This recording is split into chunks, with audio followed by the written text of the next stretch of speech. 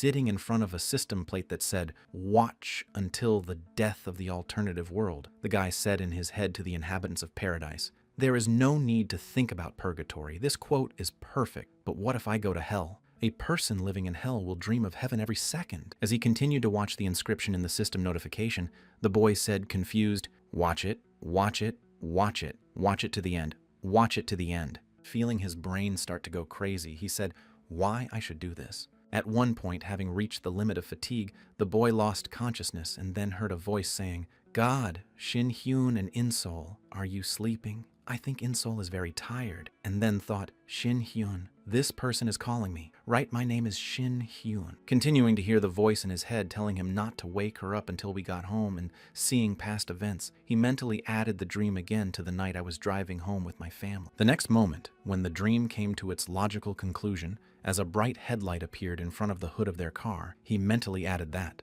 Abruptly waking up after a nightmare, the guy thought to himself, "I don't know how much time has passed. I woke up alone and found myself here, and then I saw a light falling on a book." Picking up the object that stood out so brightly in front of him, Shin Hyun thought, "I was given the origins of the divine martial art of cultivation by the book I found." Opening the book and starting to read the contents, Shin Hyun mentally added a message that said, "Read to the end if you want to go home. If I excel in everything, will I be able to return to the arms of my family?" Feeling how much he was exhausted by reading this book to the end, the guy mentally said, "I can't do it anymore." And then a notification appeared in front of him. "Congratulations, you have completed the training." And he woke up abruptly. When he saw that what he was supposed to watch to the end was finally over, he shed a tear and said, "I did it. It's going to be over soon, Dad. Mom and Saul." Except he realized it only when the door opened. The place he'd reached wasn't the end of the world. It was just the beginning. Kneeling on the rock, Shin Hyun said, "A lie. Where the hell is this?"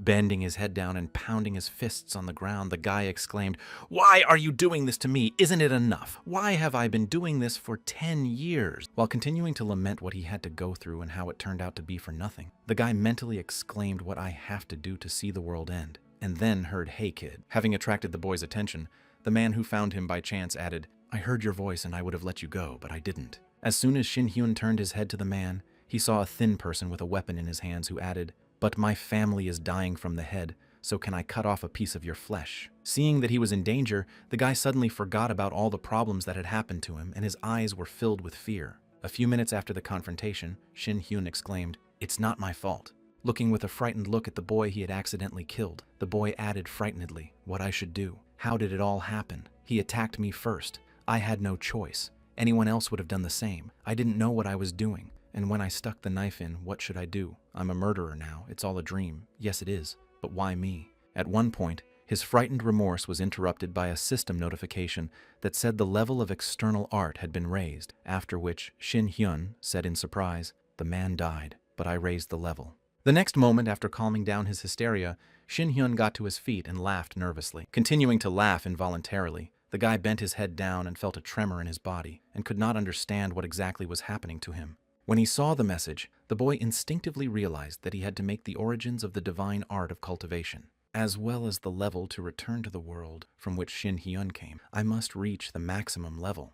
And now let's move on to the present day, when Shin Hyun, smiling slyly after a boring fight, said. Before he could finish, his words were interrupted by one of the enemies who was rapidly approaching him, shouting out the leader of the demonic cult. Hearing that he was being called by the supreme sword of Emperor Cha Shin Hyun, holding his sword at the throat of one of the enemies, he said, "You are the leader of which generation of demonic cult?" In response to the question, the hostage was frightened and spoke the emperor's supreme sword. At the same time, Cha Shin-hyun looked away and began to count on his fingers, saying, "The 8th generation is correct, since those I destroyed were the 6th or 7th generation. Let me count."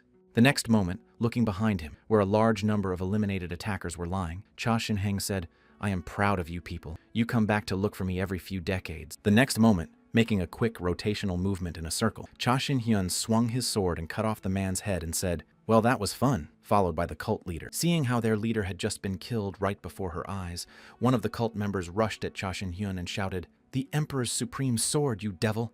Having dodged an attack in the back of his opponent, Cha Shin-hyun said in surprise, "Should a follower of a demonic cult say such a thing?" The next moment, after avoiding his opponent's attack, Cha Shin-hyun grabbed him by the face and using his technique said, I am impressed with your bravery, child. At the same time, feeling his whole body covered with a strange energy, the attacker mentally said how my body disobeyed him, after which a barrier appeared in front of him. Having fenced himself off from the attacker, Cha Shin-hyun neutralized the enemy's movements and demonstrated all his strength to show that he was no match for him. After a few seconds, he pushed the guy away from him and put the skill away, and said, "It will take years or decades, it doesn't matter." As the boy stood there in confusion, Cha Shin-hyun walked past him and added, "Come back after you learn the new demonic arts, and come and entertain me."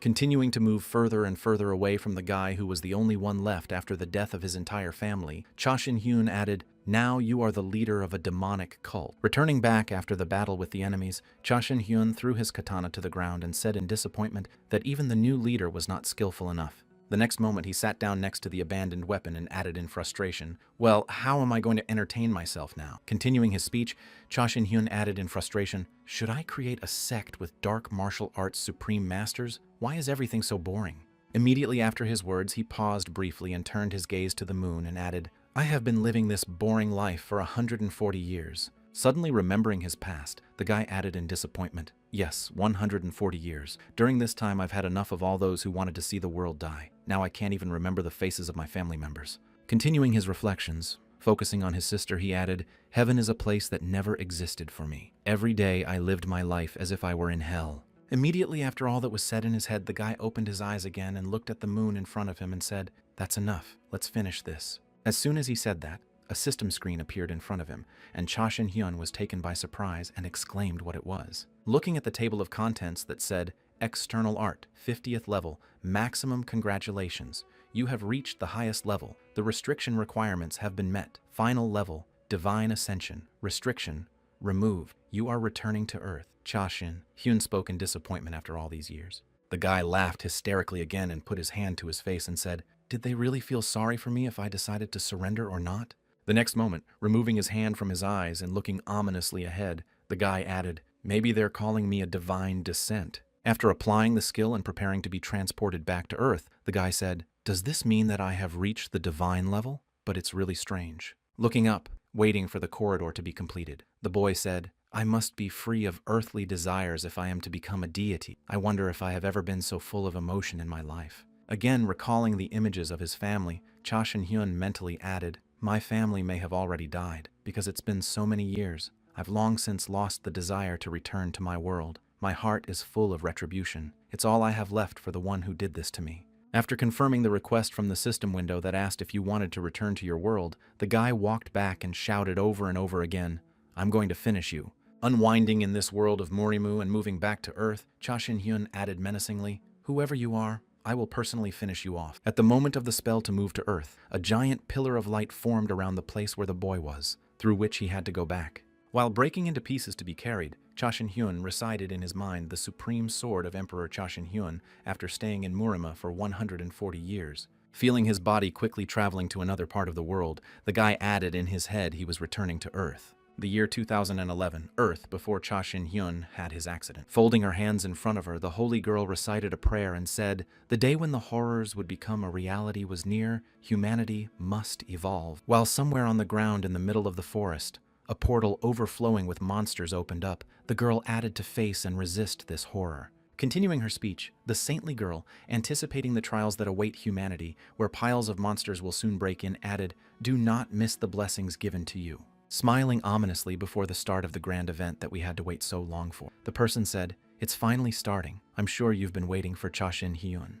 2025 Korea, the Red Wolf Dungeon, a girl went hunting with her team and pulled her aunt's bow, preparing to shoot. At the same time, down below, a red wolf was chasing one of her comrades, and several other members of the herd were running behind him, aiming at the enemies who were following her comrade. The girl used the archer's skill of a decisive arrow and fired a shot. By shooting an arrow at the enemy, the girl killed all 4 wolves that were running after her friend in just 1 shot. The next moment, when she came downstairs, she shouted out a command to gather her comrades around her and heard the team leader, Cho In-sol, respond.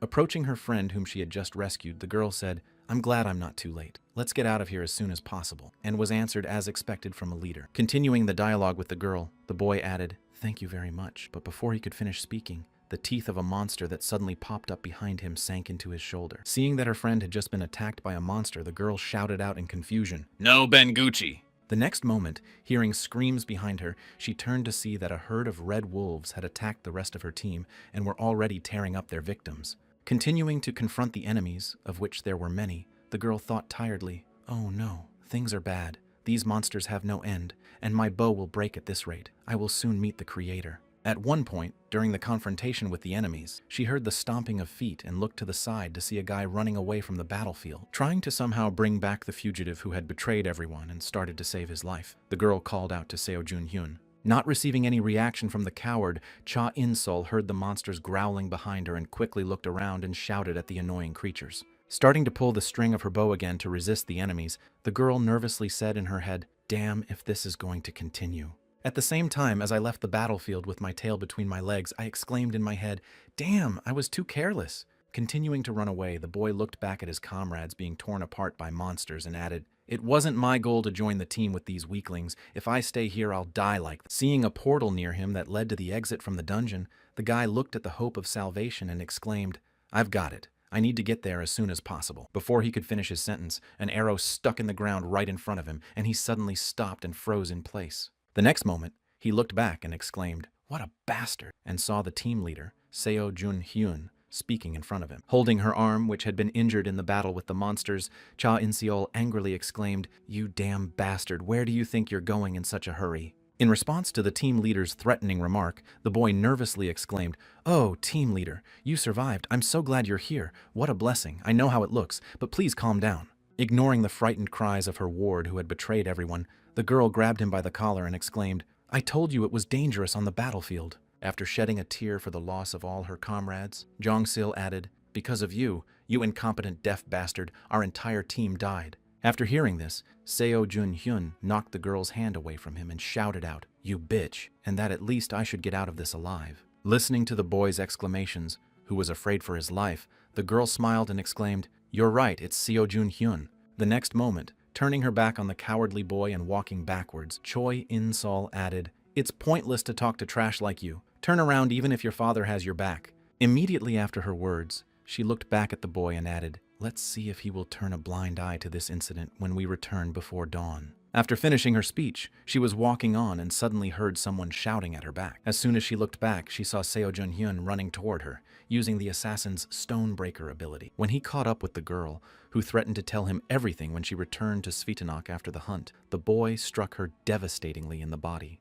As a result of the blow, the girl was thrown back several meters and stopped, hitting the ground, after which she moaned heavily. At the same time, approaching the wounded team commander, Seo Jun-hyun, he said in an excessive tone of voice, "Let's see you talk like this." Approaching the beaten girl, Seo Jun-hyun took her by the hair and lifted her head up and said, "Who do you think you're talking to, you stupid girl? If everyone admires you, you think you've achieved something." The next moment, lifting the girl to her feet by her hair, Seo Jun-hyun added, "Do you want me to help make sure everyone knows about you?" Concentrating on her achievements, the leader, Miss Cha In-seol, became a hindrance, which is why the raid into the dungeon ended in failure and the entire team was destroyed. Continuing to threaten the girl, preparing to strike her again, the boy said, "Well, thanks for your efforts, Team Leader Cha." Just as he was about to hit the girl, thunder rang out from the sky, followed by lightning striking the ground a few meters behind him. At the same moment, when he found himself on the ground, Cha Shin-hyun saw a new location in front of him and said, "Wow, that's amazing." Also, after receiving the notification internal art level 50th maximum, external art level 50th maximum, you returned to Earth and exclaimed joyfully, "At last, I am here." Continuing to rejoice at his return, the guy exclaimed, "So the reward for the maximum level was a return to Earth. Seriously, what a disgusting hobby you have." After which his tone suddenly changed, and he added menacingly, "I'm not there to help you escape." At one point, interrupting the joys of the guy who had just returned to the ground, Seo Jun-hyun exclaimed, "Just look at you, muttering nonsense." Hearing someone's remark, Cha Shin-hyun turned his head in the direction of the sound source and saw an angry guy who shouted out from nowhere and claimed that someone would be killed by the teleportation you just used, you wizard. Continuing to point his finger in the direction of the guy who had just appeared out of nowhere, Seo Jun-hyun exclaimed in displeasure, "You better tell me who sent you." Ignoring absolutely all the exclamations of the guy who was making a show of himself, Cha Shin-hyun walked past him to the girl who was lying on the ground, while Seo Jun-hyun exclaimed in surprise. The next moment, he gritted his teeth, and then, as the guy walked past Seo Jun-hyun without paying him any attention, he mentally exclaimed, "That bastard is ignoring me." Approaching the girl who was lying on the ground under a tree, Cha Shin-hyun heard a life-and-death fight, and it looked like she was dying. And then he noticed something strange about the girl. At the same time, he gritted his teeth in anger at being ignored and thought, oh shit. Immediately after realizing a certain problem that appeared out of nowhere, the coward thought, I screwed up. He saw me with Cha In-sol. If I'm still like that, who knows what could happen? I don't know who he is, but the only way out is to get rid of him.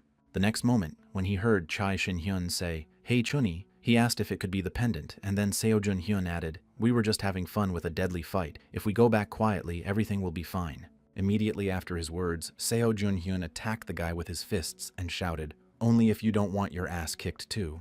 Before the guy could carry out his attack, he was suddenly blown away by the strong energy that began to come from the person in front of him. Landing on his feet and sitting down on the ground, Seo Jun-hyun thought in confusion as he looked at Cha Shin-hyun, wondering what was wrong with this energy. Starting to demonstrate his absolute strength and greatness in front of the lowlife who dared to injure his sister, Cha Shin-hyun slowly walked towards Seo Jun-hyun. Gritting his teeth against the rhinestone, the boy looked at the monster that was coming at him and suddenly realized that this could not be. Continuing to walk toward the stunned Seo Jun-hyun, Cha Shin-hyun said something I might not have noticed in other circumstances. Starting to concentrate the spiritual energy in his hand to finish off the impudent guy, Cha Shin-hyun added, you seem to be asking my name like that. The next moment, I picked up the stones around me because of the very tight concentration of the boy sitting there, and I added the supreme sword of Emperor Cha Shin-hyun. Immediately after his words, he stood in front of the boy and brought his finger, which glowed from the energy concentrated at the tip, closer to his forehead and added, even if I explain it, you still won't understand. Having made a powerful shot that changed the landscape of the surface along the entire length of the beam, the boy added everything right to Cha Shin-hyun. Having beheaded the person who dared to harm his girl, the boy put his hand in his hair and said happily, I'm Cha In-seol's older brother. Standing at the exit of the amusement park, the girl barely held back her tears as she heard Cha In-seol say, if you keep whining like this, I'll leave you here. After hearing her father's exclamations, the girl's mother said, God, the sun is starting to set. At the same moment, approaching his younger sister, Cha Shin-hyun asked In-seol how much she liked the parks, and then she said, Appa. Continuing to calm his younger sister, the boy smiled happily and added, what should we do if we continue to stay here? We will cause our parents trouble. Hearing her brother's remark, the girl bowed her head down and clutched the bear to her, saying, but if we go home, will we see each other again? Oops, Mom said you won't be able to come home often because of school. After listening to the reason for his younger sister's protest, the boy put his hand on her head and said to In-seol, you know how much I care about you. Even after I go to university, I will visit you often. Starting to calm down, the girl looked at her brother and said, when I come, we'll go to the amusement park, okay? Having received the promise from her older brother, the girl smiled happily and said goodbye. After finally convincing his sister to go home, Cha Shin-hyun said, good girl In-seol will go home. And she jumped on her brother's back and exclaimed, take me to the car on your back. And he replied, good. You should ride on your back more often while you're still light. And she exclaimed, I'm light. Ride me on your back every day. And he replied, I'm light. After a while, on the way home, the car had an accident, and Cha In-seol, feeling guilty about what happened, thought it was my fault if I hadn't been so stubborn. Looking at her parents, who were in the front seats, the girl added that if she hadn't been so bothered by going to the amusement park, her parents would still be alive. The next moment, turning her head to the seat next to her and noticing that it was empty, the girl said in surprise, Appa, and mentally added, and my brother would not have disappeared either. At one point, after completing her recollections at the moment of loss of consciousness, she suddenly woke up. Trying to stand up, the girl leaned on her wounded arm and moaned heavily. Seeing this, Cha Shin-hyun said, oh, you're awake. Even though I helped you with my CI, it will be difficult to move around for a while due to the serous wounds. Hearing the remark from the guy who had healed her a little, Cha In-seol asked who you were and heard the answer, I thought you wouldn't recognize me. Reaching out to the girl's hand, which was clutching a pendant with a photo inside, Cha Shin-hyun said, you've grown a lot. Now I can't carry you on my back, you've become too heavy. The next moment, taking the girl's hand and quickly calming her worries, the boy added in a gentle tone and so much matured. When she heard what Cha In-seol's boyfriend had just told her, she was surprised to think that it couldn't be true. It was simply impossible. The next moment, she suddenly remembered the moment when her older brother handed her the pendant and said it was a gift. Opening the pendant, which had a photo of their family together inside, Cha Shin-hyun added, be brave even when I'm far away, to In-seol. Suddenly bursting into tears after she realized who it was that was standing in front of her, the girl added, where have you been all this time? Hugging his younger sister, who began to cry after a long separation, Cha Shin-hyun said, yes, I know it was very hard for you. A few seconds after demonstrating her feelings, the girl suddenly pushed her brother away from her and shouted to Seo Jun-hyun what had happened to them. After receiving a question from his younger sister, Cha Shin-hyun looked back to where the boy's body was lying and said, "If you're talking about the person who attacked you, then you're talking about the person who attacked you." Looking in the direction her brother was looking, the girl saw the boy's motionless body not far from her and suddenly froze in place in shock. A little while later, when she came to, the girl exclaimed, "You killed him. You killed him." To which Cha Shin-hyun replied, "Yes, and what's the problem?" When she heard what happened to Seo Jun-hyun, she suddenly grabbed her brother's hand and pulled him along, saying that they needed to run away as fast as possible. After a while, arriving at his apartment while the girl was thinking about what to do next, the guy looked around and said in surprise, "I haven't been home for years, everything is still the same." The next moment, breaking her silence, the girl bowed her head down and said, "We have big problems, Director Seo Kang-jin will come for us." After which Cha Shin-hyun asked Seo Kang-jin in surprise. Realizing that the boy is unaware of this person, Cha In-seol, the director of the Dawn Guild and the father of Seo Jun-hyun, said that he used to be a member of a criminal gang and that his cruelty and ruthlessness are notorious. Continuing to mention the man who could make their lives terrible, she added that he is also one of the 11 high-ranking hunters in Korea. She looked at the time on her phone and spoke nervously, fainting. "It's been a long time since I was supposed to report the situation. Seo Kang-jin must have learned about his son's death by now, and he will suspect me if I'm the only one who survived." Hearing his younger sister's words, Cha Shin-hyun suddenly asked what was bothering you, and then she turned her gaze sharply to him. The next moment, throwing his hand on his head and ruffling his hair, the boy added, "If it's so hard, I can just finish off Seo Kang-jin." Immediately after her words, the girl began to stretch her elder brother's cheeks and heard the supreme sword of Emperor Cha Shin-hyun, to which she replied, "Offer me something more real." After punishing her brother, the girl began to rub her hands together and added firstly, Seo Kang-jin, above the 50th level. He is not just holding the position of the leader, after which Cha Shin-hyun thought a level. The next moment after she said that, the girl angrily shouted out for a second time this nickname, the terrible supreme sword of the Emperor. Who the hell uses such a name, and what is it with your manner of speech that has returned 14 years after disappearing, and why do you have a pronounced 8th grader syndrome? Hearing Cha Shin-hyun's sister's scolding, he thought it seemed to bother her a lot, and then the girl grabbed her head and exclaimed, "I don't know anymore. My parents are dead. My brother is gone. Do you even realize how hard it was for me until now?" Having calmed down a bit, the girl stopped her hysteria and exclaimed,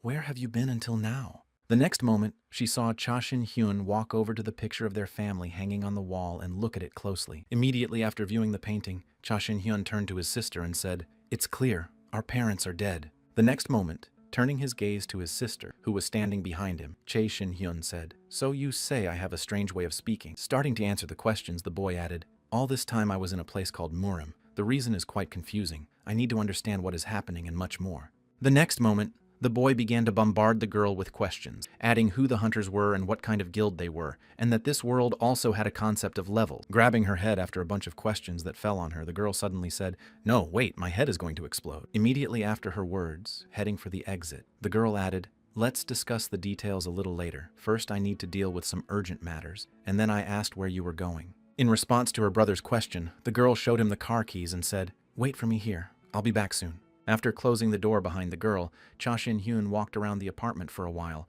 and went to his room and said, "Nothing has changed, as if I had been here only yesterday."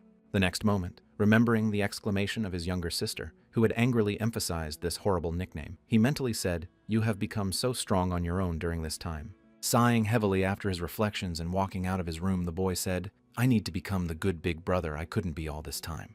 As he continued to wander around the apartment, Cha Shin-hyun thoughtfully said, "First of all, was it Seo Kang-jin, or should I look for him first?" And then heard a sudden noise from the entrance. Turning his head in the direction of the front door, Cha Shin-hyun saw 3 thugs kicking it out of the curtains and one of them shouting menacingly where she was. When he saw what the invaders had just done to his apartment, Cha Shin-hyun said, "You bastard." Continuing to stand at the entrance to prevent the boy from escaping, the director of the Dawn Guild, Seo Kang-jin, spoke again to Cha In-sol. At the same time, upon arriving at the headquarters of the second-generation South Korean Guild Dawn, Cha In-sol mentally said, "I immediately came here, but..."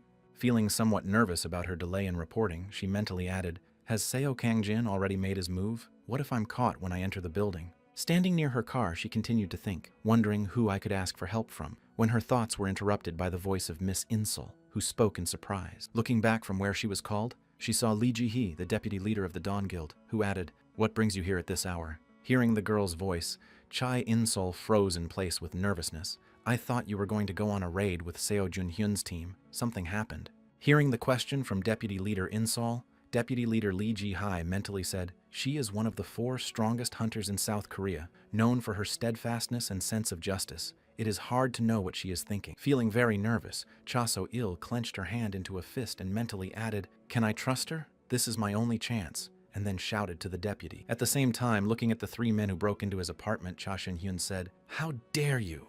The next moment, pointing a finger at one of the men at the entrance, the boy asked, are you Kang Jin? Didn't your parents teach you that you can't break down a door when you enter someone's house? He replied, what we should have done was knock politely, like we came to a house party. Angry at the behavior of the boy they met in Cha In-sol's apartment, one of the guild leader's henchmen shouted out, you idiot! Who the hell are you? After which Seo Kang-jin put his hand on his subject's shoulder and spoke more quietly. After calming his subject, the man turned his head to the guy in the apartment and said, I don't care who you are or where Cha In-sol is. In response to a question from the uninvited guest, Cha Shin-hyun said, the reason you're looking for her is probably because. Continuing his speech, Cha Shin-hyun added, if you're looking for your son's killer, it's me. After which Seo Kang-jin suddenly blushed with rage. Seeing the man's reaction to the words he had just spoken, Cha Shin-hyun smiled slyly and said that this was exactly how it should be. The next moment, when the leader of the Dawn clan rushed at Cha Shin-hyun with his sword, he also prepared his technique for use and exclaimed, come on, show me how good you are. At the same time, after hearing the girl's story, Lee Ji-hai said in surprise, your older brother who came back from Murim is called Cha Shin-hyun, and I have to meet him right now. Continuing the battle with the leader of the Dawn clan, Cha Shin-hyun mentally said his sword was imbued with some mysterious power. The aura and energy of the sword were similar, but trying to figure out what his opponent was using, the boy mentally added a different origin to the bottom of the list. And this is the ability of the so-called hunters In-sol was talking about. The next moment, remembering the first guy he had met in the dungeon while rescuing Cha Shin-hyun's sister, he mentally added that that guy, Seo Jun-hyun, also used a strange power. Immediately after completing his thoughts, Cha Shin-hyun smiled slyly and said, this is worthy of study. At the same moment, Seo Kang-jin used the warrior's ability to strike in a sequence in a short period of time, approached his opponent, and prepared to attack. At the moment of the strike, Cha Shin-hyun easily blocked his opponent's sword, and a steady ringing sound was heard from the collision of the weapon and Cha Shin-hyun's body. Looking at my enemy who looked embarrassed, Cha Shin-hyun said, I realized his level corresponds to the peak level of martial arts. To be honest, I am impressed. At the same time, looking at the hand of the guy who blocked his punch, Seo Kang-jin thought it was crazy to block the attack with his bare hand, and right now he is pushing me back. The next moment, looking into his opponent's eyes and smiling slyly, Cha Shin-hyun said, so there are 10,000 people like you in Korea. At the same moment, a couple of the wards jumped on the guy from behind to help their leader and shouted out to Director Seo. Noticing the attack from behind, Cha Shin-hyun thwarted the attacker's intentions and waved his hand and said, do not interfere. After one unsuccessful attempt to approach the boy, one of the attackers, once on the ground, attacked the boy with fire magic using a fireball.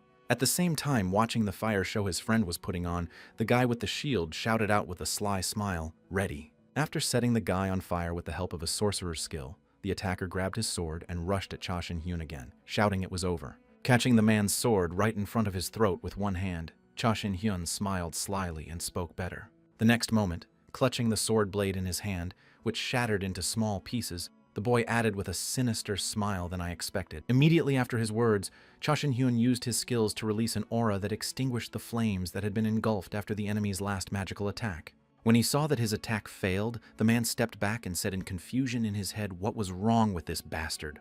Continuing to look at the absolutely calm guy who was dusting off his clothes, the attacker mentally added who he was. When Cha Shin-hyun finished cleaning up the garbage, he looked at the calendar and thought, I've only been away for 14 years. The next moment, he turned his attention to the enemies who had invaded his apartment and mentally raised the level of all 3 of them in the martial arts to a level that required not only technique and thousands of years of experience, but also purely innate talent. Continuing to marvel at the skills of the people in this world, Cha Shin-hyun thought, humanity has reached the level of the Murimu people in just 14 years. There are enough Jews in this world whose martial arts skills are at their peak. Continuing to marvel at the skills of the people from the earth, Cha Shin-hyun remembered the Murimu masters and mentally added, I'm just amazed at this, but none of the lower-level martial artists have reached the level of the top 10 martial artists.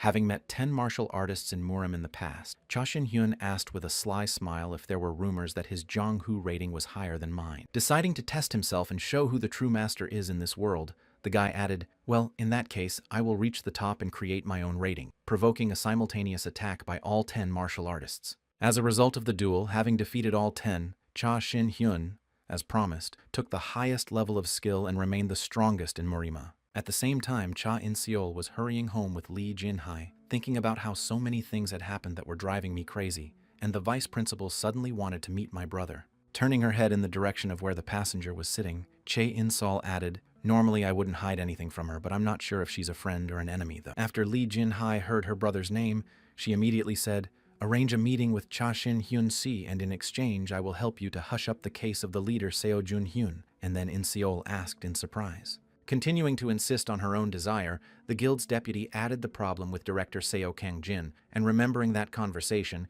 In-seol mentally said, "I can't refuse this offer." Recalling again how the girl who had looked out the car window had said that I had no desire to become enemies with Cha Shin-hyun, In-seol mentally added what she wanted. At one point in the trip, without taking her eyes off the road, Lee Ji-hai said, "You said Cha Shin-hyun disappeared a few years ago," and I heard her reply, "Why?" Continuing the dialogue with the guild's deputy, Dawn In-seol added that it was in 2011, so it turns out that it was 14 years ago. When she heard when her older brother Lee Ji-hee disappeared, she suddenly grabbed his hand and thought excitedly, 14 years means 140 years. I can't even imagine how strong he was then. The next moment, looking out the window again, Lee Ji-hai asked what kind of person your older brother is, and she heard him say that he is kind and reliable. With her head slightly down, Cha In-seol added, and Lee Ji-hai, who was also very bright in her studies, said in surprise. Continuing to talk about Shin-hyun, the younger sister added that he was able to enter University XX without a tutor, to which University XX replied that he must be a genius. After receiving a remark from the clan's deputy, In-seol added that he was smart, but the most important thing is that his brother is incredibly persistent and stubborn, and he always brings his endeavors to completion. At the same time, standing in his apartment, where 3 robbers broke in, Cha Shin-hyun pointed his finger at the magician and said, "Hey, you." While another attacker was approaching him from behind, Shin-hyun calmly added, "You have a power I've never heard of or seen in Morima before, and a strange energy. Try using it again."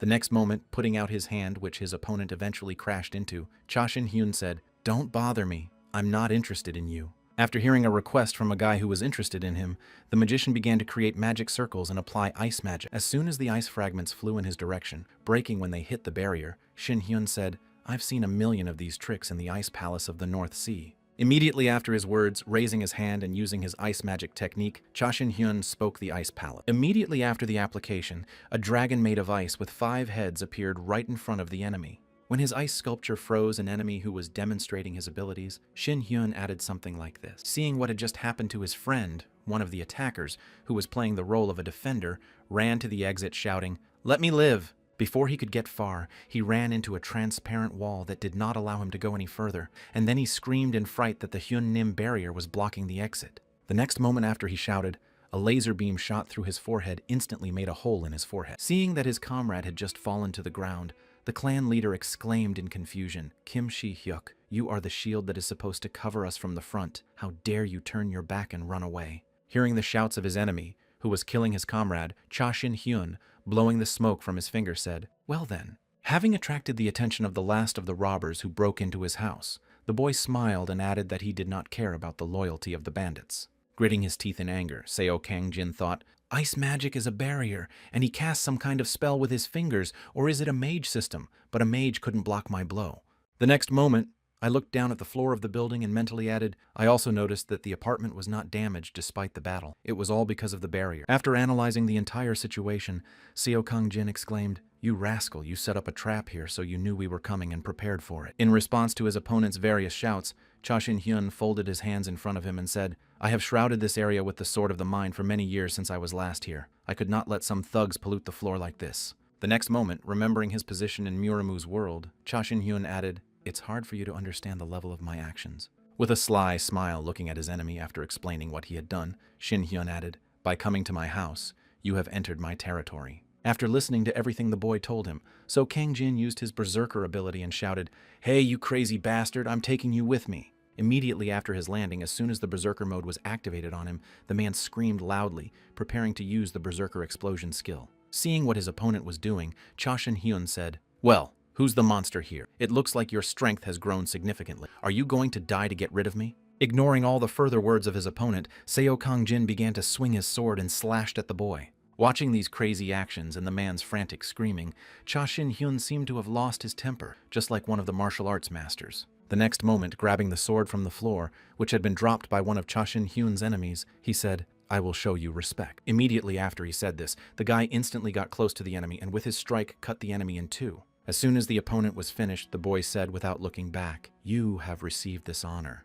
The next moment, putting his hand in his hair and turning his head back, the boy added that it was a blow from the Emperor's supreme sword. After a while, reaching her apartment, In-seol said, "This is my home," after which Lee Ji-hai said, "Sorry for the intrusion," after which In-seol exclaimed in confusion why my door was open. When she saw her older brother in the guest room wiping blood from the floor, she exclaimed in displeasure that something had happened here, why the door was in such a state, and he said, "Damn, I didn't have time." Continuing to clean up the remains of the battle as if nothing had happened, the guy added in a calm tone, "Don't panic, it's just a housewarming party," and heard the exclamation in response, "Why is there blood all over the place at a housewarming party?" Continuing to radiate anger, Cha In-seol said to her brother, "You keep getting into trouble after you come back," to which Shin-hyun replied, "You have a good expression. If you go to the Murim, you can become much stronger." And then she added, "It looks like there was a battle." The next moment, when he turned his gaze behind his younger sister and saw Lee Ji-hai behind him, the boy was surprised to see this girl in his head. Feeling some connection between her and himself, Shin-hyun mentally added, "Her inner art resonates with the origins of divine martial art cultivation." At the same time, staying in the place of the guest brought by the younger sister, she mentally said to Cha Shin-hyun, "You are even able to use sound propagation. Who are you?" Continuing to look at the guy in front of her, the girl added, "You really thought you were the only person who had ever been to that place." After a certain period of time, Cha In-seol woke up abruptly after a dream and opened her eyes in confusion. Immediately after suddenly waking up, the girl jumped out of bed and went to the living room to find her older brother. Looking around and not being able to find her older brother, the girl said sadly. Hearing his name, Cha Shin-hyun, who was standing by the window on the balcony, said to his younger sister, "You woke up early." After hearing her older brother's voice, the girl immediately looked back to see where he had just spoken from. As soon as the girl's gaze returned to him, Cha Shin-hyun said, smiling gently, "What's the matter? You thought I'd disappeared again." Realizing that her brother had come back, she was relieved to think that it was not a dream after all. What a relief. And then asked why you woke up so early. After asking his sister when he heard his phone ringing, he said, "Wait a minute," to which she responded so well. After hearing what the interlocutor demanded from him, the guy headed for the exit and said, "I'll be back soon." As soon as Cha Shin-hyun headed for the car that was supposed to take him to the meeting, In-seol thought it had been a week since he returned, but it still seemed unreal. Also recalling the meeting between Lee Ji-hai and her brother, the girl mentally added that Lee Ji-hai's deputy leader said that he left absolutely nothing behind, and before he left, he said only, "Let's meet again." Continuing to recall the situation that took place in the first days of her brother's return home, In-seol mentally added that very soon some men in black arrived and took away the remains of director Seo Kang-jin and his subject. Also remembering the solution to all the problems, she mentally added the next day, the report about Seo Jun-hyun was shown on the news along with the disappearance of Seo Kang-jin after he suddenly decided to retire. Thinking of the deputy guild leader who had taken care of all of this, In-seol mentally told Lee Ji-hai to keep her promise. Watching from the balcony as a private driver was sent to pick up her brother, the girl added mentally, "Being the only survivor and the one who took responsibility for the raid on the Red Wolf dungeon, the guild gave me a suspended sentence." As she continued to think about the latest developments, In-seol added, "Today, Lee Ji-hai called her brother, and then said to Lee Ji-hai, 'What are you up to?'" As soon as Cha Shin-hyun got into the car sent for him by the guild's deputy leader, the girl added, "I hope you'll be back soon, brother." At that time, somewhere in a cafe serving various flavors of hot drinks, Lee Ji-hai was sitting waiting for the boyfriend to come. At one point, as she was reaching for her teacup, she suddenly heard a question addressed to her. "You seem to have nothing to do." Continuing to express his dissatisfaction with what his life had become, Cha Shin-hyun added, "If you put me under round-the-clock surveillance." Hearing the remark, the girl happily said, "Hey, you can see it, but this is not surveillance, this is security." And Shin-hyun replied, "I thought so." Immediately after his words, as soon as the guy sat comfortably in a free seat and took one sip of tea on the table, he said this in surprise. Seeing the guy's reaction to the drink she ordered, Lee Ji-hai said, "It looks like you know about Zhongshan Yingzhen. I often stop at Honam to have a cup of tea like I used to in Murim." Hearing the sly tone of the girl who unwittingly hinted at what the conversation would be about, Cha Shin-hyun said immediately got down to business, "I like it." Continuing the conversation with the boyfriend, Lee Ji-hai put the drink on the table and added that it was confirmed that 3 people had returned from Murimu, Mr. Cha Shin-hyun and myself. Also mentioning a third person who returned from Murimu, the girl added the leader of the Twilight Guild, Park Tae-hoon, a guild in conjunction with the Dawn that runs the Korean Hunters Association. At the moment, there is discord and enmity between them. But continuing her story, Lee Ji-hai said that long ago, after studying Park Tae-hoon's history, some data came to light. Recalling the story of the girl who got to the masses, he added that one day in 2011, he opened his eyes in a strange cave. Telling the story from the news reports, Lee Ji spoke from the book of the divine martial arts cultivator's origins lying next to her. Telling the story of what happened to all those who disappeared from this world, Lee Ji-hai added that when he left the cave, he found himself in a world known as Murim. After telling the news to the public, the girl added the same thing that you, me, and Park Tae-hyun experienced correctly. After listening to the story, which seemed to be written from him, Cha Shin-hyun, recalling all those inscriptions when he appeared in the other world, said yes, everything was true. After receiving an affirmative answer, Lee Ji-hai said you returned to your world after a long time, and this world was already in the era of hunters and dungeons, duty or a cruel joke of higher powers, we do not know. But the fact that this world was turned upside down and our journey to Muramu are definitely connected. After listening to everything the girl told him, the boy, without saying a word, just kept looking at her and then asked how much you know about hunters and dungeons.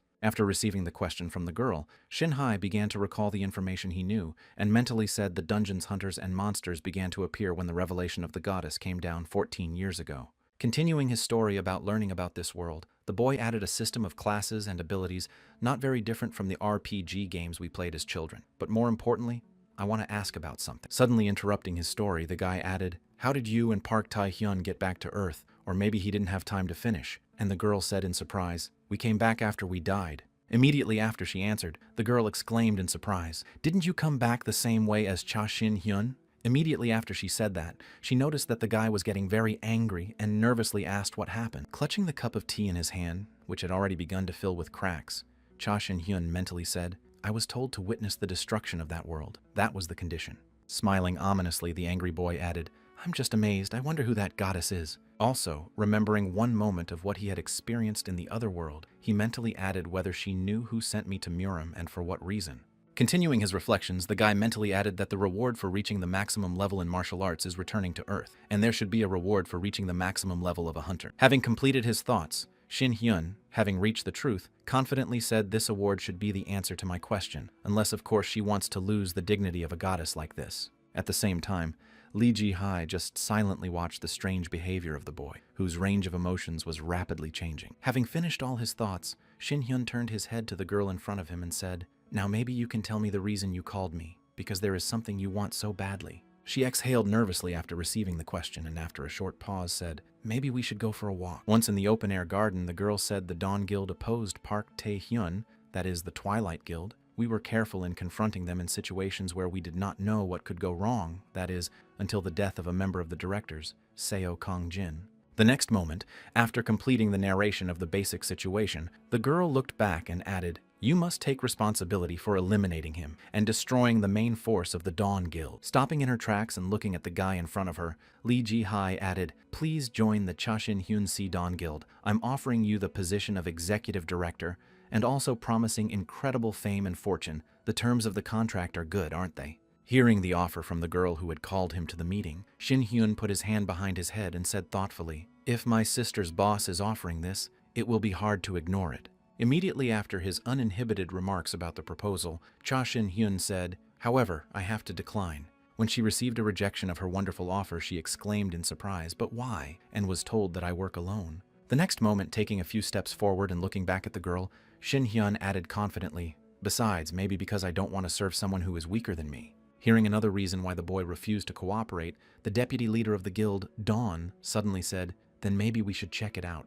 Having attracted the guy's attention with a sudden proposal, Lee Ji-hee locked eyes with Shan Heng and added who was stronger. Continuing the dialogue with the guy she wanted to recruit, Lee Ji-hai added, you know, 1 year in this world is equal to 10 years in Murim, so you know you spent 140 years in Murim, right? To which he thoughtfully replied, yeah, something like that. Having received confirmation of her guesses, Lee Ji-hai said that age and ability may not always be comparable. Hearing the girl's remark, Cha Shin-hyun smilingly replied, I completely agree. If someone spent 300 years there, they would still be weaker than me. Hearing the self-confident statement from the guy in front of her, Lee Ji-hee stretched out her hand in front of her and asked if it was true, and then cast a spell and said, open up. Immediately after she said that, the girl shot a purple sphere in Cha Shin-hyun's direction, which stopped a few centimeters away from the boy, and then added a shadow dance. Just as the area around him began to fade into gray tones, Shin-hyun mentally said, "My senses are blocked, and my surroundings become terrifying. The range is about 50 meters. Creating such a large dome using only the laws of physics requires a great deal of energy and time." As soon as the entire area was covered by the dome, Lee Ji-hai said, "This is my original ability," and Shin-hyun replied, "It turns out we're in an alternate dimension that reflects the real place we were actually in." In response to the question, she said, "From the outside, it will look like we just suddenly disappeared." Continuing her speech, the girl slowly stepped forward and said, "In Murim, they called me the Bloody Cherry Blossom, and I never failed an assignment to eliminate." Hearing who the girl in front of him in the other world was, Shin-hyun happily proclaimed, "So I was right. You fight to the death even with your hands tied." After receiving a remark from her opponent, the girl took out a blade in both hands and said, "It's very simple to get out of this place. Either you defeat me, or you die." After hearing how he could leave this space, Cha Shin-hyun smiled and said, "So this is a threat in broad daylight. How scary. But this ability doesn't seem to be about trapping the enemy." As soon as the boy said this, the girl immediately rushed at him with a weapon and put one of the daggers to the boy's neck and said, "Of course not." At one point, in a split second, Shin-hyun stepped back and dodged the girl's blade. Seeing the movements of her opponent, Lee Ji-hai, continuing to actively attack, quickly changed the grip of her blade in her right hand. Immediately after the change of grip, Lee Ji-hai began to actively attack again, swinging her weapon, but Shin-hyun easily blocked absolutely all of the girl's blows with one hand. At one point, realizing that there was no point in continuing at this pace, the girl jumped back and lunged at the guy. At the time of this attack, she was aiming at Shin-hyun with two simultaneous blows that crossed each other as they approached. Avoiding this attack, Cha Shin-hyun jumped back and then held a dagger in each hand, one of them parallel to the hand in a specific style. The next moment, Shin-hyun looked up at the girl who was using an interesting fighting style and recited the martial arts of the greatest assassin, Murimu, the Dark King. Continuing to voice the technique he knew, the boy added the moonlight of the bloody path. Hearing the name Li Ji, he said in surprise, "You understood it from just one glance." In response to a question from the girl, Cha Shin-hyun stopped in his tracks and said, "I've already fought once with someone who used this style, and I was a little inexperienced at the time." Continuing his thought, the guy added, "Accidentally killed him in a split second." Hearing this, Li Ji suddenly froze in place in shock. Shin-hyun shocked the girl and said, "Since you are my Murimu Huba, I will allow you to use 3 styles. If you can defeat me, I will join the Dawn Guild." Staying where she was, the girl heard that it was the first style of the 3 acceptable ones. Hearing the boy's remark, the girl changed the grip of her dagger again and started to attack him, saying, "Think of it as you wish." At the same time, watching the girl's movements, Shin-hyun thought, "It's amazing being in her space. I don't feel her at all, as if she had just disappeared." Continuing his thoughts, the boy noticed a strange thing that began to happen and thought, "I wonder if this is also a feature of the dome." Quickly jumping from the place where something had just exploded, the guy, being in the air, began to watch what would happen next. The next moment, debris and several energy daggers began to rapidly move toward Shin-hyun. Seeing that he was in danger, the guy used his skills and easily dispelled the enemy's attack. When the danger was over, the boy came down to the ground and said this amazing thing. At the same moment, a girl who thought she would catch him by surprise attacked him, but Shin-hyun reacted with ease and blocked the girl's attack. With a sly smile after the unsuccessful use of the girl's skill that changed the fighting style, Shin-hyun said this was the second style. Having failed again after a long time of pushing the guy, Lee Ji-hai bounced back and said as I thought she would. Breaking the distance with her opponent for stopping in place, the girl added the strongest Shaolin master who left the world at the age of 150. The next moment, turning her gaze to the boy in front of her, Lee Ji-hai added, "Che Shin-hyun, who can be considered his equal, should be the strongest." Hearing his name called, the boy awkwardly scratched his cheek and said, "Oh yeah," and seeing Lee Ji-hai's strange reaction, "You're treating this like something normal." Activating her skill again, after which the points appeared from the greenery, the girl said, "Then if I finish you." As she watched the spearheads fill the arena of the covered territory, she added, "Will I become the strongest in Murima?" Remaining steadfastly in one place despite the use of techniques by his opponents, Shin-hyun said that indeed I had even lost the power of speech. The next moment, spreading her arms in front of her, Lee Ji-hai used her technique to speak a shadow dagger. As soon as all the preparations were completed, she pointed all the shadow daggers created by her technique at Shin-hyun. He continued to stand there, raising his head up and simply watching the shadowy daggers that were coming at him. The next moment, when the attack was about to reach him, Cha Shin-hyun spoke, using his Sword of the Mind technique. As a result of the use of his technique, a powerful explosion occurred, which instantly destroyed all the shadow blades of the girl's dagger. Squinting her eyes and crossing her arms in front of her to avoid a sudden attack, she did not notice a large rock flying at her. At the moment when the huge boulder was about to demolish her, she said in her head that my body was not listening to me. Realizing that she could not escape and avoid this fate, Lee Ji-hai closed her eyes and tensed her whole body, mentally adding, I feel like something is holding me. The next moment she heard the sound of a thud and opened her eyes to see Shin Hyun smashing a giant rock flying at her with one hand. After demonstrating his strength and saving the girl from serious injury, the boy said the third style, It's over. Immediately after his words, looking into the eyes of the confused girl, Cha Shin-hyun smiled and said, Well, do you want to continue? To which she replied, feeling a shiver throughout her body. No, I lost. Removing her dome and returning to reality, Lee Ji-hae looked at the boy and said, I will no longer ask for a battle, but in exchange, answer one question. Holding her wounded arm, the girl said in confusion, What have you done? For 1 second, I thought I was fighting a creature I could not resist. Hearing the question from the girl, Shin-hyun sat down on the grass and said, You were right in your self-confidence. Fighting in this space, your strength grows so much that it is enough to finish off an enemy stronger than you. After receiving the boy's remark, Lee Ji-hai continued to look at him with a nervous look and asked him, Tell me what reality you have achieved. Continuing to ignore the girl's question, Shin-hyun said the effect of the martial arts combinations and abilities was impressive. I enjoyed the battle, and that's why. While the girl was hiding her daggers back in the spatial vault, Shin-hyun added, I accept your offer, which said that Dawn would provide material support and information, and I would support the guild with my strength. Continuing his speech, the guy held up an extended finger in front of him and added, But I will do it as a freelancer, not a partner of Dawn. Expressing his proposals, the young man added, You can consider it an alliance, not that I don't want to help, but I just don't want to be under anyone's authority. Accepting the conditions that Shin-hyun had just announced, the girl said, Okay, but then promise me something. No matter what happens, you will not join the Twilight Guild. When he heard what he had to promise the girl, the boy extended his hand to her and said, I promise you by the name of the Emperor's supreme sword. Shaking hands with the boy, Lee Ji-hai thought what a loud nickname she had heard and then said, Take off the surveillance, I put up with it because my sister worked for you, but I don't know what can happen now, you know what I mean.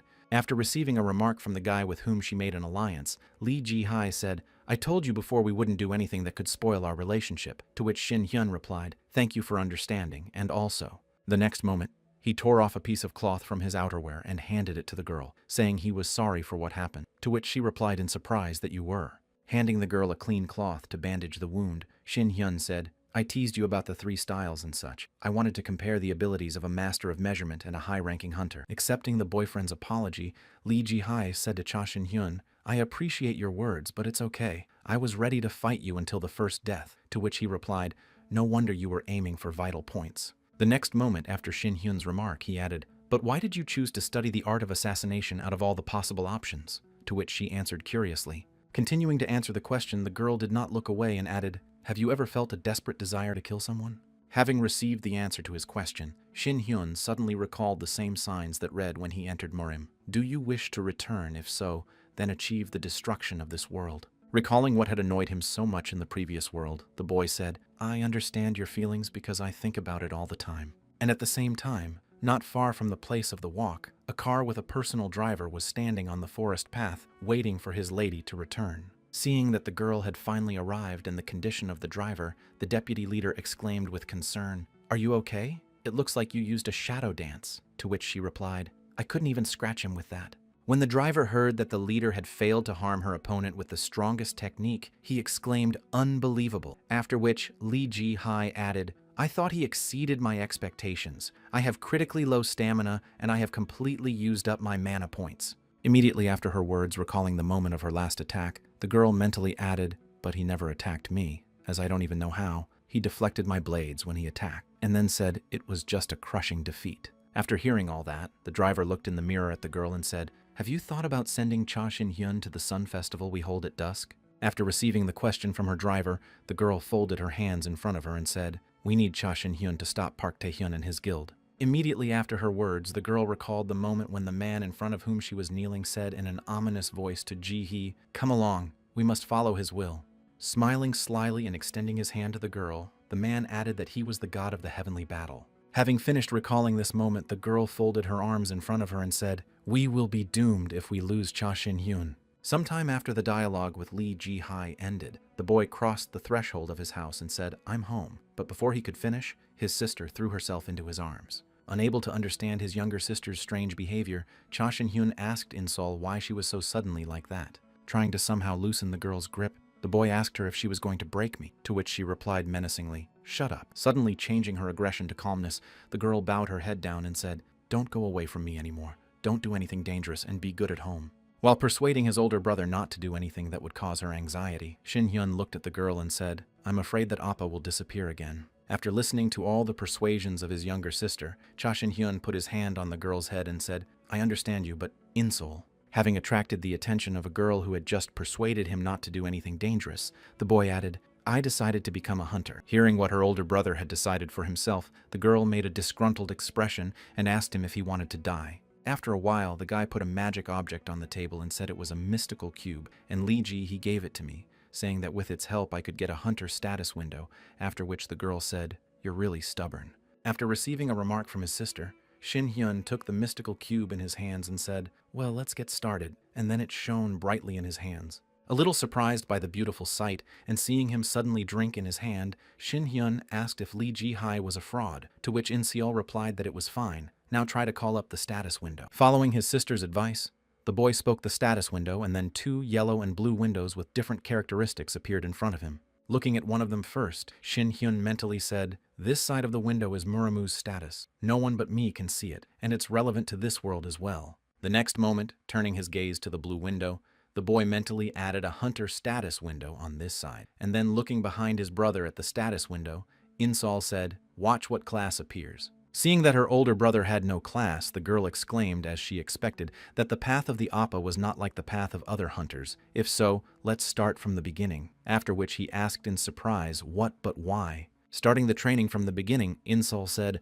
"I've said before that hunters are divided into 6 classes: warriors, defenders, mages, priests, archers, and assassins. Of course, if you count the high-ranking classes, there are more, but these 6 are the main classes of hunter." Continuing her story, the girl folded her arms in front of her and confidently added, for example, "I am an archer, but my high-ranking class is a sniper. Everyone starts with a basic class and cannot change it or remove it."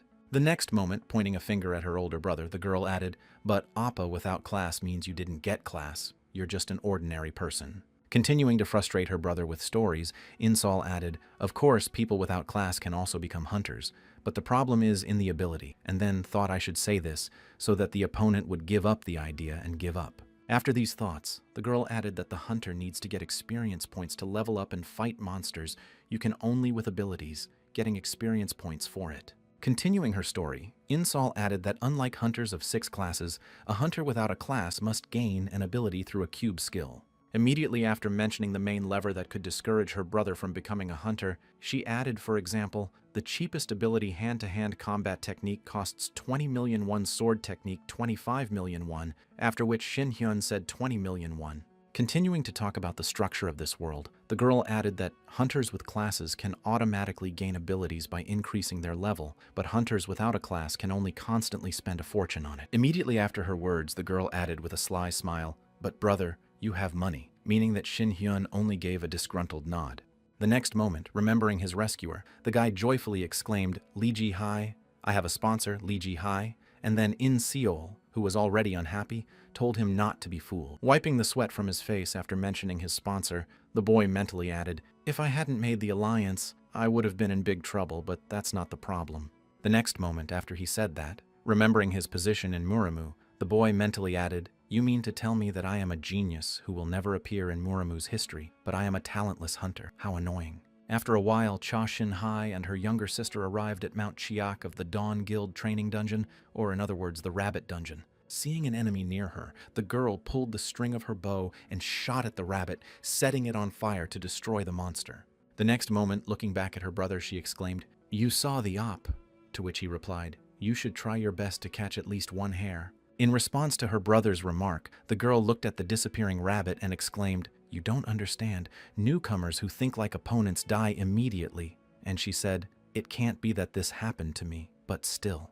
Picking up the object left by the defeated enemy, Shin-hyun said in surprise, "Moonstone, you say I can make money with this. and he heard that it was a natural resource that is not polluted and stores a lot of energy, which is why nuclear power plants slowly disappeared with the advent of monsters. Reaching behind her back for the next arrow, the girl added, "Be careful in any case. Even if the opponent says he is the strongest master or something like that, anything can happen in the dungeon." Before she could finish, the older brother, ignoring the girl's words, had already easily killed 4 monsters at once. Offended by the fact that he did not listen to her, the girl thought my words flew in one ear and out the other, after which Shin Hyun said, as he thought I would not receive points of hunter experience using the martial arts status window. Opening the status window and looking at the one skill he had, the guy thoughtfully asked if I should ask Lee Ji-hai for another skill. Hearing her brother's request and slamming him against the wall, the girl exclaimed, "You shameless bastard, of course you would want a free ability near the top of the training dungeon," to which Shin Hyun replied with a rarely effective ability. The next moment, looking at the swordsman's ability, the guy was surprised to hear that it was level D. Continuing to express her dissatisfaction, Inseol said, "I don't know what kind of contract you signed, but Lee Ji-hai, the deputy leader, is not an ordinary person, and she will definitely try to take everything from you." After finishing her thought, she turned her gaze to her brother, who looked rather wary, and said in surprise, reaching out her hand to her older brother, who looked different than usual, the girl added in surprise, "Why are you so sharp?" The next moment, grabbing his younger sister's hand and pulling her along, Cha Shin-hyun said, "Let's go, there's a better place than this." When she arrived at the place her brother was talking about and saw the number of monsters, she exclaimed in amazement at how many there were. In response to his sister's surprise, Shin Hyun confidently said the exact number 337. "I calculated it before coming with my senses." Reaching for an arrow for her bow, the girl said, "But even so, there are too many for the beginner level," to which Shin Hyun replied, "Don't worry about such trifles." The next moment, when she saw her brother jump down to the pile of monster rabbits, she exclaimed, "What are you doing, Appa?" Falling down to the pile of enemies to protest a little, the guy mentally said, "Shame, there is no such thing as shame." The next moment, recalling the moment when his sister teased him about his lack of class and the skill he had learned from Lee Ji-hai, he mentally added, "Let's not give the ability to wield a D-level sword to someone who has reached the maximum level in the martial art of fencing." The next moment, taking his blade out of the sheath that was tied to his belt, the boy mentally added and turned me into an unimportant person without class. Immediately after his thoughts, using one of his techniques, Cha Shin-hyun landed, destroying the ground beneath him. With this spectacular appearance, the boy was able to attract all the attention of the rabbit monsters below. The next moment, In-seol's disgruntled voice came from the mountain where he had jumped, and she exclaimed, "Cha Shin-hyun, you jerk! I almost fell off." And he replied, "Stop being angry. I'm thinking about how to cook these animals." Just before the battle began, Shin-hyun saw dozens of system plates suddenly pop up in front of him and wondered what they were. After reading the contents of these signs, the guy waved his sword and cut one of them, exclaiming that the system was trying to teach me. After dealing with one sign and quickly cutting up all the others that were bothering him, the guy smiled and spoke too loudly. Having provoked the monsters with sharp movements, the rabbits, who at first just looked at him in surprise, rushed at the boy together. Noticing the danger coming at him, the boy made clear and skillful movements with his sword and cut through the monsters one by one, exclaiming, "Who will teach whom here?" After dealing with the first wave of enemies who attacked him, Cha Shin-hyun went on to hunt, saying that his hunting abilities began to appear 14 years ago. Having dealt with all the enemies, after which there were a lot of energy stones left, the boy added, "You will need about 100 more years to teach me." As soon as the battle was over,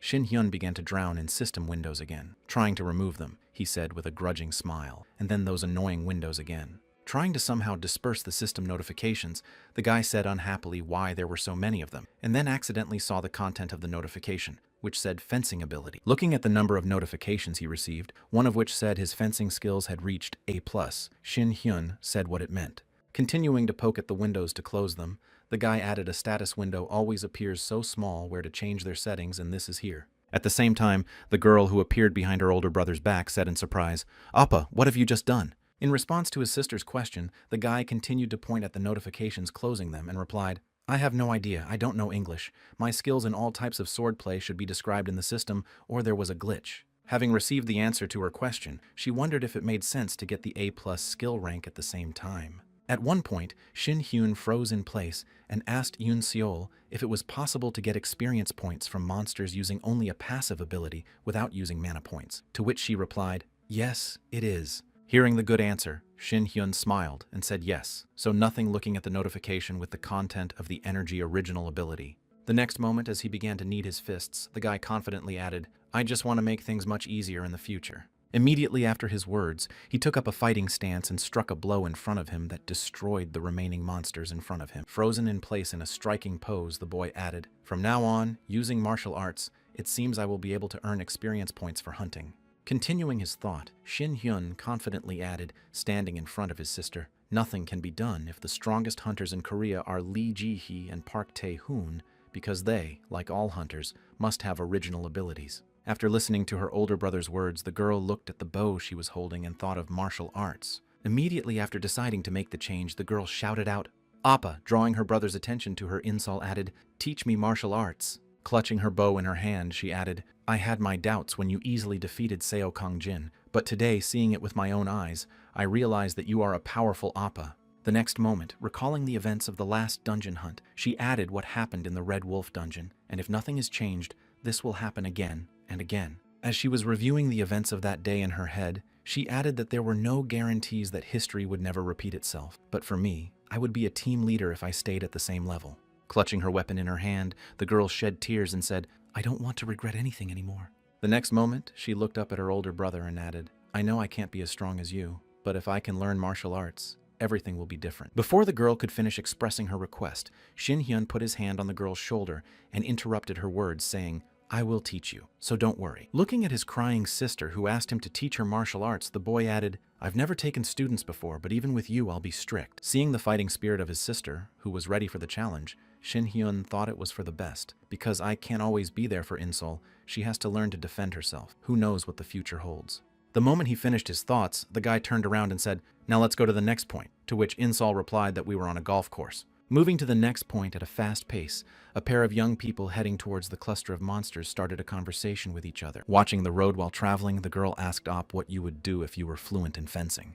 Running past the monsters that were above them on a rock ledge, the girl added the ability to continue using the warrior's abilities. At one point, when they got close enough to the monsters, they jumped down from the cliff, heading for the people running below, but Shin Hyun noticed the paratroopers. Swinging his fist and preparing to deliver a devastating blow to his enemies, the boy said, "Now I am able to level up using martial arts." As a result of his strike, he not only killed the two rabbits that were flying at him, but also lifted into the air the top of the rock on which they had been sitting. Covering herself with her hands from the debris that fell on her after the explosion, she heard, "Not sure, but I know something for sure in my current state. My future as a hunter is still vague." The next moment, blocking the girl's path further with his hand, Shin Hyun found even more monsters in front of him, adding that it was possible to level up the hunter with martial arts, but fencing off the girl from the monsters in front of them. To achieve what he wanted, Cha Shin Hyun added, "I want to master a special class ability." Immediately after his frozen in place and looking at the monsters, Shin Hyun thought Lee Ji-hai was able to raise the level by combining her martial arts and assassin abilities. The next moment, imagining the girl he was thinking about in his head, he added, "I also need to find an ability that I can relate to my martial arts." The next moment after his thoughts, the boy quickly rushed forward to the epicenter of the rabbit monsters. Once in the air, the guy began to create a magical martial arts sphere in his hand for combining. Trying to think of something effective, Shin Hyun remembered the attacker's skill when he appeared and thought, well, any ability that can merge with martial arts will be useless. But immediately after recalling the fight in the apartment when something interesting was used on him, the boy mentally added that he had abilities that were rather difficult to connect with martial arts. Recalling what the enemy used, the guy confidently said in his head it was magic, and then made a powerful explosion after hitting. Seeing what her older brother was doing, the girl exclaimed in confusion, "Appa, if you act so recklessly alone." Before the girl could finish, Shin Hyun smiled happily and thought of a new area of ability that I couldn't connect with martial arts, and then interrupted his sister and added, "Insol, I'm going to become a magician." Hearing the decision of her older brother, the girl said unhappily that, "How many times do I need to repeat it? Appa without a class. He can't become a mage at will. If it were so easy to use the abilities of mages, then other classes are not important, like other hunters, and the information that my brother is really stupid." Continuing to listen to the joys of her old brother, who was actively rejoicing behind her, the girl sighed heavily and thought to hell with him. Calling up the status windows, Shin Hyun looked at them and thought, after trying out the hunter system, I'm now sure there's a big difference between the two status windows and the Murimu and hunter systems. As he continued his thoughts, he mentally added, Murimu's system windows only display characteristic. There are no special functions in it. You can only check the level and status of external and internal martial arts at that time. After collecting all the moonstones from the monsters, Insol said we can now not worry about our saves. Continuing to look at the hunter's system window, Shin Hyun mentally added that knowledge of characteristics is very helpful to those who use martial arts. But on the other hand, the hunter's status window displays everything from abilities to stamina and even mana points. The user-friendly interface has a lot of features and details. The essence and presentation of both systems is completely different. The next moment, imagining a character from the game, Shin Hyun mentally added a system in which to earn experience points you need to fight monsters. Rewards are given immediately, which awakens the growth of hunters. Of course, I cannot deny the obvious risk, but by daring to do so, everyone can become stronger. In the next moment, when a picture of different types of training appeared in his mind, Shin Hyun thought of another way to become stronger in Morima, which was much slower and more dangerous than here. Endless training with the risk of life was the way to gain enlightenment, and if you failed, you had to experience life-changing events. Immediately after recalling the Divine Martial Arts Cultivation book, Shin Heng thought of the fateful events of the celestial deity legendary figure who became a deity after the divine ascension in the distant future. He created his origins of Divine Martial Arts Cultivation. Also recalling the moment of discovering this book after waking up, he mentally added a secret treasure of legend that Morima fought for a long time for. And that was when I woke up in the cave. Walking with his sister across a lawn with green grass, the boy mentally added that fateful event seemed too obvious to me, so I ignored it. Confidently looking ahead during the journey, Shin Hyun thought if the goddess was the one who gave the hunter system to humanity, then... The next moment, having realized a certain truth, the guy exclaimed in confusion that the creature who had sent me to Murim was most likely the one who had sent me to Murim. He pictured in his mind the image of the creature who was behind his transfer to another world and mentally said to the god of the heavenly battle. With the support of Lee Ji-hai, Cha Shin-hyun was able to spend a whole month in the dungeons to improve his level. Faced with a new giant opponent, the guy said, "Wow, now I understand why I came back to Earth and not to Korea." Thus, in 1 month, he managed to reach the 22nd level of the hunter, and now, preparing to defeat another monster, Shin Hyun said there is no more traditional Korean food than chicken. It was also when In Seol studied all 365 bloodstreams in the human body. She also had to pass on her internal arts. To be honest, she was late in learning martial arts due to her age, but there is a way. Sitting on the floor in the bathroom after hearing about one way to learn martial arts, she asked what it was. In response to his sister's question, the boy smiled happily and said, "In Seol, don't worry and don't hold back even if you vomit blood." When she heard what awaited her in the near future, the girl was frightened and said, "Why would she say such horrible things?" In response to the girl's question, Shin Hyun said everything he could to force the internal forces out of the channels and remove the impure CI, after which a loud scream came from the house. Thanks to these trainings and the actions of her older brother, the girl managed to move up 1 level. After hitting the target with an arrow, the girl showed her brother her results and exclaimed, "It's incredible, just look at this, the guy's hair almost burned off." When he met his sponsor again, Cha Shin-hai heard the girl suddenly say to him, "I can see that you're doing well now." Immediately after announcing her remark, the girl asked, smiling happily, "Well then, let's start our deal." Hearing the girl's request, Shin Hyun said, "You haven't changed at all. You're going to start working right away." And she said, pouring tea from the teapot, "I told you I don't want to be in an awkward position." Pulling the cup of tea to his mouth, Shin Hyun said, "It's been a while since you called me, so you have a plan for what I heard, so be it." Immediately after her remark, the girl suddenly jumped up from her seat and leaned against the guy in front of her and said, "Cha Shin Hyun si." Smiling happily at the guy in front of her, Lee Ji-hai extended her hand and asked him if he would go out with me. After receiving the invitation, Shin Hyun put his hands in front of him and said, "This is the first date invitation in my entire life, but for some reason I don't feel it." After which Lee Ji-hai happily remarked, "Don't be like that." Continuing to persuade the guy, the girl added that a new dungeon had appeared in Pucheon, the 10th level of danger. The permissible level for entry was from 45th to 50th, which meant that we needed a team of hunters close to a high rank, to which she heard in response that this dungeon was not the place to go with level 20 hunter. Hearing the remark from her interlocutor, the girl confidently looked at the guy in front of her and said, "But everything would be different if it wasn't Cha Shin Hyun si, right?" After hearing the remark from the girl who wanted to drag him into the dungeon, Shin Hyun said, "I want to enter such a dungeon only together, and why?" After receiving a question from the guy in front of her, the girl said, "My goal is to control the number of particularly dangerous dungeons." Continuing to voice the reason for this invitation, Lee Ji-hai added, "But I also want you to grow as a hunter as soon as possible." Hearing the reason why the girl wanted to go there alone, Shin Hyun smiled and asked, "Does that mean you're actually going to support me?" Hearing the boy's remark, the girl said, "God, where did you learn that word? You're acting like an old master Muramu." To which he replied awkwardly, "I understand it perfectly well, and I don't know who you called old."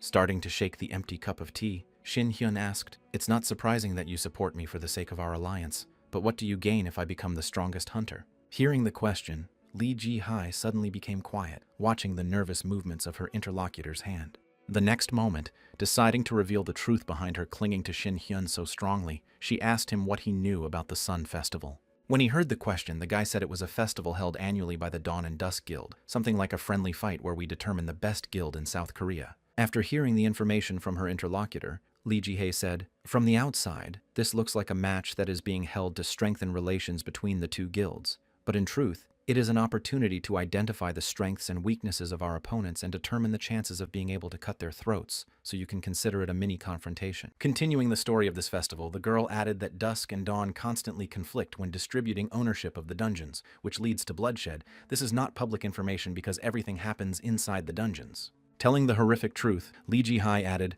"But now we are at a boiling point where a full-scale battle can begin at any moment. We are like a powder keg that is about to explode." After listening to the story, Shin Hyun was surprised to ask why the two guilds were fighting for first place. It was enough to simply consider it a tough fight for rights. Hearing the question from the boyfriend, Li Ji-hai answered that it was all because of Park Tae-hoon, but suddenly he started to strive for power like a man possessed. Continuing her story, the girl added something like, "We need to follow the will of the heavenly god of battles," or something like that, which impressed the guy.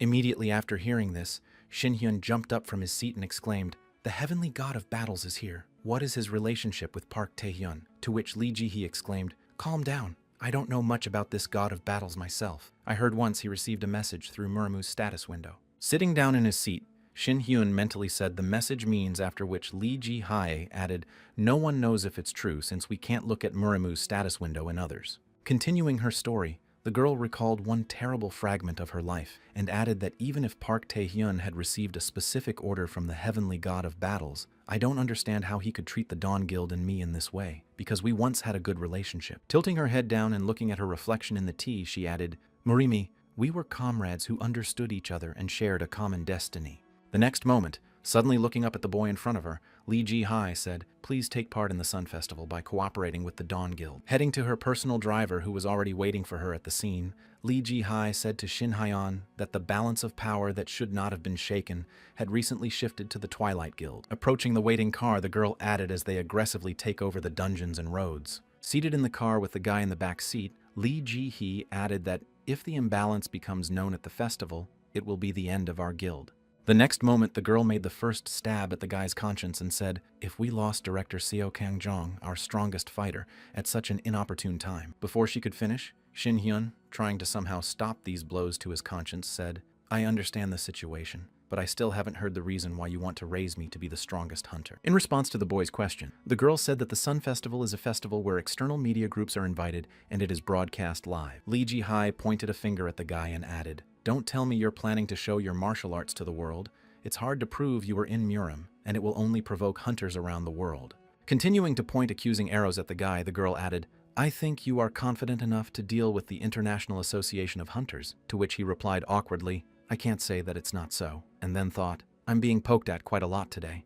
Continuing her thought, Li Ji-hae said, "That's why you need to attend the Sun Festival, using only the skills of a hunter," and after breaking another arrow, which he had already tried many times, he said, "Of course," and then thought, "Since I owe her a favor, it will be hard to refuse." Having received a positive answer, the girl joyfully exclaimed, "I knew you would agree to it," but before she could finish, Shin Hyun asked, "Wait, is that considered a yes?" The next moment, holding out a suitcase with mythical cubes to the boy, Li Ji-hee said, "Here are the 6 wizard skills you asked for, as well as the high-level skills of a magician and a sorcerer, 1 each." Hearing what he had just been given, Shin Hyun thoughtfully said in his head that at some point I would have to fight Park Tae-hyun, so I guess this is a kind of victory. Suddenly, his thoughts were interrupted by a piece of paper that flew past his thoughtful muzzle and caused some surprise. Finding himself at a table with a whole pile of papers on the table, Shin Hyun exclaimed what it was, and was told that unlike Muramu, in this day and age there are things called legal steps,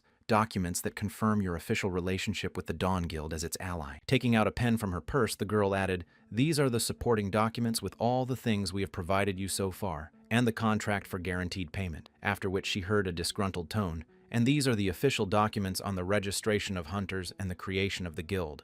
Looking at the content of one of the papers, Shin Hyun suddenly asked why I was creating a guild, and Li Ji-hae replied, For a free hunter, there are complicated rules for participating in the Sun Festival, and there are problems with checking the receipts for the things we provided you. The next moment, showing a suitcase with money, the girl smiling happily added, "Guess how much these skill cubes cost in total. I can be sure it will cost much more than a house if you understand that. Then just sign it," Shin Hyun replied awkwardly. "That's what you wanted from the beginning." Sighing with a disgruntled sigh after hearing all that, Shin Hyun began to sign the papers and said how I got involved in all this. Putting down his hand and a piece of paper, the boy thoughtfully said the name of the guild, after which Lee Ji-hai said it was just a formality, so you can fill in the ribbon with anything. Then Shin Hyun wrote the name of the guild, Boundless. After a while, when Shin Hyun moved back to the Monster Bird dungeon in Pucheon, he said, "I feel like all I do is go from home to the dungeon and back again," to which he replied, "Well, it's nice to see that you are a proper disciple." The next moment, raising her head up, she added, "Be careful, even though they are weak alone." Continuing to look at the monsters flying in the sky, Lee Ji-hai added, "We have some information that there are countless of them." Having received some information from the girl, Shin Hyun created a magical sphere in his hand and said something similar to when I scouted with my AI. There were at least 3,000 of them. The next moment, having created something like a weapon from the magical sphere, the guy added a lot of it after the girl's surprised exclamation. "But for me, it's even better, the more targets, the easier." Having completed the formation of the monster hunting equipment from his magic, the boy stood in a stance and prepared to throw. With just one throw of his magic spear, he eliminated several dozen monsters during the flight and a dozen with an explosion when he hit the target. Standing aside and watching her friend hunt, Lee Ji-hai said, "It's only been a few hours since you learned the skill." Hearing the girl's surprised voice, Shin Hyun said, "Mana and Ci are functionally similar to what Lee Ji-hai said, but not to me." Immediately after her words, the girl looked at the moonstones that fell to the ground after the destruction of the monsters and added that if you overexert yourself so much from the very beginning, you will run out of mana points. And she heard in response that this would never happen. "I am the boundless wizard Cha Shin Hyun." After the guy's words, Lee Ji-hai remarked that you're just classless. And Shin Hyun asked, picking up the scattered moonstones in his hand, "There's not only one class of monster in this dungeon." When he heard an affirmative answer from the girl, he looked at her in surprise and said that it was indeed quite strange. Somewhere in Seoul, at the villa of the Twilight Guild leader Park Tae-hoon, he was sitting on a pebble feeding fish when a subject appeared behind him and shouted out to the leader. Upon arriving at Park Tae-hoon's office with a report, devotee Kim Chul-ho added that we had received news that the vice leader of the Dawn Guild, Lee Ji-hai, was behaving rather suspiciously. Continuing his report, while the leader was quietly preparing fish, Kim Chul-ho added that she supports the newcomer, who was not registered through the association, and we were also told that they go on dungeon raids together. After pouring fish food into the pond, the leader of the Twilight Guild asked if Ji-hee had really done it, but what was so strange about it? After receiving the question from the leader, Kim Chul-ho said, based on the results of our investigation, this new member and Ji-hai is the older brother of the leader of the Cha in Seoul team, who is in the Dawn Guild. His name is Cha Shin Hyun. And there is something else interesting. He was reported missing for the last 14 years, but recently reappeared. Continuing his report, the ward added that it was especially suspicious that when he appeared, the director of the Dawn, Seo Kang-jin, tried to cover his tracks, after which Park Tae-hoon raised his hand and said, "Enough is enough for 14 years. Tell me where he was." After receiving a question from his leader, Kim Chul-ho nervously looked through the papers with the report and said, "Our intelligence could not find out." Immediately after, the subject added, Seo Kang-jin learned the truth, but immediately afterwards disappeared without resigning, probably going to Cha Shin-hyun to avenge his son, but interrupting the confused words of his subject, the leader of the Twilight clan took off his hat and put it on the ground and said he was dead, after which he heard a surprised response. After his subject's surprise, Park Tae-hyun repeated that I had said that Seo Kang-jin was most likely dead, and then I heard what you meant. After receiving another question from his subject, who was in complete confusion, the leader of the Twilight, Park Tae-hyun, said Cha Shin-hyun finished him off. Immediately after his words, the leader of the Twilight Guild said, "That rascal is from Muramu." And at the same time, having dealt with some of the monsters in the dungeon, Shin-hyun went down to the ground and spoke well. Clenching his hand into a fist, the boy gave a slightly different sensation than when using the palm of the wind, and then heard the girl's sigh. Surprised by this sigh, the boy turned his head in her direction and said, "I understand your satisfaction with yourself after the skill you have learned." Continuing the dialogue, Lee Ji-hai added awkwardly, "But it's been an hour, except for these feelings. Your mana is not spent at all. Will this dungeon spoil it?" And then Shin-hyun asked in surprise if the mana was already in this state. The next moment, the guy put his hand to his chin and said thoughtfully, wondering how to explain it, Recalling the box of cubes, the boy said, "Do you remember that among the magic cubes you gave me there was one called the exchange of life force, for which I heard in response that it was something like a skill for an emergency situation when you need to exchange life force for magic, and what about it? And what?"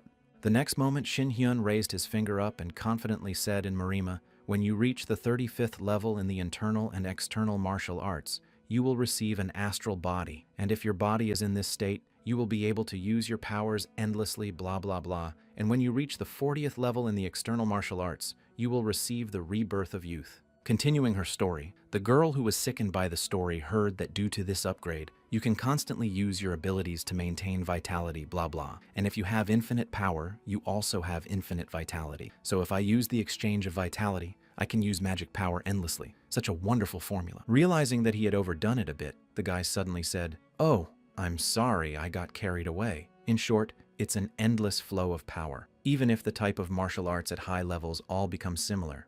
The next moment, Shin Hyun pounded his fist into his palm and added, "I'm trying to say that nothing is impossible if you have a high level of martial arts." And then Lee Ji-hai asked if it was really possible. Without answering the girl's question, Shin Hyun said, "I'm going to go and deal with the midges before the battle with the boss," and then walked off, after which Lee Ji-hai thought, this man is not just explaining, but actively shoving his thoughts into sentences.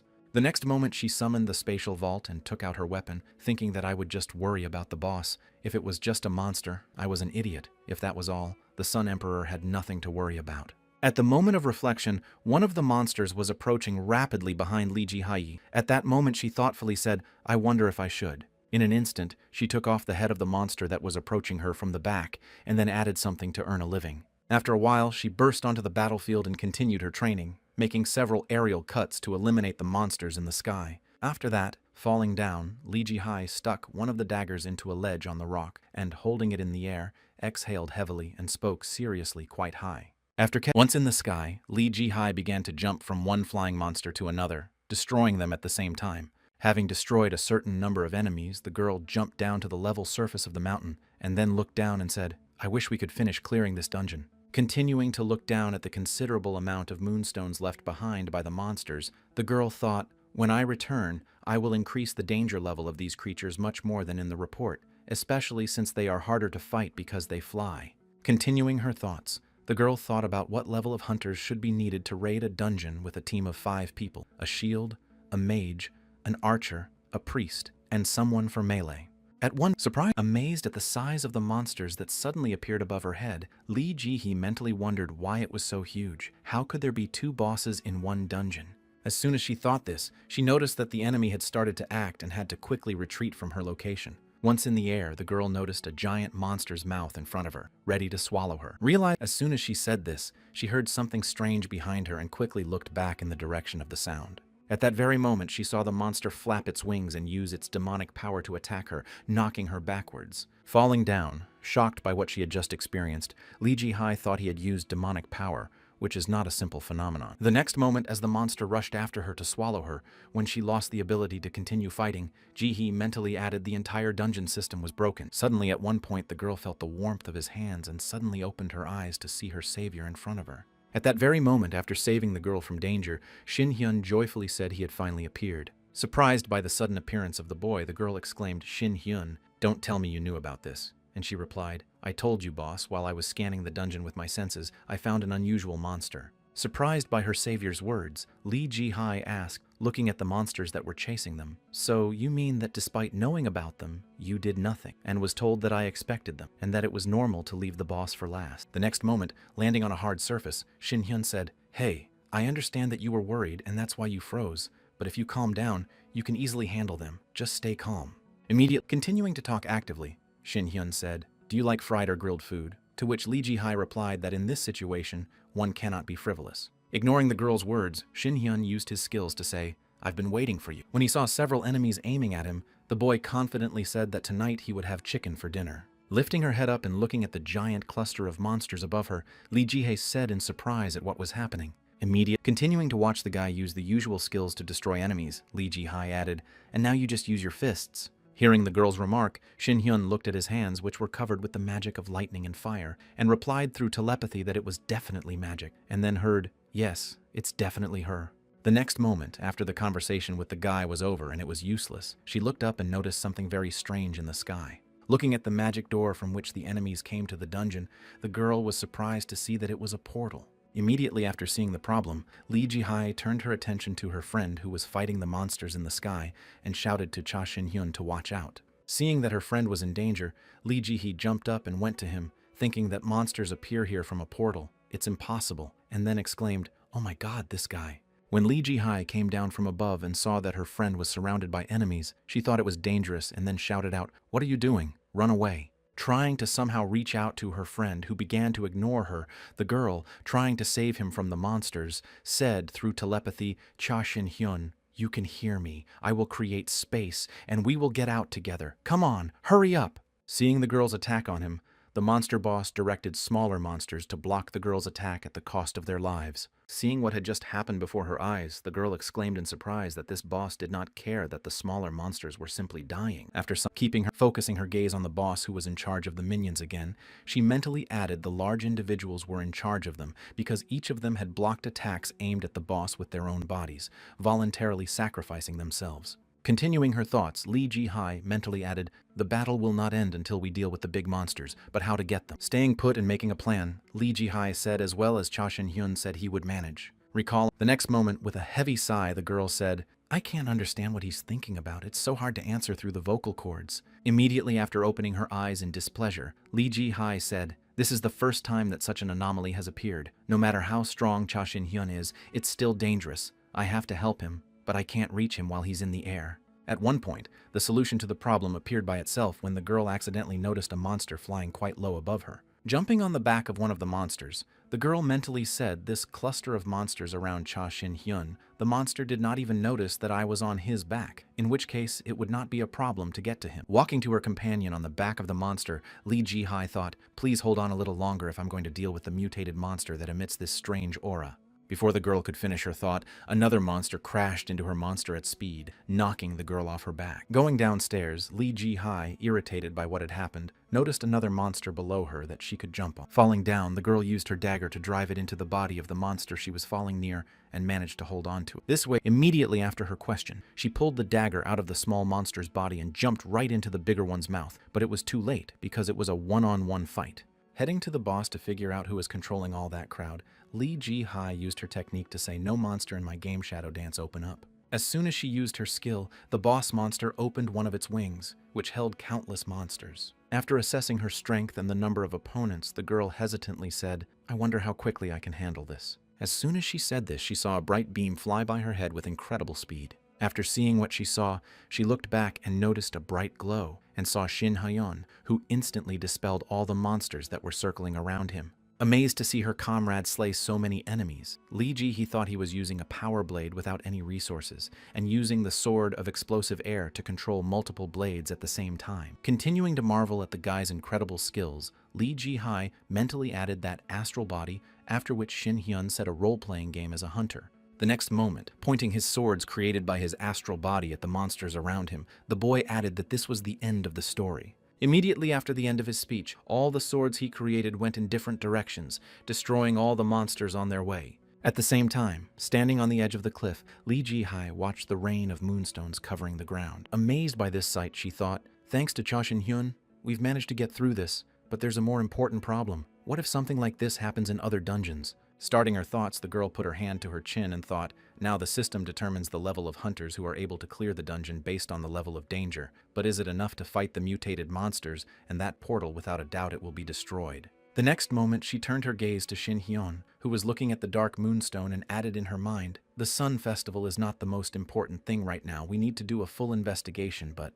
The next moment, remembering the leader of the Twilight Guild, she mentally added, "Park Tae-hyun would definitely not miss her chance once I let my guard down." Imagining the consequences of one mistake, Lee Ji-hai added in her head, "If we don't concentrate, we will be destroyed by his guild in the same second." With her head down, the girl excitedly added in her head what I should do, and then suddenly looked up and saw the moonstone in front of her. Not understanding why she was being poked in the face with a pebble, Lee Ji-hai asked what you were doing, to which Shin Hyun replied, "Why are you flying in the clouds? I asked you about this stone, it's different from the others." Looking at the object that was being poked in her eyes, the girl said, This is a monster skill stone. You have scored a lot of points, Cha Shin Hyun Si. Since you defeated a great monster, you have become the owner of a stone with a rare skill. Continuing her thoughts, the girl looked back into the battle and spoke of a large monster. That's right, the boss. The next moment, she suddenly turned her gaze to the boy in front of her and said to Shin Hyun Si. Hearing the sudden appeal, the boy looked at the girl and heard her look right into his soul and add, I have to tell you something. 1 month after that event,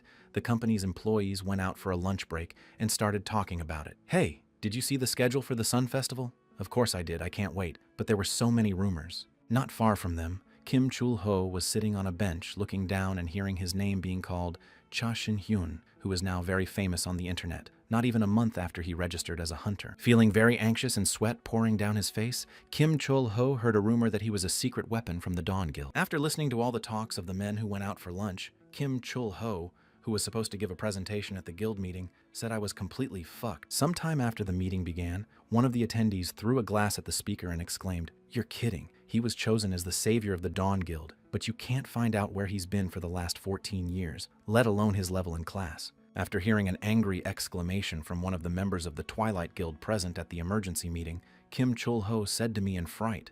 The next moment, Park Tae-hyun intervened in the conflict that began to form and told Director Park, who heard the boy's voice and suddenly exclaimed, Hey, guild leader. Looking at his subject with a sly glance and taking a sip of his drink, the leader of the Twilight Guild, Park Tae-hyun, said, Sit down. As soon as the subject calmed down and took his seat, the guild leader continued. It seemed that the Dawn Guild was concerned about something. Rising from his seat and looking at Shin Hyun's photo, the guild leader added for the guild's trump card. They made their choice too quickly. We will only be able to find out if it's a bluff or a jackpot when all the cards are on the table, because I'm right. The next moment, pulling the glass of drink back into his mouth, the guy smiled slyly and added, We must destroy this seed of discord. After a while, having taken a seat in a cafe, Kim Chul-ho waited for the visit of an invited person. After ordering a coffee, the guy looked at his watch every minute to check the time when his guest would arrive, saying he would be here any moment. The next moment, when he noticed the person he was inviting to the meeting, Kim Chul-ho abruptly jumped up from his seat and waved his hand and shouted, Hey, I'm here! Demonstrating his placement in the establishment, the boy waved his hand and exclaimed, Thank you for responding to my invitation, Mr. Cha Shin-hyun. As Shin-hyun approached the table, he saw a young man across from him, nervously wiping sweat from his face with a handkerchief, and stretched out his hand to him. Without receiving a greeting or hearing a single word, Kim Chul-ho said, Hello, to Mr. Cha Shin-hyun, after which he looked at his hand. Realizing what he was trying to achieve, Shin-hyun shook Kim Chul-ho's hand and said, So you're that guy Kim Chul-ho from Twilight, and then suddenly stopped, thinking that In Seol was right, and added, Mr. Kim Chul-ho, that's right. In response to his guest's question, Kim Chul-ho nervously replied, That's right, it's an honor to meet you, and then thought, What a rude bastard. Continuing his thoughts, the boy mentally added on the other hand, It is good to know his true nature. My role for today is to collect as much information as possible about this guy, and then I said the reason why I invited you today. The next moment, the boy crouched down and began to rummage through his bag, exclaiming, Oh right, and at first, seeing this strange behavior, Shin-hyun wondered if there was any point in keeping the Twilight under control, if they were only made up of such jerks. After placing a strange device on the table, Kim Chul-ho was asked what it was, and he answered that it was a magical device called a sound isolator if you press this button. After activating the device, Kim Chul-ho, observing its action, added a curtain that would block all external noise, so our voices would not leak out, and it is an ideal device for private conversations. Hearing what the next moment, getting straight to the point, Kim Chul-ho spoke regarding the Boundless Guild. The Twilight Guild, no Twilight Guild would like to partner with you, Mr. Cha Shin-hyun. Hearing Shin-hyun's proposal, he thought, well, this is exactly what I expected, and then said, Didn't you see my performance at the Sun Festival? I'm working with the Dawn Guild. After receiving a remark from the guy, Kim Chul-ho nervously exclaimed, Of course we know. We also know that you have received the support of the Dawn Guild. Continuing his dialogue with the guest, the subject of the Twilight Guild said the hidden circumstances of the problems with Seo Han-jin's team are known to us, but we also looked at the success of your dungeon raids with the leader Lee Ji-hai. Continuing to push the guy, Kim Chul-ho said, But at the same time, Mr. Cha Shin-hai, you didn't join the Dawn Guild. The next moment, after adjusting his glasses during a serious conversation, the boy added, Instead, we formed our own one-man guild and are working with Dawn. Continuing to press the guest with information, Kim Chul-ho added, Knowing this, we are convinced that there is a distance between you and the Dawn, Mr. Cha Shin-hyun. Immediately after his words, Kim Chul-ho added, Work with us. We promise you something that the Dawn Guild can never promise. Hearing this, Shin-hyun smiled and thought, Look at him. He's even better than I thought. I take back what I said about him at the beginning. His information is impressive, and it's hard to deny what he said. The next moment, Kim Chul-ho took out the papers from his bag and said, if I could explain the final terms and circumstances. But before he could finish, Shin Hyun interrupted him and said, I don't need to. Getting up and heading for the exit, waving goodbye, Shin Hyun added, I came here because I was curious what you would say, but it was a waste of my time. I reject any of your proposals. To which Kim Chul-ho exclaimed that you refuse before I could even announce. The next moment, stopping in his tracks and looking back at his interlocutor, the guy added, I'm counting the losses just so you know.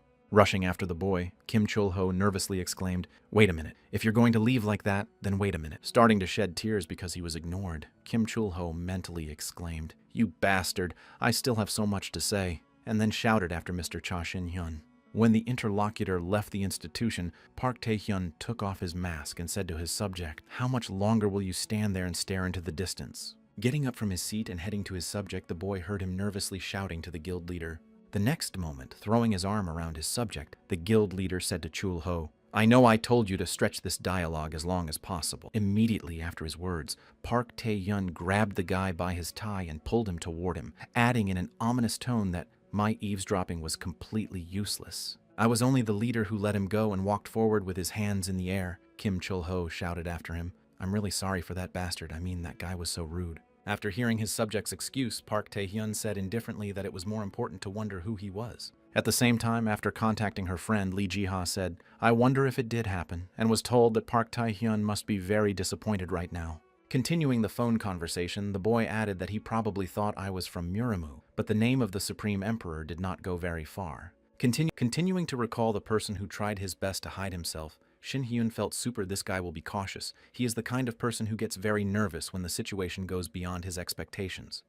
Holding the phone in front of her eyes, Lee Ji-ha continued to report on the situation and added, well, at least for now. In the next moment, remembering the moment after their first visit to the dungeon, Lee Ji-ha added, I would have worked myself to the bone if you hadn't taken over the investigation of the sinister bird dungeon, Mr. Shin Hyun. Thank you for this favor. When she received a question from her interlocutor, she heard his strange voice and said nothing specific. The next moment, deciding to find out what might have happened to him, Lee Ji-ha asked him if something was wrong. At the same time, she went to her older brother In-sol and asked him if he had finished talking on the phone. Having attracted the boy's attention, the younger sister, dressed in a formal dark suit, said, let's go. Hearing the girl's call, Shin Hyun took the phone away from his ear and said, well, then mentally said nothing can be done. After a while, he and his sister arrived at the cemetery where his parents were buried in a separate cell. Putting her hand to the compartment where her parents' ashes were kept, In-sol said, bowing her head down, Dad, Mom, and Dad, and Appa returned. While his sister was commemorating her parents and experiencing strong emotions, Shin Hyun, standing behind him, said in his head, I knew it. Feeling absolutely no sadness at the moment of seeing off the deceased family members, Shin Hyun added in his head that it was a bad idea to come here. The next moment, looking at the photo in a separate cell, the boy mentally said in his head, I am very different from what I used to be. I cannot shed a single tear, even though I am standing next to the remains of my parents. Turning his back to his sister so that she could not see his stony expression, the boy mentally said, even if I show her such an inhuman side of me. Without returning his gaze to the girl who was barely holding back her tears, Shin Hyun mentally said, this is definitely not going to work out well for In-sol. Continuing to stand near the cell with the family photo and the remains of her parents, the girl asked me if I felt anything at all. Continuing to ask questions to the guy who continued to be silent, the girl added, you don't look sad, or even a little bit touched. Receiving only silence in response to her questions, the girl suddenly exclaimed, hey, why are you silent? Immediately after her next question, she felt some anxiety and asked me again, as if what I had just said was true, and I was sorry for what I heard in response. Heading for the exit, Shin Hyun added, I've become someone who can't show you what you want to see, and then mentally added, I think it was impossible to hide it completely. Angry at the words her older brother had just spoken to her, the girl turned sharply to him and without looking up exclaimed,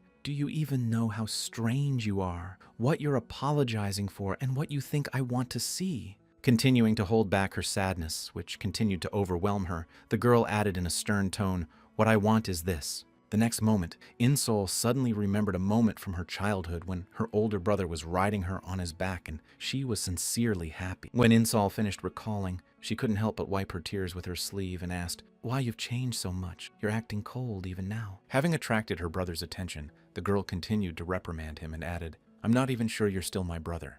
Immediately after confidently stepping forward, the girl said, "But since so much time has passed, it is impossible for you to remain the same as before. It doesn't matter. I lived normally and alone until today."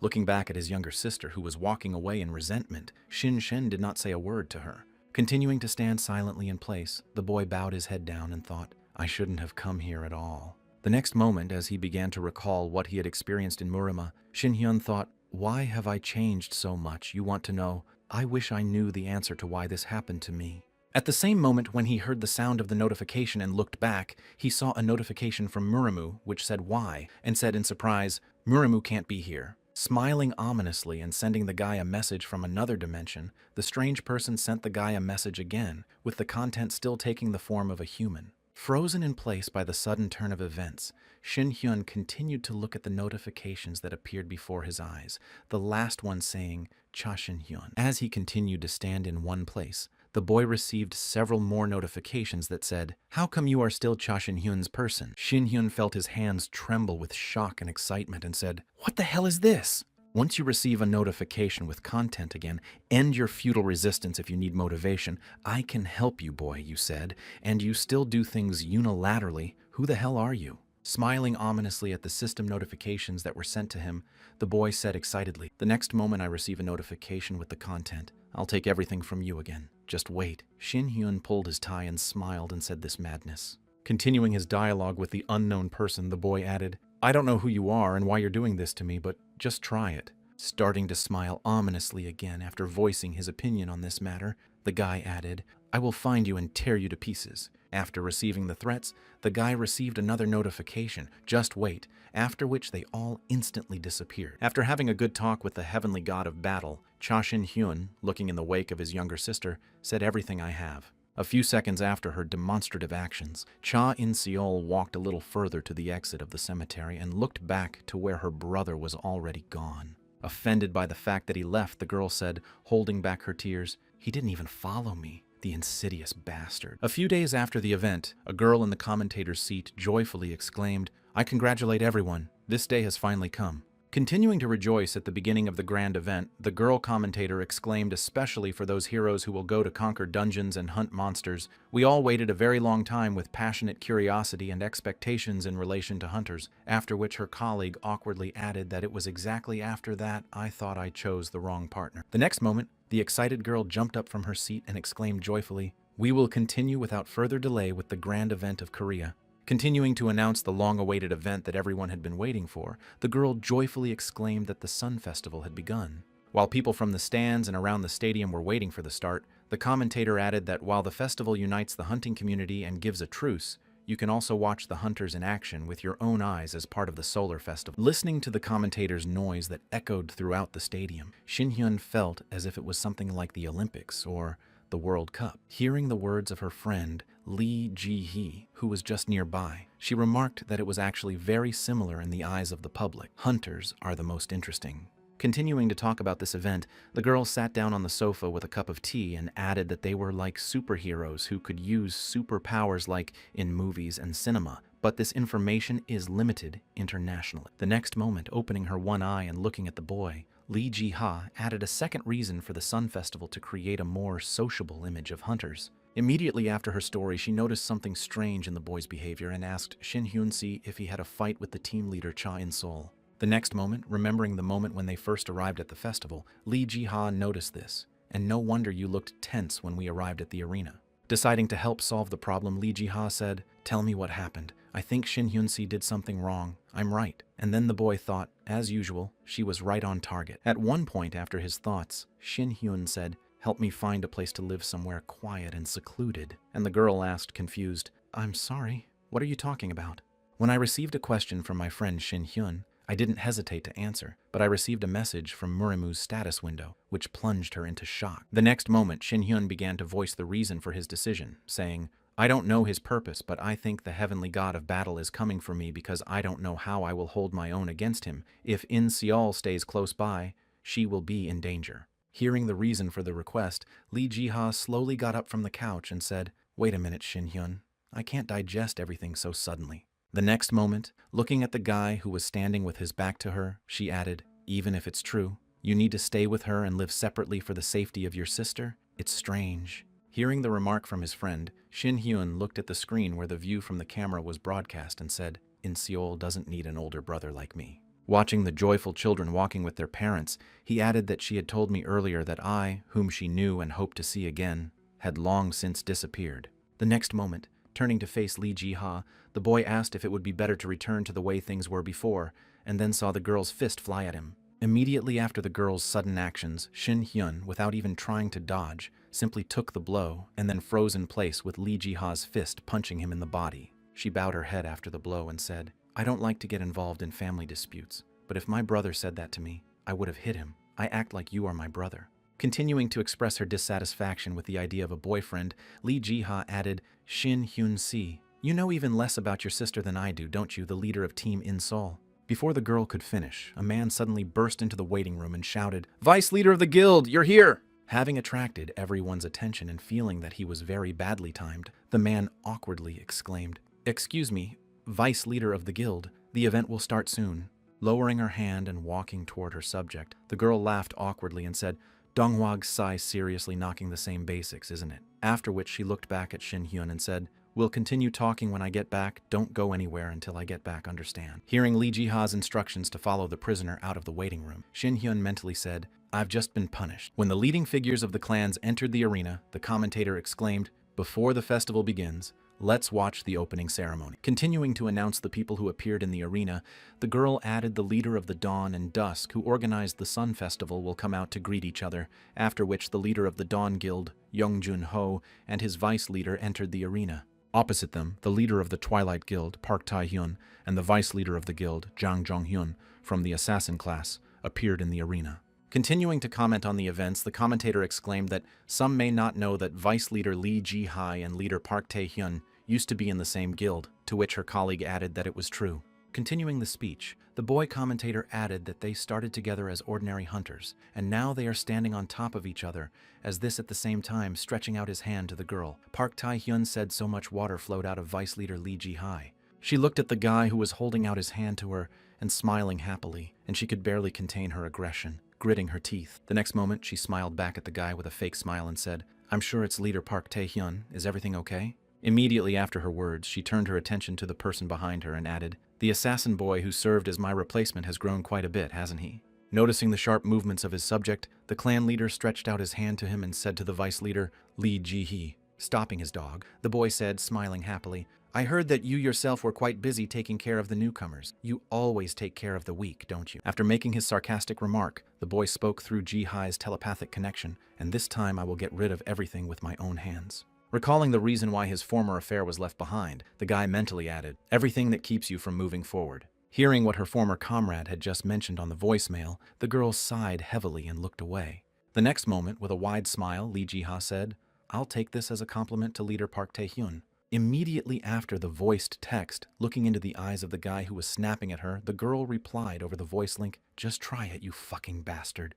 The next moment, as soon as the leaders shook hands before the event, a commentator shouted out the Sun Festival starts right now. Sometime after the Sun Festival began, warriors entered the arena and began their demonstration battle. Swinging his weapon, one of the participants used his warrior skill of sequential strike and began to attack his opponent. Trying to somehow restrain the onslaught of her opponent, the girl gritted her teeth and thought, "Oh shit." After breaking through the defense of the girl he was confronting and knocking her to the ground, the boy swung his weapon and delivered the final blow. Seeing the result of the confrontation, the commentator shouted out the individual match of the Warrior Tournament number 5. The participant Nam Sanmo from the Twilight Guild wins the victory with incredible strength, and although this is a blunted weapon specially created for the competition, he severely wounded his opponent. After seeing the result of this fight between his participant and his opponent, Park Tae-hyun happily said, as expected, that it had been a long time since Na Seongmo had fought with his opponent for so long.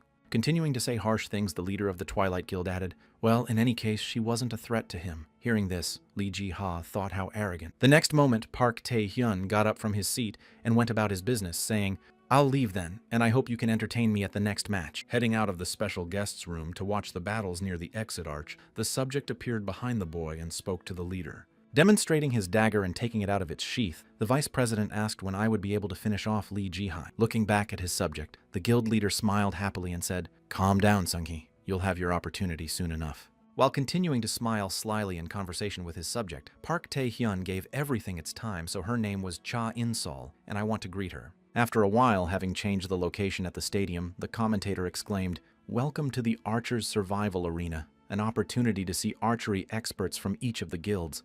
Continuing to announce the change of scenery, the girl added, "The qualifying competitions will start soon, commentator. And do you root for anyone in particular?" After receiving a question from the girl, my colleague said thoughtfully, "There are a lot of good participants, but personally, I'm rooting for Cha In-seol. She's young but promising as she shows great results." Continuing to do his job as a commentator, the guy added, "However, I heard that she recently had an unpleasant incident called the Wolf Dungeon Incident." At the same time, while sitting in the waiting room, one of the participants looked back and said that the leader of the team, Cha In-sol, would really participate in why the vice leader of the guild allowed someone to kill his subject, to which the comrade added that something would happen to us if we made a mistake. Unable to stand these discussions behind her back, the girl exclaimed, "Why don't you say it to my face if you've already started?" Immediately after receiving the remark from the team captain, one of the guys quickly headed for the exit, followed by the other, who called out, "Wait for me." Left alone in the team's waiting room, she looked up and sighed heavily, speaking to the thoughts she had been having since that day. Hearing her recall the day she visited her parents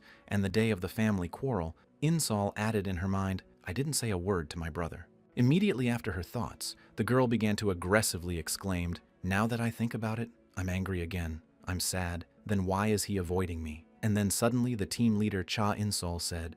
Appearing at the door of the room, the girl nervously added, "Could you go to the waiting room for a while? Someone is waiting for you there." When she heard that her presence was requested in the waiting room, In-sol froze in her tracks and wondered if it could be a Brana. Of course not. After a while, when she met with the vice leader in the waiting room, she was heading to the arena and asked how the team leader was feeling, to which she replied with a grudging smile. The next moment, she turned her gaze to Lee Ji-hai and added that she was with you right before the competition, to which she replied, "You mean I just came to support the promising hunter of our guild?" Continuing her dialogue with the comrade's younger sister, the vice leader added, "I wanted to go in with Shin Hyun, but I have no idea where he disappeared to," after which In-sol's expression abruptly turned frowning.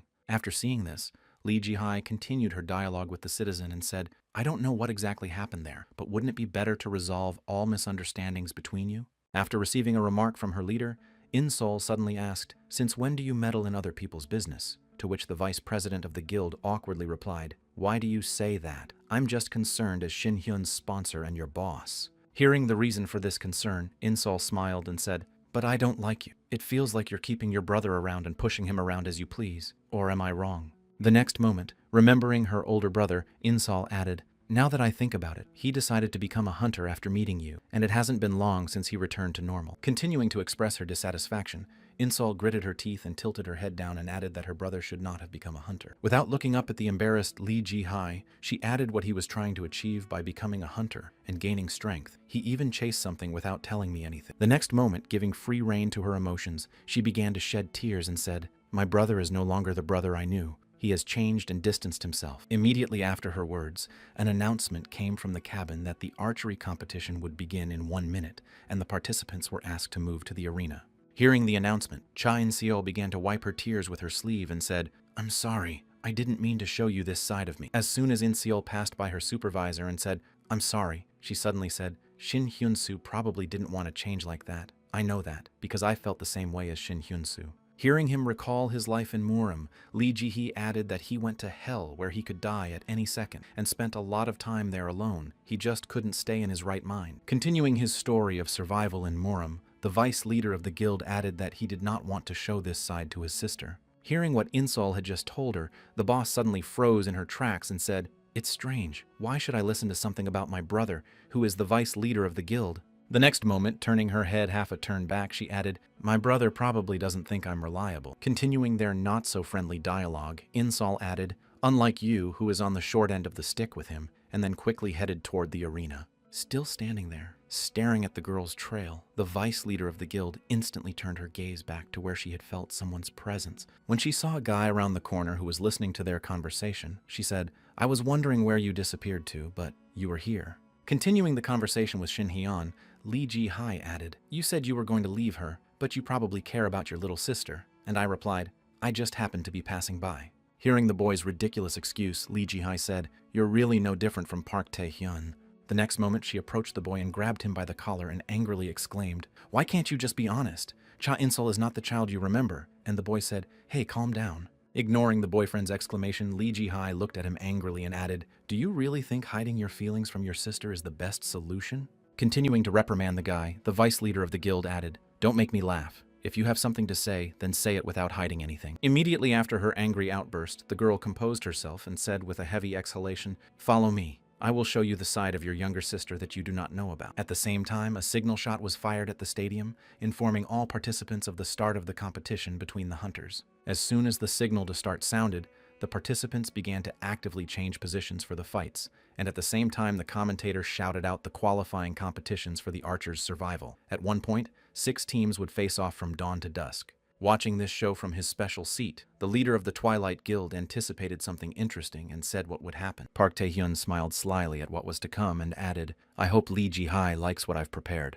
Watching the leader of the archer team from the Dawn Guild lead her group, he added that this was only the beginning. While on the battlefield, Insol heard a report on the voice communication code C. We have encountered the enemy code E. We will help.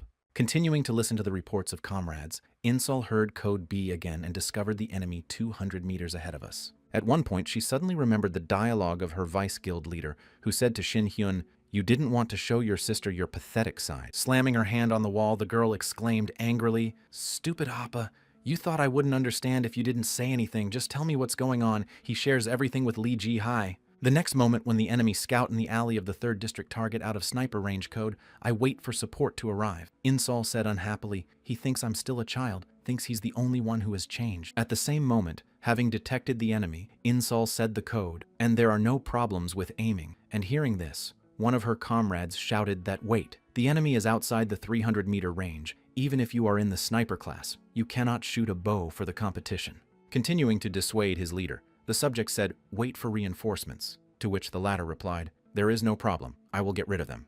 When he heard that she had ignored his comrade's order, he shouted again to the team leader, Insol, and then she used her sniper skills to fire an arrow directly at the enemy. At the same time, reinforcing his attack with martial arts, the sword-loaded sight fired an arrow that hit the enemy scout exactly. As a result, the arrow hit the target, striking the enemy in the heart and incapacitating him. As soon as the inscription appeared on the scoreboard, Insol, the scout of the 6th Twilight Squad, Hwang Chi-yun, who was struck by an arrow, said that he was unable to continue the battle. Having accomplished her goal 100%, the team leader said the code I shot successfully and was answered by a good game. After informing her comrades that the target was eliminated, Insol said to them, don't look at me with a superior look, stupid Appa. When she was a child, attending her parents' funeral, a girl sitting on the floor near the wall heard adults talking about how unhappy she was. What she should do, how could she lose her family so suddenly? As I continued to listen to the adults talking about how there was no one to take care of her, I heard that they couldn't even find the body of her older brother. Insol, clenching her hands into fists, mentally said no. Continuing to repeat in her head, the girl added, Appa is not dead. I'm sure he's alive somewhere out there. He'll show up soon. And she prayed and believed in her prayers. At one point, hearing the surprise of the adults who suddenly exclaimed, what happened? The girl looked up with a tired look. Right in front of them, a goddess appeared on the TV and told them that all the nightmarish days would come very soon. Continuing to warn humanity about something terrible that will soon befall them all, the goddess added that humanity must evolve. Listening to the confused words of the adults who exclaimed what a fool the TV was broken, Insol thought the revelation of the goddess monsters, dungeons, and hunters, all because this ridiculous world was becoming a reality. I believed that he would definitely come back, really believe. Continuing her thoughts, Insol added, after passing the hunter's test, I received the archer class, and after the state was accepted, I was admitted to the hunter's academy. One day, continuing the bullying, one of her classmates opened a carton of milk in the cafeteria and began to pour the contents onto the girl's head. Continuing this mockery, not for the first time, the boy mocked Insol and his friends and asked how delicious you are. Don't you envy the orphan? Continuing to mock the girl, one of the boys said,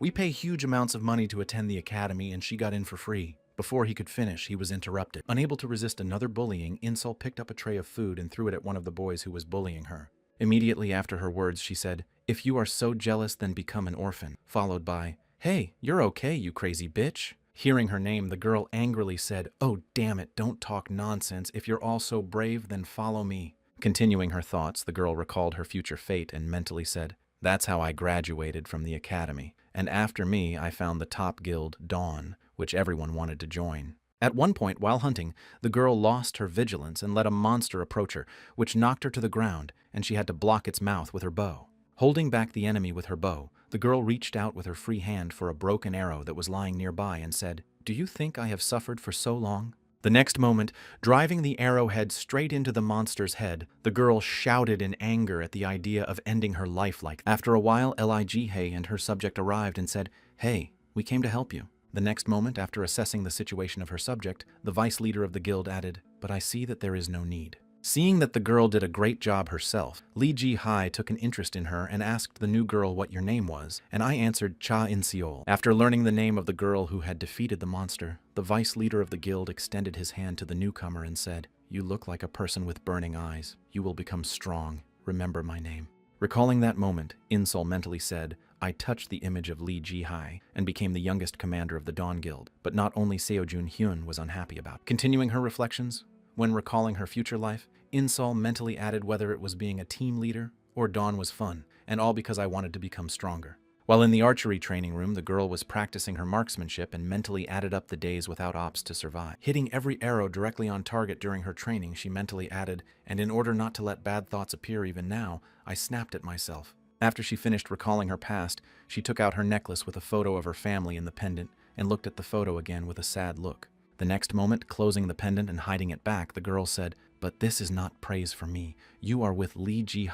You are a bad appa." Continuing her thoughts again, the girl tilted her head down and said thoughtfully, "Compared to the appa who is skilled in martial arts, I lack something." The next moment, again irritated with herself, the girl turned her gaze to the sky and exclaimed, "But I will not forgive you for treating me like a child. I am not that." At one point, sensing something strange happening around her, Insol turned her head to one side and said, "Isn't it too quiet?" Realizing that she needed to change her placement just in case, she said the code, "And I'm leaving here and will settle down in a new place code, and please give me a response." Before the girl could finish her report, she saw a dozen arrows flying in her direction, forcing her to quickly retreat. While fleeing the scene of the shelling, she felt one of the arrows hit her arm, and then Insol screamed in pain. After hitting the girl, one of the enemies who had set up the ambush said, "Stop firing. These people are found." Looking back and seeing a bunch of enemies smiling ominously, she thought, "Luckily my muscles are not hurt, but my skin is pierced by arrows."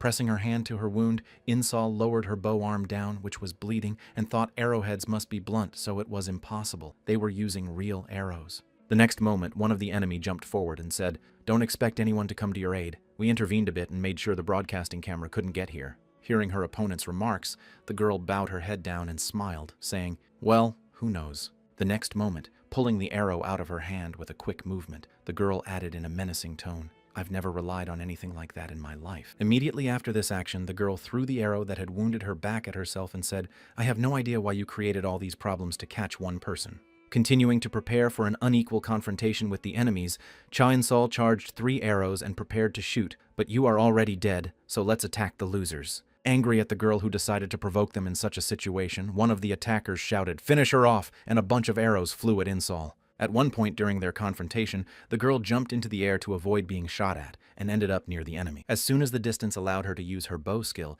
In-sol used her archer skill. Once above the enemies, the girl used the split flying arrow skill to simultaneously hit 3 targets below her. Seeing that one more enemy remained standing, In-sol gritted her teeth and thought, "Oh shit, I missed one person because of the injury." Meanwhile, the opponent, who froze in place in shock, thought she had just managed to defeat 3 people in such a precarious position using only arrows, and I can't believe that a sniper can do so much damage in close combat. Snipers who specialize in long-range attacks, riflemen who focus on attacking in certain areas, and rangers. Rangers have an advantage in close combat due to their agility, and these 3 types of rifle classes, like rock, paper, scissors, and scissors, all have certain advantages over each other, so a team of rangers to eliminate Cha In-sol, who was a sniper, was useless. Eliminating the 3 enemies below her who suddenly attacked her, In-sol thought, "Fortunately, it doesn't hurt. I have to deal with the rest." As she was thinking, one of the enemies jumped out at her right next to her and was ready to attack. At the last moment, the girl jumped to the side, dodged the enemy's attack, and using her sniper skills, fired back. Thanks to his agility, he was able to avoid an arrow that flew millimeters from his face. At that very moment, relaxing after he had avoided a head-on attack, the enemy did not even realize it was a boomerang attack skill. As soon as he landed on the ground, he immediately exclaimed in irritation, "You arrogant bitch!" And at that time the arrow had already turned and was flying at his back. The next moment, the arrow she fired hit the target and hit her enemy, who lost his vigilance after only one dodge. Immediately after the arrow hit her opponent and caused some damage, Inseal changed her positioning and moved to a farther distance from her opponent where she had an advantage. The next moment, she pulled the string of her bow again and aimed at another enemy who was standing a few meters in front of her and also preparing to shoot. At the moment when the battle seemed to be reduced to a one-on-one confrontation, another enemy rose from the ground, having been neutralized by its previous attack. When he came to after the shot, the guy gritted his teeth, pulled the string of his bow and quickly made a shot, reinforcing his skill. As she continued to aim at the enemy in front of her, a few seconds before she hit him, she heard a strange noise coming from her right side. Turning her gaze toward the strange source of the sound, she saw an opponent's arrow flying at her at breakneck speed. At that moment, when she was momentarily confused, she suddenly heard her brother's voice in her head saying, "Use martial arts." After hearing the advice from her mentor, the girl took the advice without hesitation and managed to catch the arrow shot at her with her bare hand. Seeing the girl who had just managed to catch his attack with her bare hands, the ranger who had fired the shot exclaimed in confusion, "What the hell?" Not to be outdone, Inseal gathered her strength and attacked the guy who decided to interfere in a fair confrontation. As a result of a hit to the enemy's jaw, the girl quickly knocked the life out of him and all the nonsense out of his head. When most of the enemies were eliminated, the girl confidently said, "Well, now what?" Turning her gaze to the last opponent who was still standing, the girl said, "What are we going to do? You're the last one left alive." Starting to knead his fists, Inseal said with a sly smile, "You can say your last words because I'm going to beat the living daylights out of you." And he scaredly exclaimed, "Wait a minute, I give up."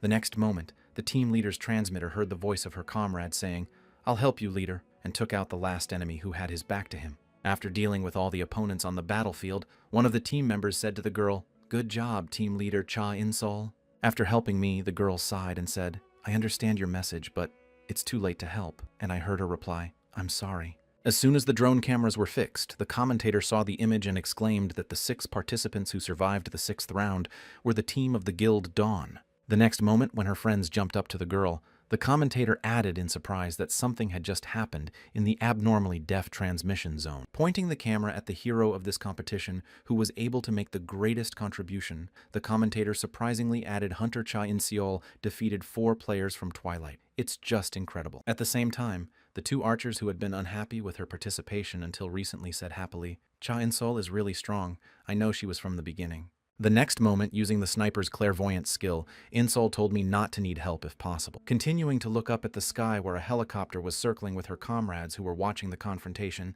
she added, "But I survived thanks to you, Appa." After receiving words of gratitude from his younger sister, Shin Hyun, who was watching the match from the helicopter window, smiled happily. Before he could enjoy the wonderful sight enough, Lee Ji-hai, who was sitting next to him, suddenly asked him what he had seen. After receiving the girl's question, Shin Hyun bowed his head down and coughed awkwardly, saying, "I saw that." The next moment, turning his gaze to the vice leader, the guy said confidently, "She was able to get out of the critical situation because I taught her martial arts," to which he heard a disgruntled exclamation, "That's not what I meant." After receiving Lee Ji-hai's remark, Shin Hyun turned his head back to the window where his sister was below and said, "I'm kidding, you were right, I really don't know Inseol." Immediately after his words, he recalled a moment from his childhood when he had just given his sister a pendant with a pendant and said when she grew up and became so strong. Continuing his thoughts, the boy confidently added, "I will no longer treat her like a little girl." Demonstrating confidence and pride, the boy spoke as expected of my sister, to which Lee Ji-hai said, "Yes, I am. How can you tell her to use martial arts so openly?" In response to his girlfriend's question, the boy looked out the window again and said that we were lucky that there were transmission problems. If we had met Park Tae-hyun, we would have met him then. And at the same time, watching the video broadcast on his drone, which was separately filming the entire battle of the archers he had sent, the leader of the Twilight Guild confusedly said those movements were martial arts. Taking a seat at the table with her brother after the competition, Inseol happily said, "Well, how do you like your sister's strength?" Not receiving any response from her brother, who looked away, the girl added, "Well, it's clear enough that you at least took the lid off if you're pretending to drink." As soon as the guy started to open the nave and Sul added the seemingly strongest immortal in the universe, I probably lacked a lot of things, and in the end, if it wasn't for martial arts, I wouldn't have made it to the finals. My internal energy was also running out, and I would have lost in the end.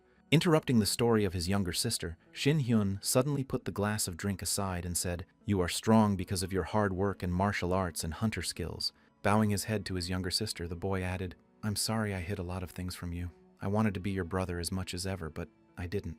Continuing his story, Shin Hyun recalled the moment when In Seol was still at the age before his disappearance and added, I thought you were the same little innocent sister as in the past. Listening to my brother in silence, with no place to put in a word or object, I heard that you had grown up so much and became much more mature. The next moment, turning her gaze to the people next to them, In Seol said, I've been trying to find the person who did this to our family for the last few years, and that's why I became a hunter. Taking over the initiative of the dialogue, the girl added, I thought that if I reached the highest level I would be able to get at least some kind of hint, but I didn't even notice how I plunged into it all. With her head down, the girl added sadly, it didn't seem very hard to me, and that's how I got to this point. The next moment, stretching out her little finger in front of her older brother, she said, but it's all over now. Just promise me one thing, never leave me again, to which he replied with the same eyes. Before he could finish, the girl interrupted his sentence and said, no, it's not obvious. Holding up her hand with her little finger extended, she added, I've been feeling like you've been hiding something from me lately, and that's why I've been feeling lonely, so don't hide anything from me anymore. Hearing his younger sister's request, Shin Hyun smiled happily and said, I understand, I understand. The next moment, I stretched out my hand with my little finger extended to my sister and said, I promise I will never leave you alone.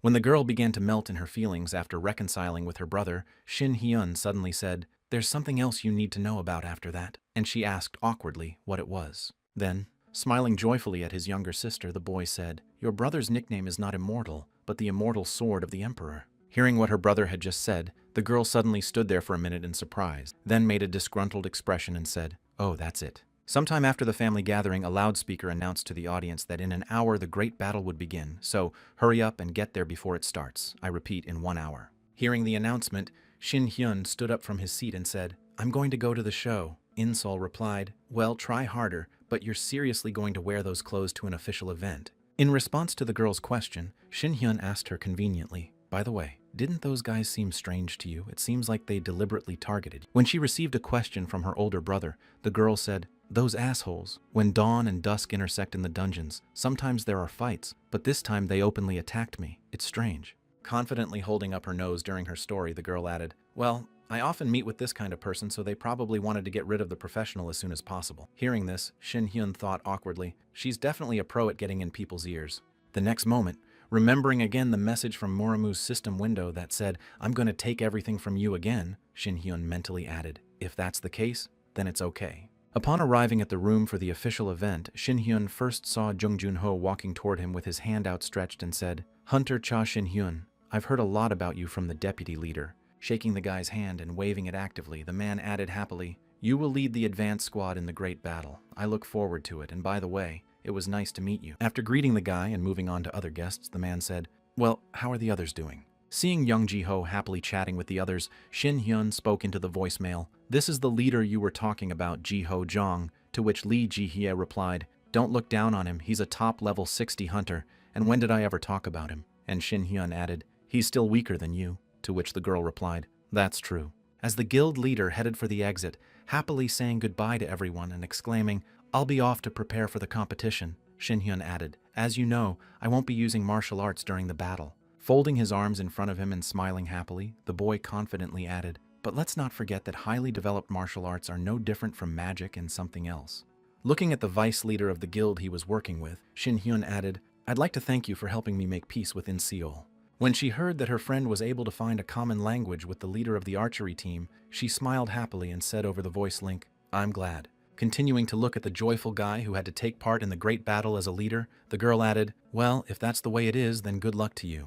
As soon as the guild leaders left the room, other members approached Shin Hyun and asked, isn't that you, Mr. Shin Hyun? I've heard a lot about you from the deputy leader, to which he replied in surprise that it was, and then one of the guys exclaimed, she said you were incredibly talented, take care of the front line. Ignoring the guys who stood around him and admired his talents, Shin Hyun mentally said, as much as I think it's suspicious, the guys who attacked in Seol were definitely following someone's orders, and there's only one person who can give such orders. At one point, hearing that someone had arrived in the room, a couple of guys looked back and exclaimed in confusion that you were the leader of the Park Tae-hyun Guild. Hearing that he was recognized, the leader of the Twilight Guild arrived with his subject, who was hiding behind him, and said, hey, I interrupted your break. Standing behind his comrades, Shi Hyun looked at the guy who had come into the room uninvited and thought that if the person who sent me the message was a heavenly warrior, then it was possible that Park Tae-hyun, the suspected heavenly warrior, was also involved. The next moment, Park Tae-hyun put one hand out to the side and said, "Aren't these friendly battles? I came to say hello, what's wrong?" Hearing the reason for this person's visit to the waiting room, the Dawn Clan fighters awkwardly said, "I understand, but we are not in that kind of relationship."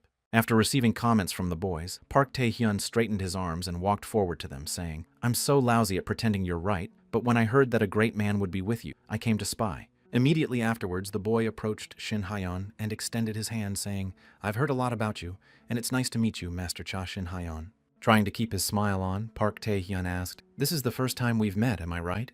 In response to the question, Shin Hyun shook hands with the guest and said, "You're right, this is our first meeting." Continuing to shake Park Tae-hyun's hand, trying to get to the truth, thought the heavenly harmony of pure art still doesn't resonate with me, I don't understand. The next moment, remembering the moment when Cha In-sol used those skills in the archer battle, he thought, if it wasn't his doing, then where did Cha In-sol learn martial arts? And how can a person who hasn't been to Murim learn martial arts? Immediately after the remark about the first meeting, Shin Hyun turned his gaze to Kim Chul-ho and added, "But I know one of your workers," and then heard the four-eyed man awkwardly reply, "It's been a long time, Mr. Cha Shin Hyun." Continuing the not-so-desirable conversation with the guy who suddenly came to the opposing team's room, Shin Hyun added, "I once tried to get a little closer to you through your secretary, but it's a shame that the conversation didn't work out." Immediately after his words, he turned his gaze to Park Tae-hyun and added, "By the way, in the archer battle, my sister was a troublemaker for the Twilight Hunters," to which he laughed and replied, "I was just about to say that, as expected, your sister has incredible skills." Continuing the conversation with the guy he had already begun to hate a little bit, Shin Hyun smiled slyly and said, "Remember, I won't forget, you'll pay for it." And he heard him reply, "I'm scared, I'll be looking forward to it." And Shin Hyun turned away from him and said, "Yeah, wait."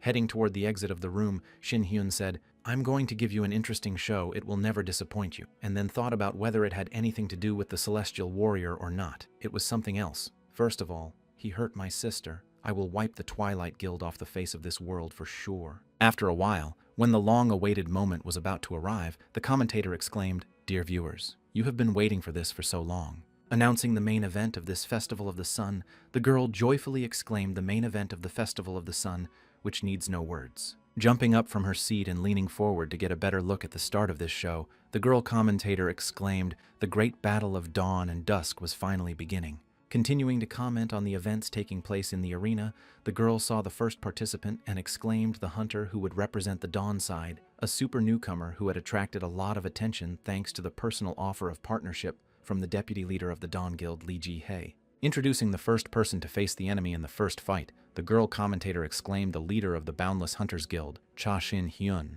Grabbing her colleague by the collar with excitement, the girl joyfully exclaimed, "This is the first time we've seen a hunter from outside their guild appear in a great battle. And who is he and why was he invited before dawn?" At the same moment, looking at his data sheet, a colleague commentator said, "The level of class of achievement, all information about this person is hidden, because nothing is known about him, which can affect the opponent psychologically. And then, I thought I would definitely file a complaint against her." Continuing to do her job, the girl commentator exclaimed, and his opponent, the head of the advanced Twilight Squad, at the same time met Shin Hyun's opponent, said, "Wow, the rumors are true. You really have a cheeky face." While doing her job, the girl commentator shouted out the genius mage of the Twilight Guild, Fire Dragon Flame Charisma, Ryu Shin-gong, after which he created fire in his hand, smiled slyly and said, "I'll fry you to a crisp."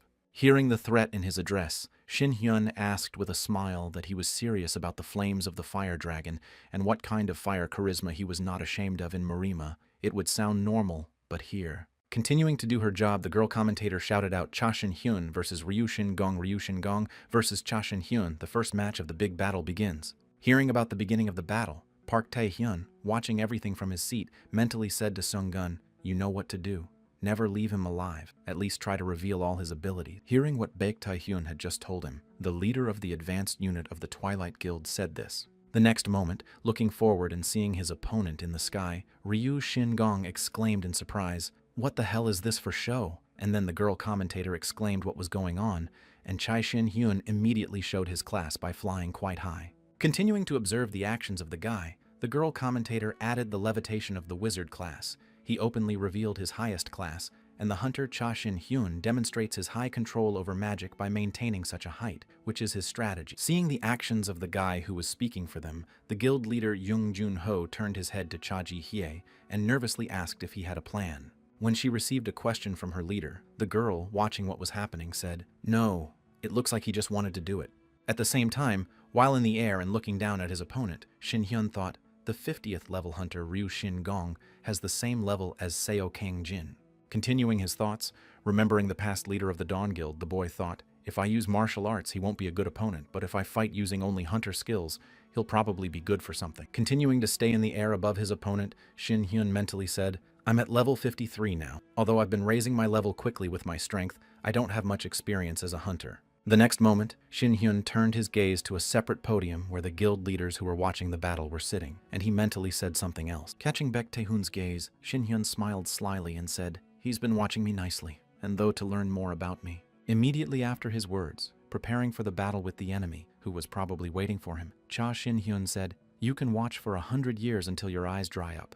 The next moment, pointing the fireballs at his opponent, the boy added, I'm not going to show you what you want to see, you bastard. Seeing the long-awaited beginning of the confrontation between the magicians, the girl commentator exclaimed a large number of energy spheres created by Cha Shin Hyun, literally raining down on the opponent, Ryu Shin Gong trying to protect himself from them with a fire barrier. At the same time, while blocking his opponent's attacks, Ryu Shin Gong defended himself against his opponent's first attack, thinking mana spheres without attributes is the same skill of a basic-level mage that he decided to test me. The next moment, seeing a change in the behavior of one of the fighters, the girl commentator exclaimed, wow, Hunter Ryu Min Gong is waving a flame like a whip in an attempt to counterattack Cha Shin Hyun. Continuing to repel the onslaught of his opponent, Ryu Shin Gong thought, my opponent is a wizard. He is definitely up to something. In total, there are 3 classes of mages, those who are not engaged in combat, making skill cubes and items, and artisans. Those who specialize in combat are endowed with special attributes by mana, called wizards. Also, wizards, who are the embodiment of the phenomenon and concept of magic, are closer to people with superpowers than to magicians, and use teleportation or flight. In battle, they usually take a position in the rear rather than on the front line, and are responsible for supporting roles sometimes being exhausted by using their amazing secret weapon. Having finished his thoughts about his opponent's skills, Ryu Shin Gong rushed at Shin Hyun, but I didn't want to stand there and watch. Preparing to strike his opponent, the boy exclaimed, if you have a trump card, take it out now or else. The next moment, after shooting a beam of flame at his opponent, the boy exclaimed, feel my heat. Putting a block in front of him to avoid harm, Shin Hyun felt himself being carried backwards when he was hit. At the end of the attack, when the explosion was heard, the girl commentator exclaimed, wow, unbelievable fire Ryu Shin Gong blows up Cha Shin Hyun. Seeing what had just happened in the arena, the guild leader of the Dawn and the vice leader tensed up, after which the girl commentator added what was expected from the fire dragon's flame, an incredible connection between the magic of the fire flame and his physical strength. He is a hunter known for his fighting style, which is clearly manifested in close combat, which is rare for a mage class. After the enemy attack was over, Shin Hyun got to his feet and said, I thought I was the only mage from Murimu. As soon as the opponent landed near him, Shin Hyun added, your thinking was something similar to mine and it spoiled my mood a little bit. Seeing that his enemy was unharmed, Ryu Shin Gong looked at him with a stern look and began to prepare a spell, saying, I'm warning you once again, Cha Shin Hyun, if you don't want to just crawl around on the floor. Immediately after his words, using the special skill of the Fire Dragon March, the boy shouted out, show me everything you have. Seeing what his opponent had just used against him, Shin Hyun said with a smile, you surprised me, well, if you asked for a trump so badly. The next moment after he said that, the boy stretched out his hand in front of him and then extended his thumb and pointed it down. Demonstrating a dislocation gesture to the enemy, the fire dragon flying at him began to split into 2 parts when it reached a certain distance. Seeing what had just happened to his special spell, Ryu Sung-gun exclaimed in confusion, who the hell is this? When his fire dragon attack had completely dissipated and the commander of the advanced team saw a completely unharmed Shin Hyun shoving him a dislike, he added in a confused tone, this crazy bastard. Seeing an interesting sight in front of her, the girl commentator suddenly exclaimed what that was. Frozen in place, the girl commentator looked at the result of the attack of the leader of the advanced Twilight Squad and added, it's incredible he avoided the fire dragon's attack by using fast movement, but it's amazing how he managed to survive. Continuing to comment on the event that had just taken place as the audience looked on in amazement, the girl commentator added that it looked like he was fried by whatever it was. The next moment, focusing her gaze back on Shin Hyun, she added in amazement, he had perfectly used the magic with just a snap of his fingers. At the same moment, turning his head to his vice guild leader, Young Jun Ho exclaimed what had just happened, to which Lee Ji Hai only laughed awkwardly. Feeling very nervous, the girl thought to herself, No one can even really distinguish his power from magic. He was able to deceive so many people. And then she said, I don't understand what's going on either. At the same time, the leader of the Twilight Guild was already actively demonstrating his anger, and the veins on his face began to pop out from the tension. Continuing to do her job, the girl commentator exclaimed, even the special move of the Fire Dragon March is useless against Cha Shin-hyun. After hearing the commentator's girlfriend's exclamations, Ryu Shingong mentally said, gritting his teeth in anger, that he hadn't worked my special move. Unable to contain his rage at the fact that his attacks were so easily avoided, Ryu Seung-gun rushed at the guy with his fists, shouting at the bastard. Having blocked his opponent's attack with the barrier, Shin-hyun smiled happily and exclaimed, Why are you so upset? I'll show you something to comfort you. Having received an offer from his opponent, Ryu Shingong lifted one foot off the ground and prepared to strike, angrily shouted out, Shut up!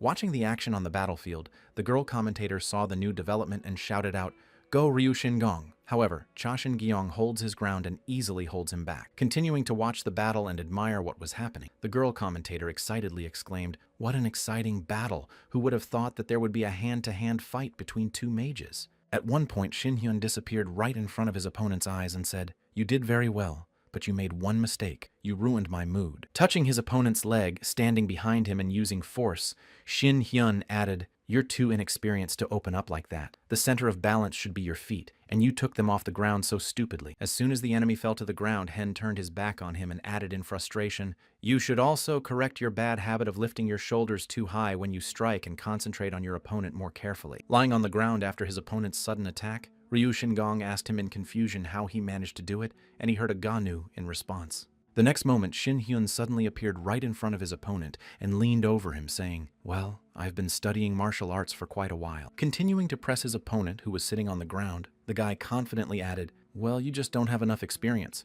Immediately after his words, he leaned even closer to the enemy and looked at him in a menacing tone, saying, I understand. You think you have enough abilities. Continuing to press his opponent, Shin-hyun saw the angry expression on Ryu Shingong's face and asked, It seems that I hurt your ego by pointing out that one of your pitiful ones is so weak. The next moment, unable to stand this attitude, the boy suddenly shouted out in anger, I'll burn you to ashes! And Shin-hyun saw flames begin to appear right in front of him. Realizing that the situation was escalating, the boy jumped back sharply, after which a sphere of fire appeared around Ryu Seung-gun.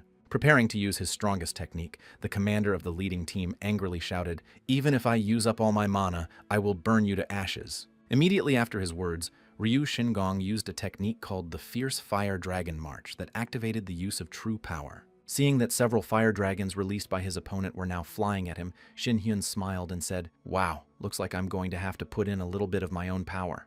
At the same time, watching the events in the arena, a girl commentator exclaimed that Ryu Shingong's power was about to burn the entire stadium to the ground, his fire dragons flying everywhere. Shielding herself from the heat coming from the arena, the girl commentator exclaimed, It looks like Cha Shin-hyun will have to sweat to protect himself now, as flames engulfed the entire stadium just as the explosion went off.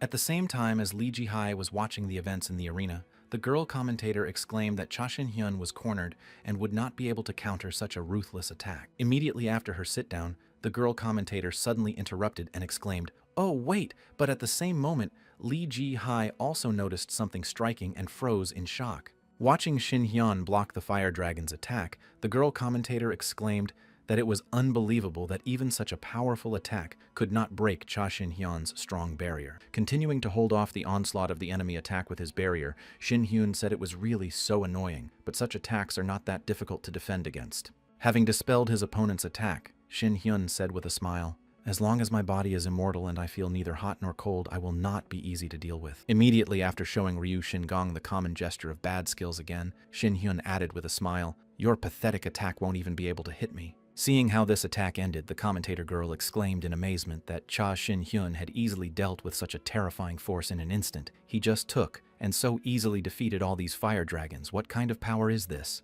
After which her colleague added incredibly, Is his soapbox really about controlling gravity? Falling to his knees because of the embezzlement of his son, Ryu Shingong exclaimed, This is complete nonsense. Continuing to repeat Shin-hyun's ability, the girl commentator exclaimed, Gravity. Was this magic so powerful before? Well, even for me, who had been to such competitions, this was something new. And at that time, Shin-hyun was hovering over his opponent, who was sitting on his knees. Continuing to marvel at the newcomer's abilities, the female commentator exclaimed his strength was beyond imagination. How could a person use gravity so skillfully? Cha Shin-hyun was definitely a newcomer. And then Shin-hyun created a magic sphere in his hand and said to his opponent, "Our battle was more fun than I imagined Shin-gong would be." The next moment, listening to his opponent's frightened moans, Shin-hyun said, "Well now." Having dealt a delicious blow to his opponent and removed the obstacle in his way, Cha Shin-hyun smiled slyly and added time to end our battle. Seeing that his subject had just lost the battle in a landslide, the leader of the Twilight Guild asked Song Haik who was next, to which he replied with Choi Ji-hyun,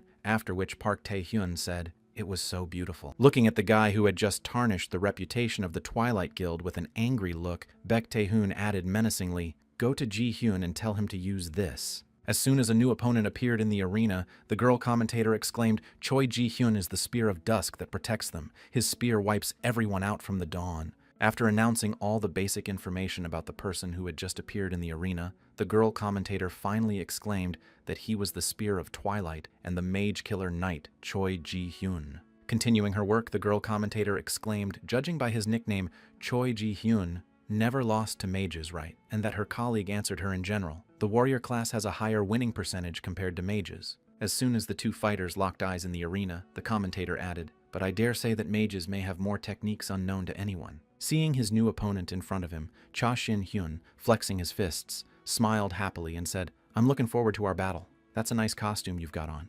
Seeing that their best fighter for confronting mages entered the arena, Kim Tae-hyun, with a smile on his face, thought, "You are too relaxed, Cha Shin-hyun. This time everything will be different. Until you are a magician, you will not defeat Ji-hyun." At the moment when the girl commentator exclaimed, "And this is the great battle of the Sun Festival, let the second fight begin," Choi Ji-hyun clenched his weapon in his hands and, using the knight's reinforcement skill, rushed into battle. Seeing the actions of the knight, who rushed to the attack without a second's hesitation, the commentator exclaimed, "Wow!" From the very beginning of the fight, Choi Ji-hyun activated all possible physical strength. He immediately went to attack Cha Shin-hyun. At the same time, Shin-hyun was using his skill to dodge the enemy's attacks and asked, "Are you planning to break through the front right away? And you're pretty fast, but whatever." The next moment, after firing 3 magic spheres at his opponent to neutralize him from a distance, Shin-hyun shouted out that you are nothing but a pawn. But even though the knight was hit by magic spells, he was still able to break through them without being harmed. Immediately after emerging from the pile of dust, Choi Ji-hyun appeared right in front of Cha Shin-hyun, who clearly did not expect such a close encounter with his opponent. Confused by the close eye contact, the boy immediately came to his senses and quickly jumped away from the enemy. Having broken the distance between himself and his opponent, Shin-hyun was amazed by this development and thought that he was not only fast but also strong and had a strong will against such opponents. Aerial combat was the best. As soon as he thought about it, Choi Ji-hyun stuck the tip of his spear into the ground and then leaned on it, used the knight's skill, and found himself in the air. Seeing that the enemy had just jumped into the air and blocked his way to retreat into the air, Shin-hyun suddenly fell to the ground with his hands over his head in a nervous fit.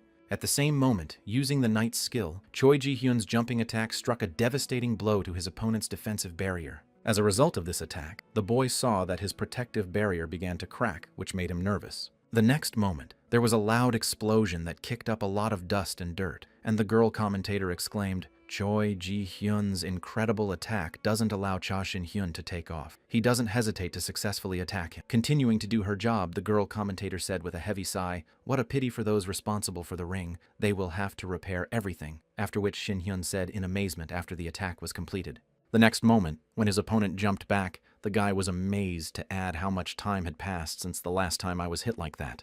Immediately after he said that, he stood up in a sitting position and put his hand to his head and said, "If I could use martial arts, I would have dealt with him in 1 second." After his words, Shin-hyun turned his gaze to his opponent, who was standing in front of him and waiting for another chance to attack, and said, "This asshole is pretty stubborn."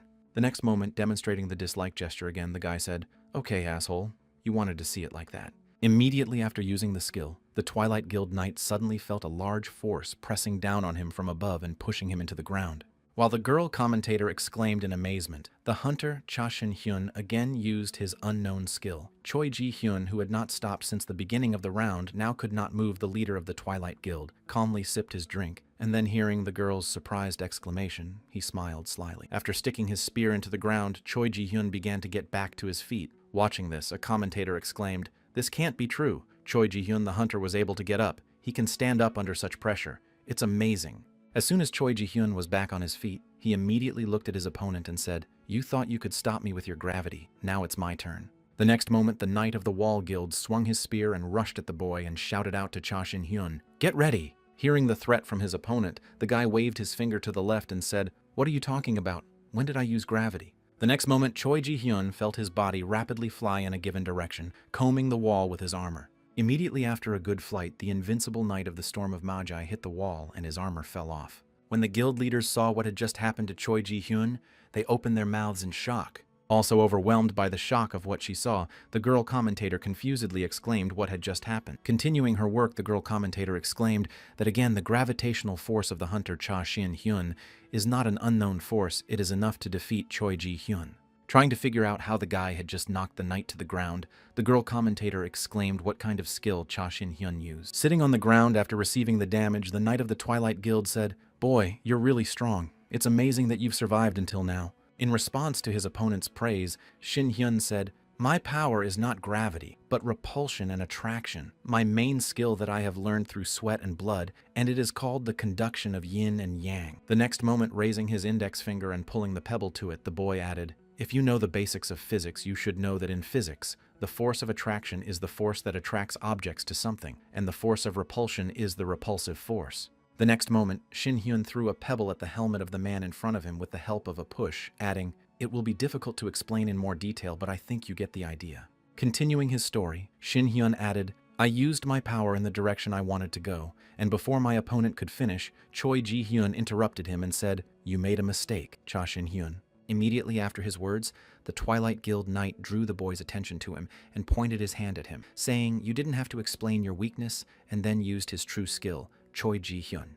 At the same moment, Park Tae-hyun contacted the vice leader of the Dawn Guild through the voice link and said to Ji-hee, "You know why Choi Ji-hyun is called the Mage Killer." Continuing to gloat after his subject began to play his trump card, Park Tae-hyun looked at the embarrassed girl and added, "Ji-hyun has a special skill."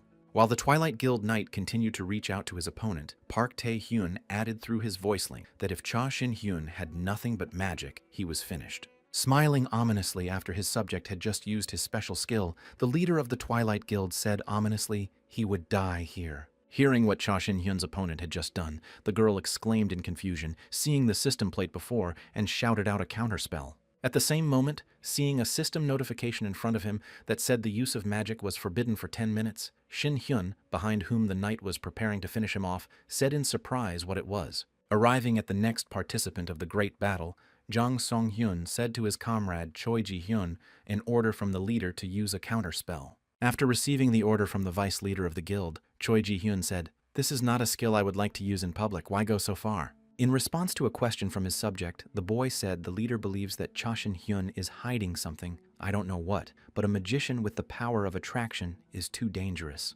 Continuing to report the reason for such extreme measures, Jang Song-hyun said with a sinister smile, "And that is why I finish him off." Recalling everything that the vice leader of the guild told him before the fight, Choi Ji-hyun walked toward his opponent, preparing to carry out the order. Driving the spear into the ground in front of his opponent, Choi Ji-hyun said with a sly smile, "I see you're very surprised, Cha Shin-hyun. This is my true skill, a counterspell that temporarily disables the use of magic." Having once again driven his opponent into a dead end by blocking his only opportunity for confrontation, the knight added to your end of Lee Shin-hyun, "Without magic, you have no chance of winning." As the audience in the stands held their breath in amazement, the commentator exclaimed how suddenly the moment of the end of the battle turned the other way around with the mysterious skill used by Choi Ji-hyun to suppress the hunter Cha Shin-hyun. What kind of skill is that? At the same time, seeing Young Jun-ho's concern, the leader of the Twilight Guild smiling slyly said simply, "Choi Ji-hyun is a naturally stupid and honest guy. He can't hold back his anger at someone who viciously attacks him with magic."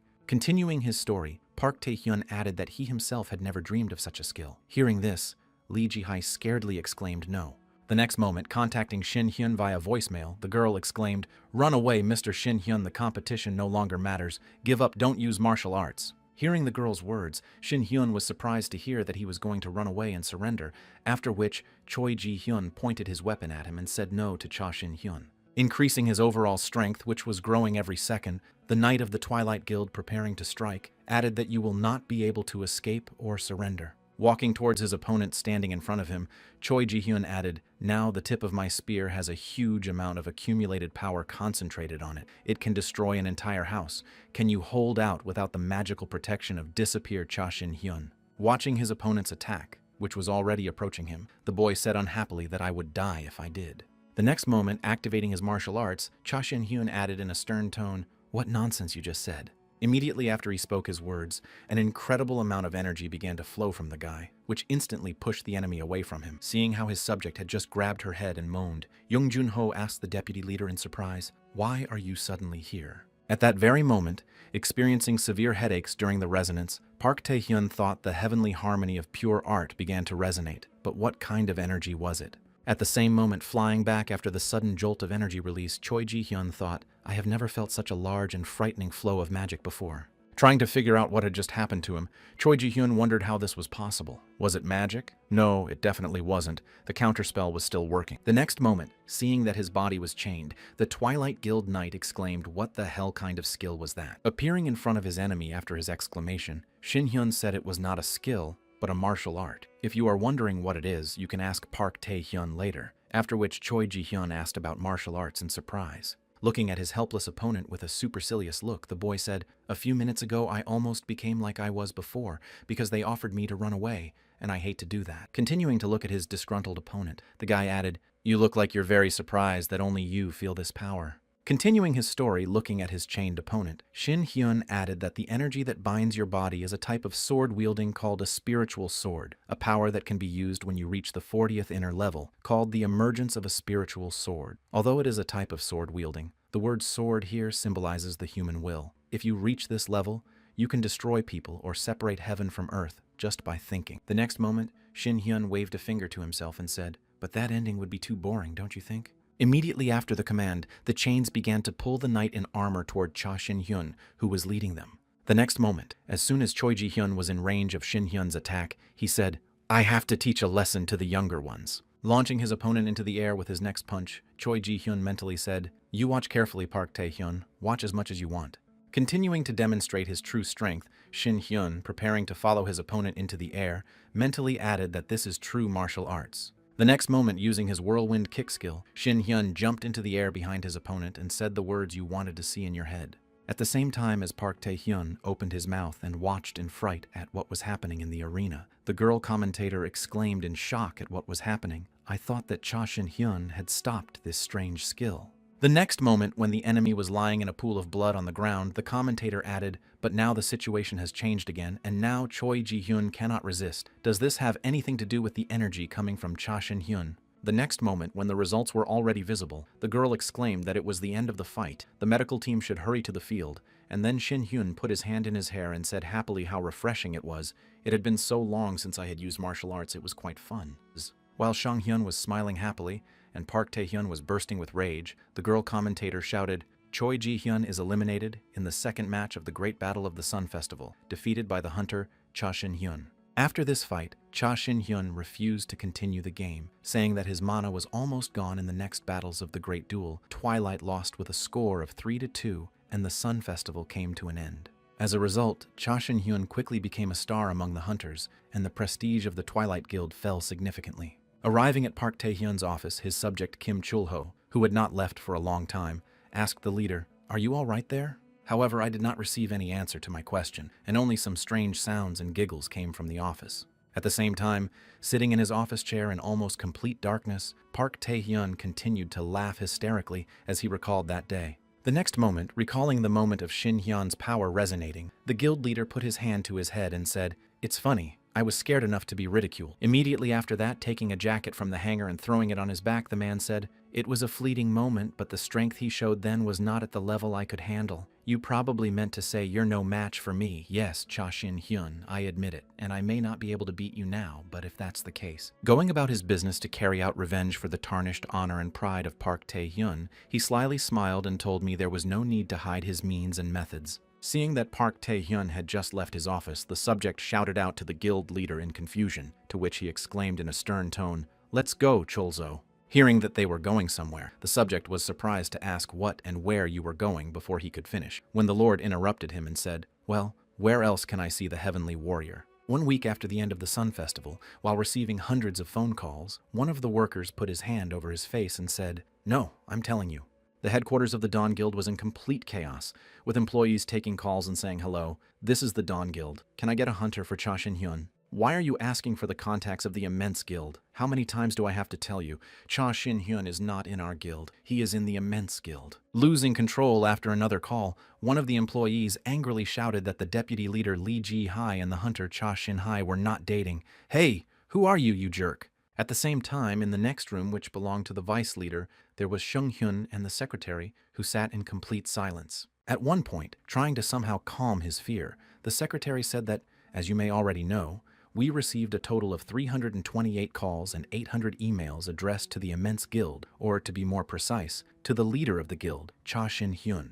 Continuing his report, the man added frightenedly, "Mostly it was those who want to join your guild, but there were 8 requests for cooperation, 43 requests for advertising, and 29 requests for filming."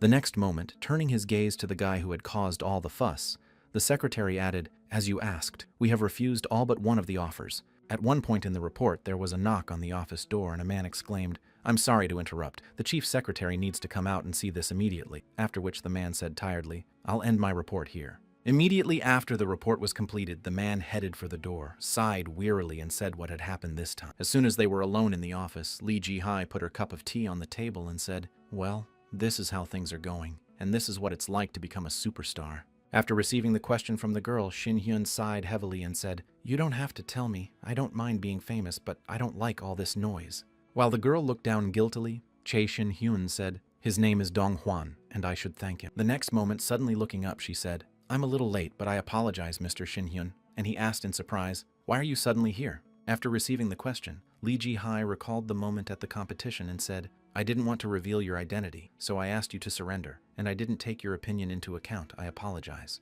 Tilting her head down, she added guiltily, "It was a situation in which you could be in danger if you did something wrong." And then Shin-hyun said, "Listen." Standing up from his seat and folding his arms in front of him, the guy said confidently, "You're working yourself up too much. Do you really think I would get hurt over such a trifle?" Continuing to lecture the girl, the boy added, "Of course it's sad, but I didn't want to use Ta martial arts myself, and what would Park Tae-hyun do with this information?"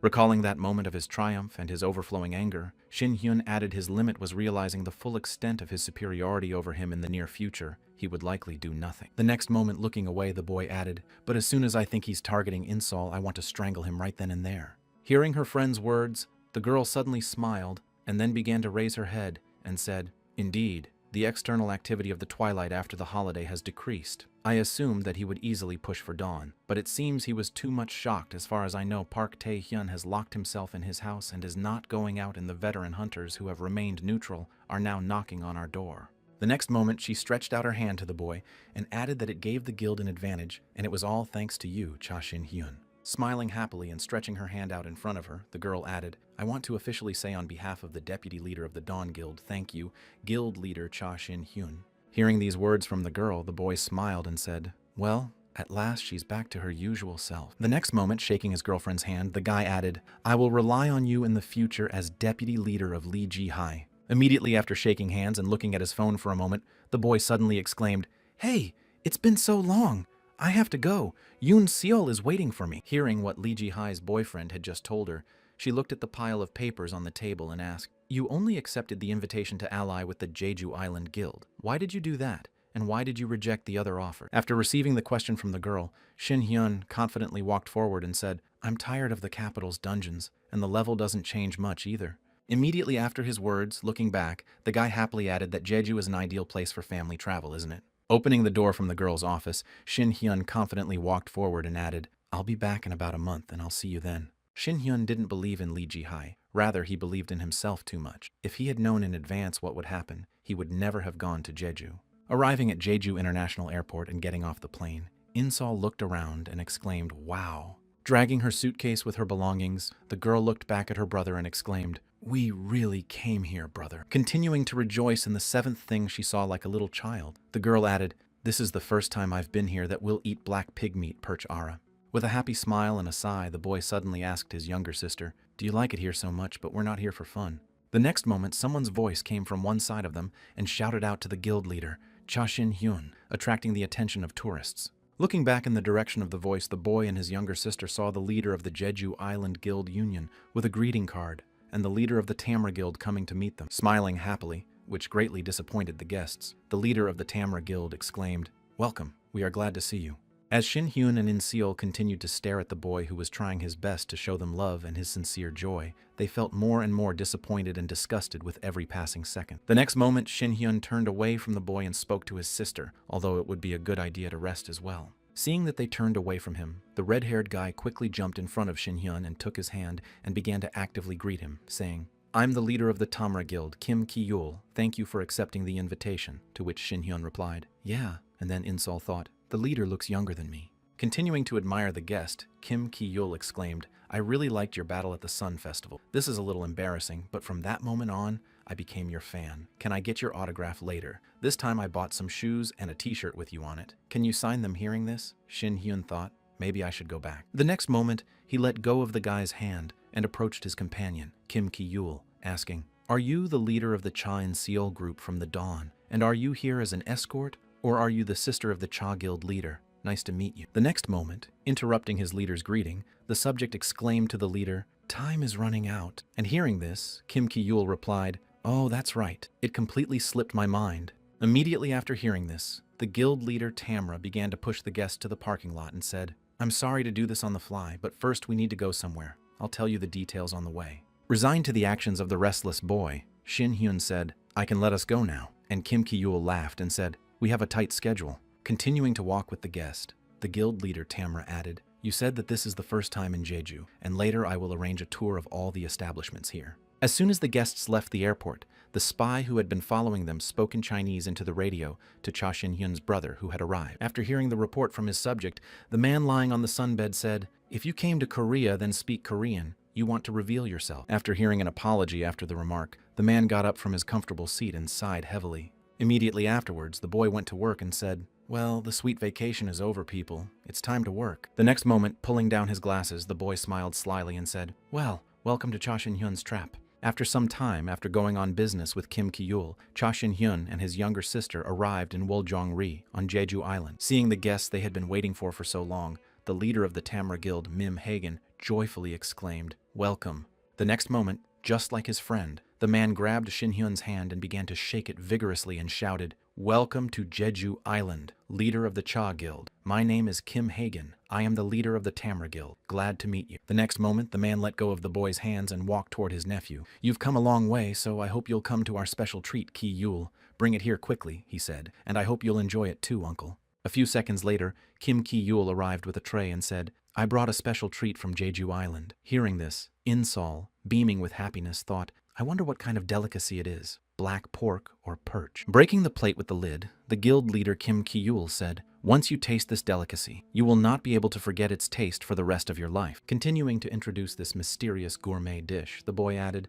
"I proudly present to your attention first-class, fresh, and carefully processed." Hearing this, In Seol said, beaming with happiness. Before the girl could finish announcing her expectations, Kim Ki-yul interrupted her by removing the lid and speaking in Mandarin. As soon as the expectations of an incredible delicacy collapsed after opening the lid, Shin Hyun and his younger sister froze in place at how ridiculous it looked. The next moment, unable to stand such mockery, the girl pulled out her bow, but Shin Hyun, lowering her hand, said, "You don't have to be patient."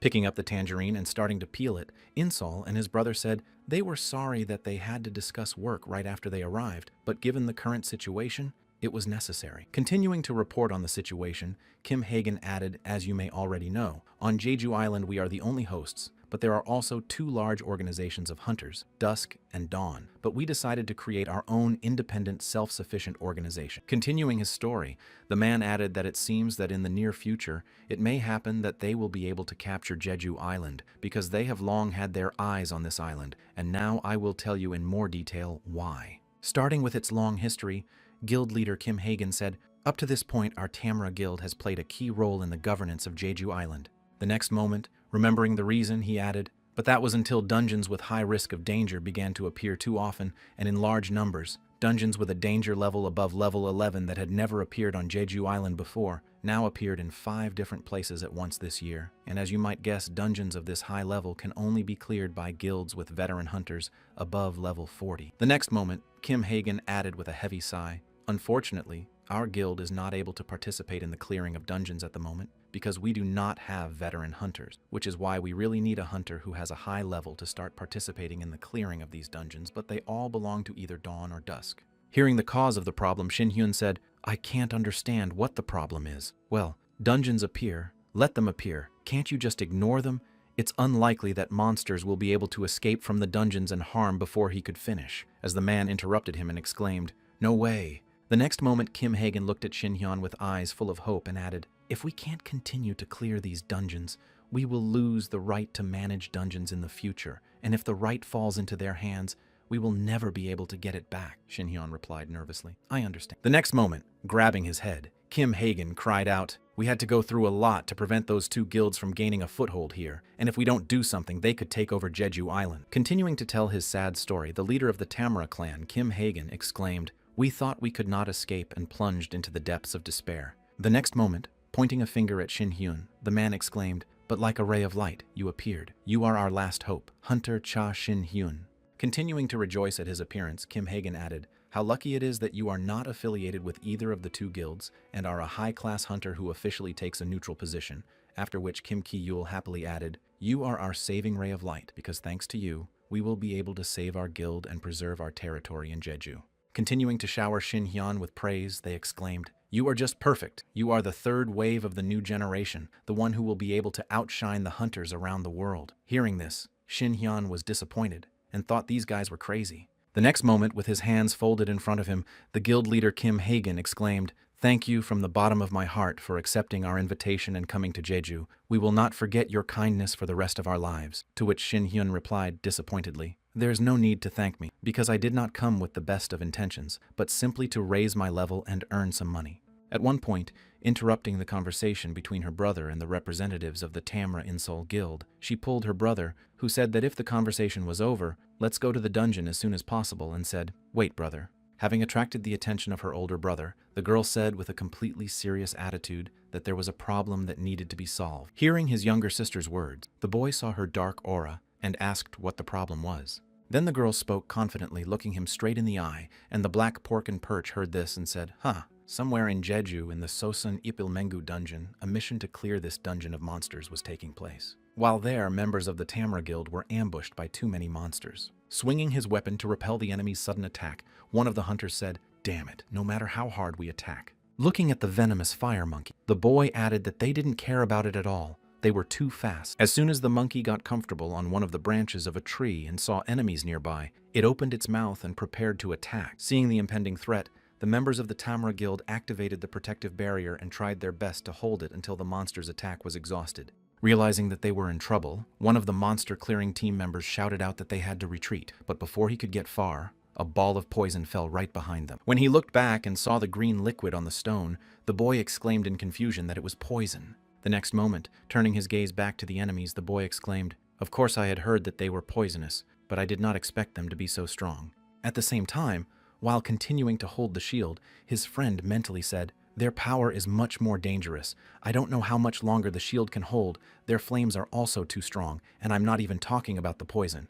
Covering his comrade with a shield from behind, the boy tried to disperse the poison and thought the situation was getting worse and worse. The next moment, gritting his teeth, the boy scaredly said in his head that the horror that was coming closer and closer to them every second was sure to end him with poison or flames. At one point, a bright light appeared straight from the sky, followed by lightning and a voice. And when I heard that they were called bulldogs, I thought I was going to see dog-like monsters. The next moment, he suddenly appeared in the field of view of the boys who were confronting the monsters and at once fried all the enemies with lightning. Smiling happily after his sudden appearance and rescue of the poor man, Shin-hyun confidently said, But it turns out that they were given this nickname for using poison and flame. They were ordinary as boring. The next moment, as soon as the guy jumped to the ground, one of the rescued soldiers shouted out, Thank you. Immediately after that, Kim Ki-yul arrived on the battlefield with the words, As expected from the leader of the Cha Guild, you were able to deal with those monsters in an instant. Thanks to you, our comrades were saved. After which In-seol, who brought him, exclaimed in displeasure, Hey, why do I have to carry him? Hearing Kim Ki-yul's remark, he laughed awkwardly and exclaimed, I'm sorry, and thanks to you, I've saved my magic power. But I wouldn't have dared to ask Leader Cha for that. But if I had used magic, I could have used up all my power. Continuing to smile happily, the boy who stood with his back to the monsters that suddenly appeared behind him added, "Anyway, thanks to you two, I haven't used up a drop of my magic power, so I can easily finish my work without any complaints." Immediately after his words, Kim Ki-yul said to his comrades, "You two be on the alert," and they nodded in agreement. Having received the order, a couple of guys moved behind the enemy's back and rushed at them, preparing to strike. While his subjects were fighting the monsters, Kim Ki-yul asked that just now, you were also training in magic as expected from the impressive leader of the Cha Guild, and Shin Hyun said, "Well, by the way, what's your level of magic power?" When asked, the boy threw his hand behind his head and said awkwardly, "I'm just a little bit further and I'll be at the 40th level." Hearing this, Insol was amazed to think that his level was higher than mine, even though he was younger than me. Immediately after sitting down and continuing to watch his comrades' monster confrontation, Kim Ki-yul said, "The other hunters seem to be almost at level 40 as well, and I watched them fight a little bit, and they're pretty capable." The next moment, turning his gaze to the other fighter, the guy laughed and added, "I think it's quite natural to have this level, because we are responsible for the dungeons of Jeju Island. It would be a shame if our level was much lower." Hearing this, Shin Hyun said, "By the way, that teleportation magic you used was quite interesting." To which Kim Ki-yul replied, "You mean that magic, of course. I had to spend a lot of time training because it's a rather complicated and difficult power to use." Continuing the dialogue with his comrade, Kim Ki-yul added, "Although I don't think she's worth your attention." And then suddenly putting his hand over his mouth, he exclaimed, "Stop what?" The next moment, looking at Shin Hyun with eyes full of curiosity, Kim Ki-yul exclaimed, "You realized what kind of magic was being used just by looking at the Cha Guild leader, who was trying to keep his distance, thinking how clingy people would find any way to stick around." The next moment, turning his head in Shin Hyun's direction, he thought, "I finally got the answer to my question. I need to invest in intuition, which, as the name implies, is the ability to see things as they are." Continuing his thoughts, Shin Hyun added, "Thanks to my skills in martial arts, I don't need to invest in other skills besides intuition. No matter how talented I am in martial arts, I couldn't do without intuition, because it is very important to see the essence of things, and after I was able to understand all the subtleties of using this magic just by looking, I can say with certainty that I could master it." Having finished his thoughts, Shin Hyun said with a sly smile, "Well, it seems that we need to surprise them even more." The next moment, the boy exclaimed, "Look, I'll show you the magic of teleportation," and then Kim Ki-yul's gaze focused on Chae Shin Hyun.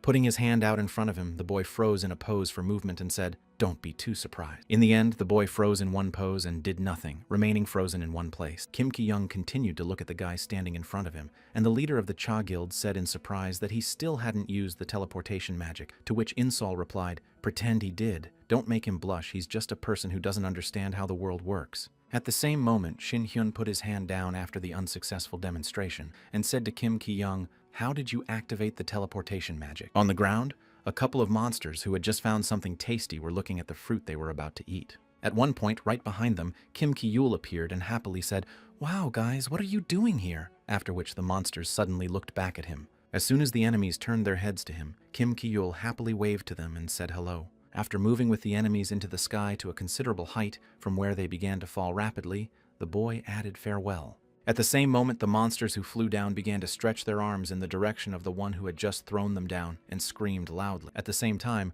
watching from the ground, Shin Hyun said, "Wow, that's amazing." And then Kim Ki-yul appeared next to him and said, "This is how I use magic." Having demonstrated the use of magic in practice, Kim Ki-yul added, "I simply direct a stream of magic at the monsters one by one and then make them take off in the same way. They can be dropped from a height. The main thing is to apply it to the object. Then it will work." The next moment, the boy shrugged and added, "I do have a limit on my strength. I can lift objects up to a height of about 150 meters, but monsters without wings will not survive falling from such a height." Insol thought, horrified.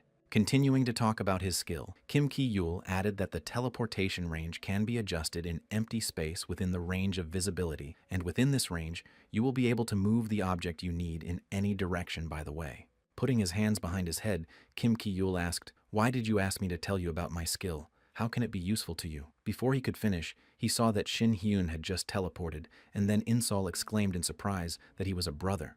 Confused, I turned my head to find Kim Ki-yul and exclaimed that you were really able to use the teleporter to the leader of the Cha Guild. You are incredible. To which he replied from the tree, having examined the use of magic twice, and after listening to the explanation, I understood how to activate it. Thank you, Kim Ki-yul. Stuck between the branches on the tree, Shin Hyun awkwardly added that it would take some time to learn how to use this magic properly, after which Kim Ki-yul exclaimed, "Oh my god, the leader of the Cha Guild." After a certain period of time, having dealt with the enemies, Kim Ki-yul set the table and said thank you for helping us, and now we can take a break. Seeing that her friends were having a picnic in a clearing in the forest, Insol said, "There are dangerous monkeys around here, and you decided to eat safely even though you know they can attack you." And she said, "Well, there's nothing you can do." Immediately after his remark, Kim Ki-yul added, mentioning the help of the guests, "But thanks to you two, I was able to find some time to do it." The next moment, holding out a sushi plate to the girl, Kim Ki-yul said, "It's very important to eat, because without food we won't be able to restore our energy." To which In-yul replied, "This is nonsense. We came to Jeju Island and they're pushing ordinary kimchi." Laughing after the girl's remark, Kim Ki-yul headed to Shin-hyun and said, "By the way, Cha Guild leader, your teleport skills are getting better and better with each attempt, but you're still different from other people." After hearing his friend's praise and being treated to some food, Cha Shin-hyun said, "Having mastered at least one thing to the limit, it is much easier to learn another if you practice hard. I think you will be able to reach my level someday, though in 200 or 300 years or so." Hearing the advice from his mentor, Kim Ki-yul, writing everything down in a notebook, happily exclaimed, "I'll definitely keep that in mind." And while watching from the sidelines, Insol thought irritably, "Although he's my own older brother, he behaves just terribly and I want to punch him." Immediately after her thoughts, she took a drink and said, "If you're thinking of blindly following my brother in the hope that you can achieve something, you should give up this idea. My brother has mastered his skills with a special method that only he can apply, so it's unlikely that you will be able to learn anything from him." Hearing the remark of the girl next to him, Kim Ki-yul suddenly said, "But I am the leader," which made her freeze. Continuing his thought, Kim Ki-yul added that it would be wrong if I stopped there and did not continue to develop my skills, especially since I recently felt like I had reached my limit. I understand everything perfectly, but I would sincerely like to learn something new from the leader of the Cha Guild. The next moment he turned his eyes to the joyful people who continued to enjoy their meal and added, "Of course, I must say that the team members believe in me and follow me, but I know that I need to become even stronger and not let them down because they trusted me." As I continued to listen to Insol's story, thinking that if I could become stronger I could protect my comrades, I suddenly remembered the incident in the Red Wolf dungeon. Immediately after all this, pulling one drying toast into his mouth, the guy threw his hand behind his head and awkwardly exclaimed, "I'm sorry for bringing up such a sad topic." Agreeing with the words of the guy in front of her, Insol pulled the food into her mouth and said, "Good, you took it, but I think it won't hurt Kim to have some of the pei from Jeju Island. It's surprisingly delicious." Hearing Kim Ki-yul's praise for their food, Deputy Cha suddenly exclaimed with great joy. The next moment, he rushed to the girl with a hug and exclaimed, "I'm so glad you liked the kampupa. If you want, I can bring you a whole truck." To which Insol, pushing the guy away, exclaimed, "No, that's not necessary." At the same time, Shin-hyun turned his head away from his comrades and looked around, saying, "You're so noisy, by the way. How much time do we have to catch those beasts?" After receiving a question from Shin-hyun, Kim Ki-yul began to recall the monster's abilities and said that they are quite fast, and their number is quite large, so it will be difficult to guess, and there is a limit to how many times I can use the teleporter. If I knew in advance that this could happen, I would try to properly develop the duration of the use of magic. Hearing this, Insol asked unhappily what you just said, and if you suddenly get crushed by a monster while we're distracted, who do you think will take responsibility then? To which Deputy Cha replied with an awkward laugh, "Please slow down." At the same time, while his comrades were sorting out their problems, Shin-hyun looked down and said, "Let's see." Throwing Kim Ki away from her, Yul Insol exclaimed, "Really?" And then noticing her brother's occupation, she exclaimed,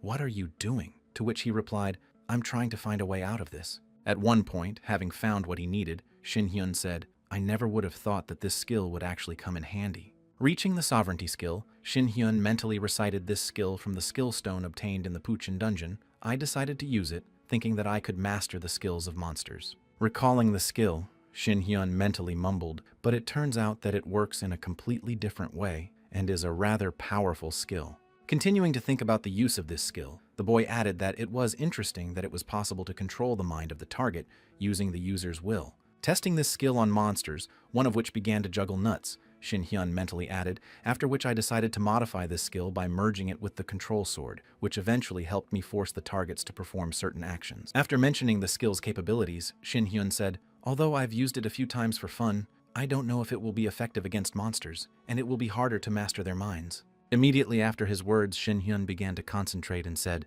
"Well, I'll try it out." After completing the concentration and using the skill after opening his eyes, Shin-hyun said, "I hope it will work after all." The next moment, using telepathic subjugation, Shin-hyun began to emit magic waves that scattered around him, looking for monsters within range. Having noticed the monsters with his power, The boy mentally said, so he knows what it feels like to use the skill at a great distance. As soon as the magical hands in chains reached for the monsters, Shin Hyun mentally added, I have selected the target. Now I will use mind capture, and now I will give the order. Continuing to use his telepathic subjugation skill, the boy shackled the monsters within his reach and said, I command all monsters to appear before me immediately. At one point, having sent all the monsters towards him and lost control of them, Shin Hyun grabbed his head with his hand, and seeing this, Kim Ki-yul shouted out to the Cha Guild leader, after which In Seol added that her brother was hurting somewhere. The next moment, Shin Hyun turned his gaze to the guy next to him and asked Kim Ki-yul, do you still have any mana left for teleportation? He replied that he had enough mana for about 5 more minutes. Hearing that his friend had a supply of mana, Shin Hyun held his head and said, it's great because it's here. Looking at his comrades with a nervous glance, behind whom the rumbling and dust was rising, Shin Hyun spoke to the giant crowd of rushing monsters. Feeling a strong shaking, one of the group members exclaimed that it was an earthquake, to which his friend added in confusion, it can't be. I've never heard of natural disasters in dungeons. Hearing the remark from his friend, one of the hunters exclaimed in confusion, then maybe they are monsters. Hearing the monsters roar and turning their heads in the direction of the sound, the hunters were frightened to see a bunch of enemies, but only one fell in front of them. As she began to pull out an arrow and bow from behind her back, Insol said anxiously, the earthquake was quite strong. At that moment, one of the hunters exhaled a sigh of relief and said, I thought there were a whole bunch of them, and then looked up. Directly above him in the branches of the trees, he saw a bunch of red-eyed monsters staring at them with a murderous look. Seeing that they were surrounded by monsters, Kim Ki-yul grabbed his head and screamed in fright that where the hell did they come from? And then Insol added why the cancer was sudden.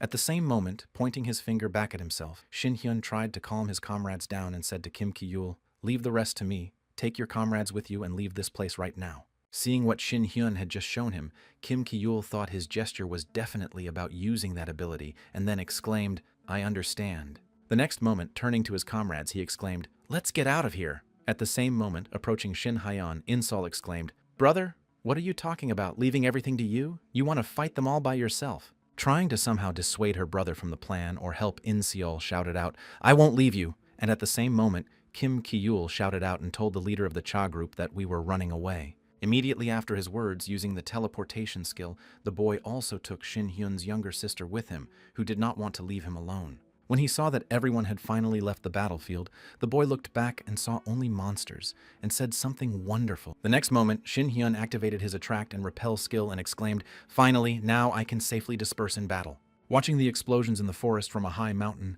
Kim Ki-yul exclaimed in amazement, this is just incredible. Continuing to marvel at what was happening in the dungeon forest, the boy added in amazement that the guild leader Cha was simply amazing, after which one of his comrades asked if he was really human, even for a high-ranking adventurer. It was too similar to the rumors about his level above the 60th were true. Looking around at his comrades, Kim Ki-yul said, most likely the leader of the Cha Guild was the one who summoned the monsters, and then his eyes fell on Insol. Watching the girl anxiously bite Kim Ki-yul's nails, the leader of the group, Cha, said. Suddenly quiet after his words, Kim Ki-yul thought, no matter how strong Mr. Cha Shin-hyun is, he also has a family, and he's left alone to fight so many monsters. Of course she's worried about it. The next moment, Kim Ki-yul approached Shin-hyun's younger sister and said, I understand why you're worried, but the leader of the Cha Guild is a very strong man, so don't worry. Continuing to gleefully report on the boy's skills, Kim Ki-yul added, you know your brother better than anyone else. Continuing his reassuring speech, the boy added that, maybe you should trust your brother's strength a little more. And then the girl suddenly beamed at what she heard. But this effect did not last long, and Insol suddenly became frustrated with everything she heard and said, what a load of nonsense. Starting to bite her nails again, the girl added, right now, my brother is collecting a huge amount of experience points alone. I wish I could stay there. After which Kim Ki-yul nervously said, so you weren't worried about that. When she received the question from Kim Ki-yul, she was surprised to ask why I should worry about him. Continuing her thought, Insol mentioned Shin Hyun's incredibly high abilities and added that he is probably the only person you shouldn't worry about. After dealing with the monsters that came to him in the first wave, Shin Hyun smiled happily and said, it's a good skill. You just have to command it, and it works on everyone in this dungeon. Continuing to recall the effect of his skill, the boy happily added, in combination with my strength and the skill of sovereignty, I can easily gather all the monsters in one place. By activating Shin Hyun's sovereignty skill again, waiting for a bunch more monsters to arrive, my dungeon raids will become much faster. As soon as his skill reached a considerable number of monsters within the radius of the skill's spread, Shin Hyun shouted out to everyone to come forward immediately. At one point, when she felt something unusual, Lee Jihei suddenly shook her hands and almost spilled her cup of tea, exclaiming in embarrassment. Seeing the girl's strange behavior, the chief secretary exclaimed, "Everything is fine. Maybe you are not comfortable here," to which she replied, "No, everything is fine." The next moment, turning her head to the ceiling, Lee Jihei, feeling somewhat nervous, said that she heard someone's abnormal laughter. When the chief secretary heard that everything was fine, he got back to work and said, "I'll continue reporting." Continuing to perform his duties, the man said, "As you know, Park Tae-hoon, the leader of the Twilight Guild, has not taken any action so far, and the activity of the guild members has also significantly decreased, as a result of which we easily obtained the rights to the disputed dungeon." Continuing to report on the situation to the guild's vice leader, the chief secretary added, "At this point, I think we can disregard the dusk." Hearing this news, Lee Jihei leaned back and thoughtfully said in her head, "This is strange. Even for Park Tae-hoon, I didn't expect such a reaction after what happened." Starting to think about that sinister guy who strangely doesn't take any action, Lee Jihei mentally added to my concern about his activity behind the scenes. The next moment, interrupting the girl's thoughts, the chief secretary put the folder with papers in front of the manager and said, "But now is the most urgent task." Picking up the news report and looking at the contents, the girl exclaimed in surprise when she heard this. Continuing the report, the chief secretary told in more detail about what had happened and mentioned this dangerous dungeon that was discovered in the Taebeksan mountain. Continuing the report, the man added the climate of this dungeon is a desert risk level 13 recommended level 60. After reading what had happened in this dungeon during previous attempts to clear it, Lee Jihei exclaimed that it really was that difficult. Continuing his report, the chief secretary said the risk level was 13th with a recommended level of 60th and above. After he spoke, adding more information about the dungeon, the man added that the dungeon of Taebeksan has a desert climate in which the sun is incredibly exhausting for people. Also mentioning the main problem of this dungeon, the chief secretary added, the size of the monsters is close to a 10-story building. These giant insect monsters are hiding somewhere underground. While the vice leader was reviewing the report, the chief secretary added that even though their numbers are not that large, their strength is not enough to fight high-level adventurers.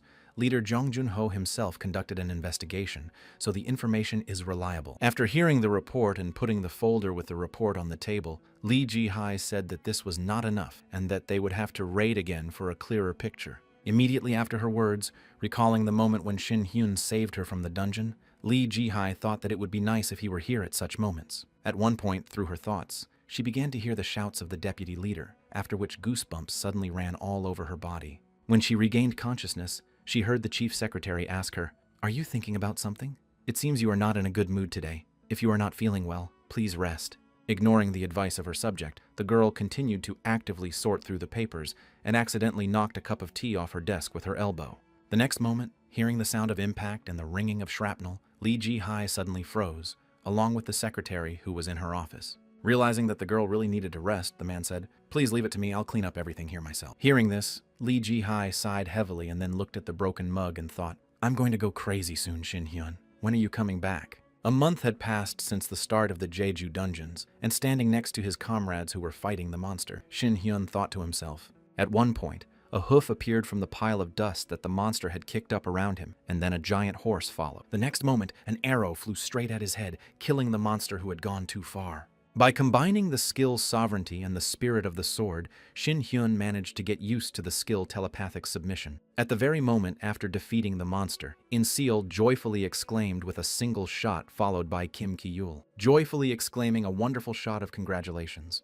Now Shin Hyun is free to summon monsters from Jeju Dungeon and can be considered a monster lord. Hearing her friend's praise, the girl grabbed Kim Ki-yul by the collar and angrily exclaimed, "Why are you talking to me like a child? I'm actually older than you," to which he nervously replied, "What are you talking about?" Seeing this, Shin Hyun thought In-Seal seemed to be excited. Starting his thoughts on the work of the experience system, Shin Hyun mentally said, "It all depends on the damage done to the opponents. The system distributes experience points to everyone who attacked. Of course I can stay out of the fight, but..." Before he could finish the thought, he suddenly heard his friend's cry and looked up to see a herd of monster horses running after one of the hunters who was shouting, "Help me!" Shin Hyun bowed his head down and prepared to help him, but he said, "Oh, you fool, I'm going to have to intervene." Using the teleportation skill, Shin Hyun instantly found himself behind his comrade's back and grabbed him, after which he disappeared from the enemy's sight. Having noticed a bright light in front of them, after which the target they were pursuing disappeared, the monsters stopped in their tracks and began to look for the missing person. Finding himself in a tree above the enemies, the hunter wiped away his tears and said, Thank you, Mr. Cha, to which he replied, calm down, you're right, and then thought, I wonder if it's possible to increase the level of intelligence with stats, even if I pump them. It doesn't mean I won't benefit. The next moment, he turned his gaze from his sister to Kim Ki-yul, who exclaimed, he's so strong. Insol exclaimed, you dare to ignore me? Shin Hyun thought, I've completely mastered Kim Ki-yul's teleportation magic during these trips. Shin Hyun continued to think, scratching his cheek awkwardly,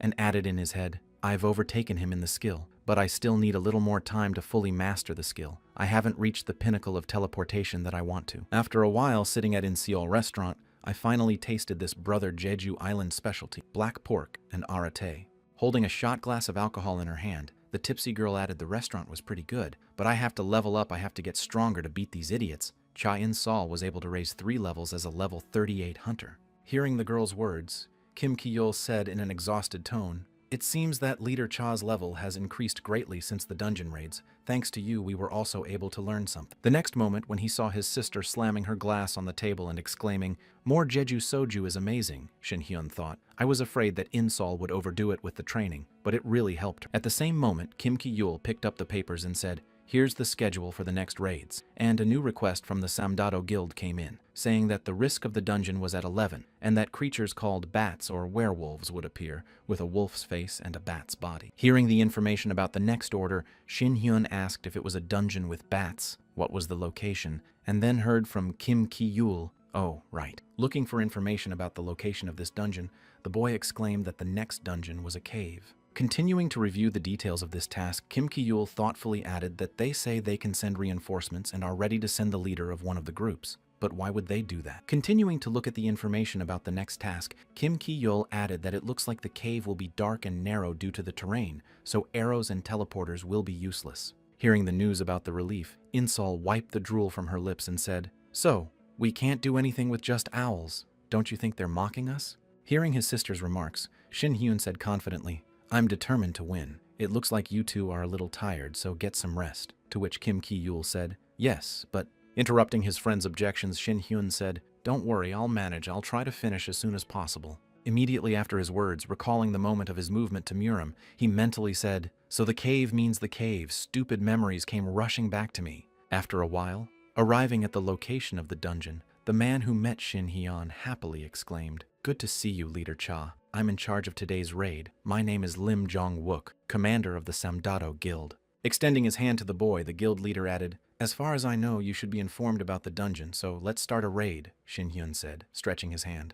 Heading to the portal to the dungeon and stopping just before its entrance, the boy said in his head, oh no. Gritting his teeth against the reluctance to go inside, Shin Hyun added in his head, I was hoping that the dungeon wouldn't be a cave, but I have a strange feeling of anxiety, though maybe it's just my imagination. Standing in front of the entrance to the dungeon with his assistants behind him, Shin Hyun confidently thought that whatever it was, he needed to deal with it quickly and get back. After a while, following Shin Hyun, one of the members of the Samdado Guild nervously asked what the leader should do, as the progress was going faster than planned. At one point, interrupting the conversation between the leader and his subject, Shin Hyun looked back and said, I finished what I was going to say, and was answered with a, wow, what a speed you are. You are really incredible. Immediately after the praise, the guy looked at the radar that was creating the map and said, just a little more, and we will reach the unexplored territory. Hearing what had just been reported to him, Shin Hyun quickly walked forward and said, let's hurry, after which the subject said that Leader Cha. Noticing something strange happening to the guy, the guild leader Lim Jong-wook asked if you were okay. Your face was pale, and Shin Hyun replied that he was fine. After he answered, remembering again those times when he was in Muram, the boy mentally added, damn, even after all these years. Stopping in front of the entrance to the uncharted territories of the cave, the boy mentally added those memories that still continue to disturb me. Trying to somehow slow down the pace of clearing the dungeon, Lim Jong-wook put his hand on Shin Hyun's shoulder and said to Cha leader, it looks like you're tired. Maybe we should take a break. Immediately after my proposal, when I saw the expression on the guy's face, who turned to him and said I was fine, the man froze in shock. Continuing to look at the annoying man with a murderous stare, Cha Xian angrily asked if there was something you didn't understand. Suddenly turning away from Shin Hyun, Lim Jong-wook said in a frightened voice, God, I'm sorry for being so annoying, but I'm just worried about you. And then turning his head to his subject, he asked, by the way, would you like a drink? And the subject opened his backpack and exclaimed, I'll get it right away. Clenching his fist tighter and tighter to calm his anger, Shin Hyun thought, I need to leave this place as soon as possible, otherwise I'll just kill them. Having regained his strength, the guild leader Lim Jong-wook pointed at the map with the radar and said, the road is a little confusing, so you'll have to sweat, but we're already finishing the study. Don't worry. Immediately after his message, the man stepped forward and shouted, now we're going to clear the road. Everyone line up and let's go. Hearing this, Shin Hyun looked at his allies and thought they were acting too suspiciously, but maybe I was just getting myself worked up. Following his comrades in the dungeon raid, Shin Hyun heard the leader shout out, it's dark. Look where you're going. Have you ever been to the Sakuram Grotto? It's much better than this creepy cave. The next moment, suddenly stopping and looking at the boy, the guild leader said, I advise you to visit all the sites later. And Lim Jong-wook replied, okay, adding, your expression is a little scary. In response to his friend's remark, Shin Hyun asked how much further we had to go, and then suddenly raised his head to the ceiling and thought about this feeling. Seeing a familiar device from another world above him, the boy mentally said that the formation was capable of confusing a person. Considering the mechanism from another world that somehow got into this one, Shin Hyun added that, although it does not cause harm, it can confuse all human senses. The next moment, Shin Hyun turned his gaze to his comrades and mentally added a formation that makes a person walk in a circle, after which his comrades said in confusion, why the road repeats itself? We are going in the right direction. Immediately after hearing the words of his comrades and seeing the path in front of him, Shin Hyun thought that judging by the flow of energy, the formation was heading in a certain direction. Shin Hyun felt a strong, unpleasant sensation in his body and grabbed his hand, digging his fingers into it, thinking what was the Muramu formation doing in an ordinary dungeon? Was it another way to the other world, or was it there from the beginning? As he continued to squeeze his hand tighter and tighter, the boy added mentally that whatever it was definitely somehow connected to Muram, and I don't want to see that world anymore. The next moment, loosening his grip and closing his eyes, Shin Hyun said in his head, calm down, those days are in the past. The next moment, confidently heading in the direction he had set out, the boy said, okay, I won't be fooled. I accept your invitation. Let's see what or who wants to see me. And at the same time, somewhere in the Dungeon of Sands in Taebeksan, monsters were confronting hunters. Seeing the enemies in front of him, the giant-sized earthworm growled loudly. As soon as the perfect moment for the battle appeared, guild leader Young-jun Ho shouted out, get ready, just hang in there a little longer, and then used the Crusader's Divine Blessing skill to increase team defense. After receiving the buff, one of the raid participants said tiredly, the situation is only getting worse, I've almost exhausted all my strength. As soon as he said this, the monster opened its mouth and began to create an energy sphere, preparing to shoot at the enemies who had gathered in one place. Starting to pull out his sword while the enemy was preparing to attack, Young-jun Ho exclaimed, calm down, this is his strongest skill, we must defeat him. Immediately after his words, the man rushed at the monster with a weapon and dealt the main blow that caught his attention and exclaimed, we will not go anywhere without victory. As soon as the monster's attention was riveted on him because of the damage he had done, Young-jun Ho looked back and exclaimed now. Having received the order to act, Lee Ji-hai jumped out from behind the hunters and jumped on the shields created for her as a springboard and moved into the air. Immediately after that, amid shouts of damn it, the girl climbed to the height of the monster's head and killed the enemy with several cuts. After finishing the battle with her opponent, the girl wiped the sweat from her face and said how hot it was here, and was told that we had finished, you are just a bit of a deputy leader. The next moment, walking up to the girl and tapping her on the back, Jung-jun Ho exclaimed, well done, you are worthy of being my deputy. You could have finished them off without thinking at the same moment. Seeing the leader's actions, one of the subjects thought he could stop him. Sighing awkwardly after receiving the praise, Eli Jahi said it was not worth it for the leader, and it would not have been difficult for us to finish off 3 teams not in the best condition. Immediately after her words, she turned her head to her subject and said, find shelter under the shade and rest for half an hour, to which he joyfully exclaimed, good. When the girl sent her subjects to find shelter from the sun, the guild leader said, you must be ashamed to go on a raid with me, and Lee Ji-hae asked why. After receiving the question, Young-jun Ho said, aren't you and Cha Shin-hyun in a close relationship? I thought you were serious. Wouldn't it be like a date for you? To which Lee Ji-hae elbowed her husband in the chest and said awkwardly, oh my god, leader, you're so funny. Trying to recover from the girl's sudden blow, the guild leader said, breathing heavily, I'm glad I could cheer you up.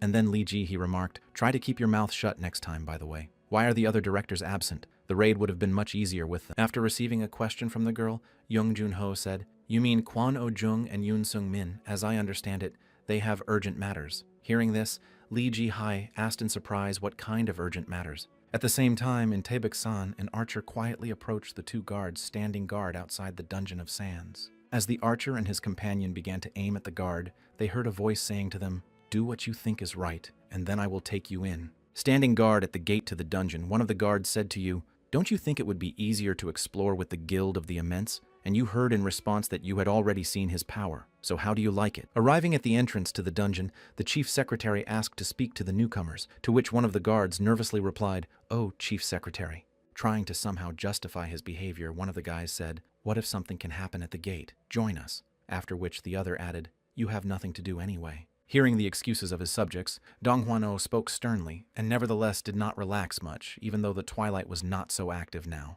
Continuing to emphasize the danger that can appear at any time, the chief secretary added, "But we should not forget about them." As soon as he said this, one of the guards noticed a bright light from the bullets approaching them behind the man and shouted out. After the meteorites hit their position, the chief secretary got to his feet after the shelling and said in his head, "Damn, it's an archer's skill to hail a meteorite. But no one knows anything about this raid except the top." The next moment, when he saw a strange image of a man walking toward him among the piles of dust and smoke that had risen as a result of the hit, he thought it couldn't be. Tensing up because the enemy could be approaching him, Dong Huano thought it was the work of twilight. Seeing a friend in front of him, one of the members of the Dawn Guild exclaimed, "You're here with you. Everything is fine," and was answered by director Yoon Sung-min. The chief secretary relaxed a bit after seeing his comrade and thought, "Thank God you're here," and then said what was going on here, and was told that it was the work of the twilight, and they resumed their activities. When he heard who exactly could have done this, the chief director turned his head away from the director, gritted his teeth, and said angrily, "Crazy bastards sat in silence and now they've done this," and then thought, "The leader and the deputy will need a few more hours to pass, so I should stay or bring reinforcements." The next moment, the suspicious Dong Huano said, "By the way, Director Yoon Sung-min, how did you know about this place?" Turning his head to his comrade, whose foot was already moving to strike, the secretary added, "I heard that you were not informed about this because of some business." Before he could finish his question, he received a devastating blow to the body that pierced him through and through. Having made a hole in the chief secretary of the guild, Don Yoon Sung-min, smiling ominously, said, "If you mean business, I'm already finishing it. How about you, Secretary Dong Huano?"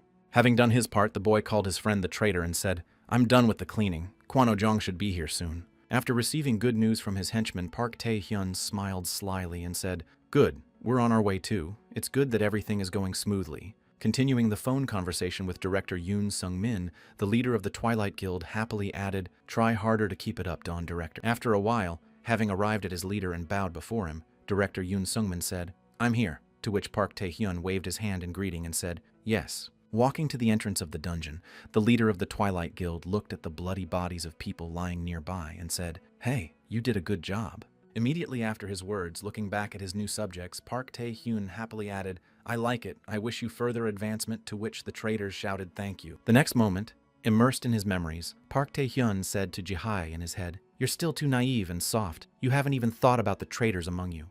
Continuing his reflections, recalling a moment from the Sun Festival, he mentally added, "These guys from the Sun Festival became mine." Stepping on the hand of the chief secretary, who was lying near the entrance to the dungeon, Park Tae-hyun happily hummed and thought of the same dungeon. Looking at the portal leading to the dungeon, the Twilight leader added in his mind 7 years ago, "We cleared it with Jihi after I returned from Murimu when I had just become a hunter." Arriving at the right place, the trio of young hunters called out to the other members of the group, "Sister, brother, come here." Continuing to call her comrades to her, the girl exclaimed, "We found a new dungeon and no one has entered it yet," after which Jihi happily said, "I'm going."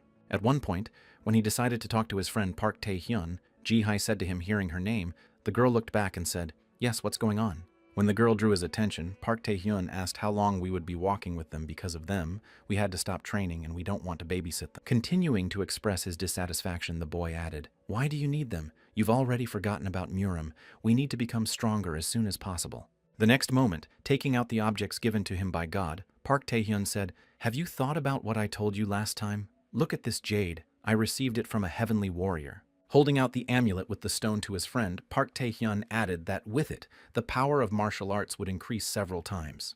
Continuing to persuade his friend to follow the path of power, the guy added, "Let's follow the celestial warrior with him. We will become much stronger," to which he heard in response, "To Hong, please stop." After refusing the boy's crazy ambitions, Lee Ji-hai added, "I understand your fears and anxiety, but we are not in Murim. No one will take our lives, so why become even stronger?" Immediately after her words, Lee Ji-hai looked back and said, "I just love looking after these kids. Let's forget all the hardships of Murimu for a while." The next moment, as the girl from the trio of hunters shouted out, Lee Ji-hai's sister quickly ran toward them and exclaimed, "I'm coming," leaving Park Tae-hyun alone. After this incident, while continuing to stand still and look at his hand with the necklace, the guy thought, "I believe that the only person who understands me is you, Ji-hai. We went through the same thing." Continuing his thoughts, Park Tae-hyun, feeling himself drifting away from his friend, added, "But I'm behind you, and it's all because of these miserable bugs." After a while clearing the dungeon, Park Tae-hyun, cutting up monsters with his sword,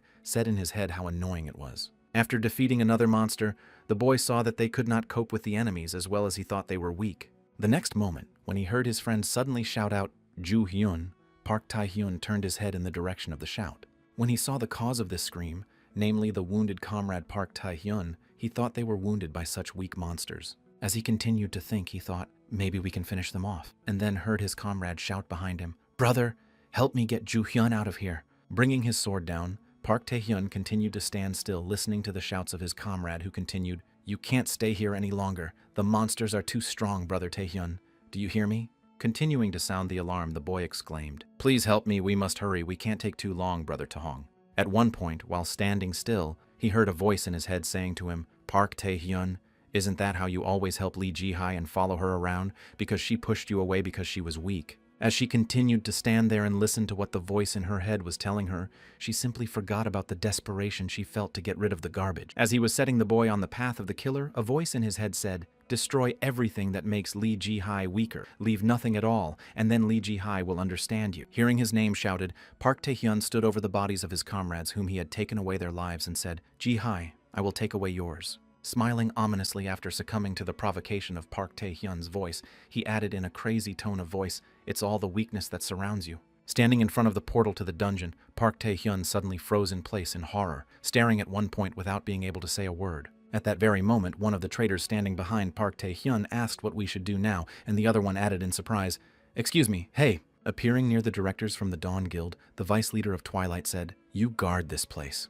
The next moment, following his guild leader, Jang Sung-hyuk added, "If anyone escapes at dawn, finish him off." After receiving the order from the vice leader of the Twilight Guild, Yoon Sung-min said in confusion, "I understand you." After giving out orders for further actions to his subjects, the vice leader approached Park Tae-hyun and spoke to the leader, after which he asked what happened to Cha Shin-hyun. Expecting a response from his subject before he entered the dungeon, Park Tae-hyun asked if everything was going smoothly in Jeju and was told not to worry. Recalling the report of his comrade, Jang Sung-hyuk said, "Gowlin has already begun to act, and you know that no one can escape from his trap." Continuing his report, the young man, the vice leader of the guild, added that they were told that they were advancing faster than expected, but that everything was going according to plan, and that they were probably going to make it before he could finish, when Park Tae-hyun interrupted his subject and said, "Okay, I believe you." After receiving approval from his guild leader, Jang Sung-hyuk did not look back and said to the mage of the leading squad and the knight, "You two follow me." Calling two subjects to help them kill the hunters from the Dawn Guild, the vice leader added,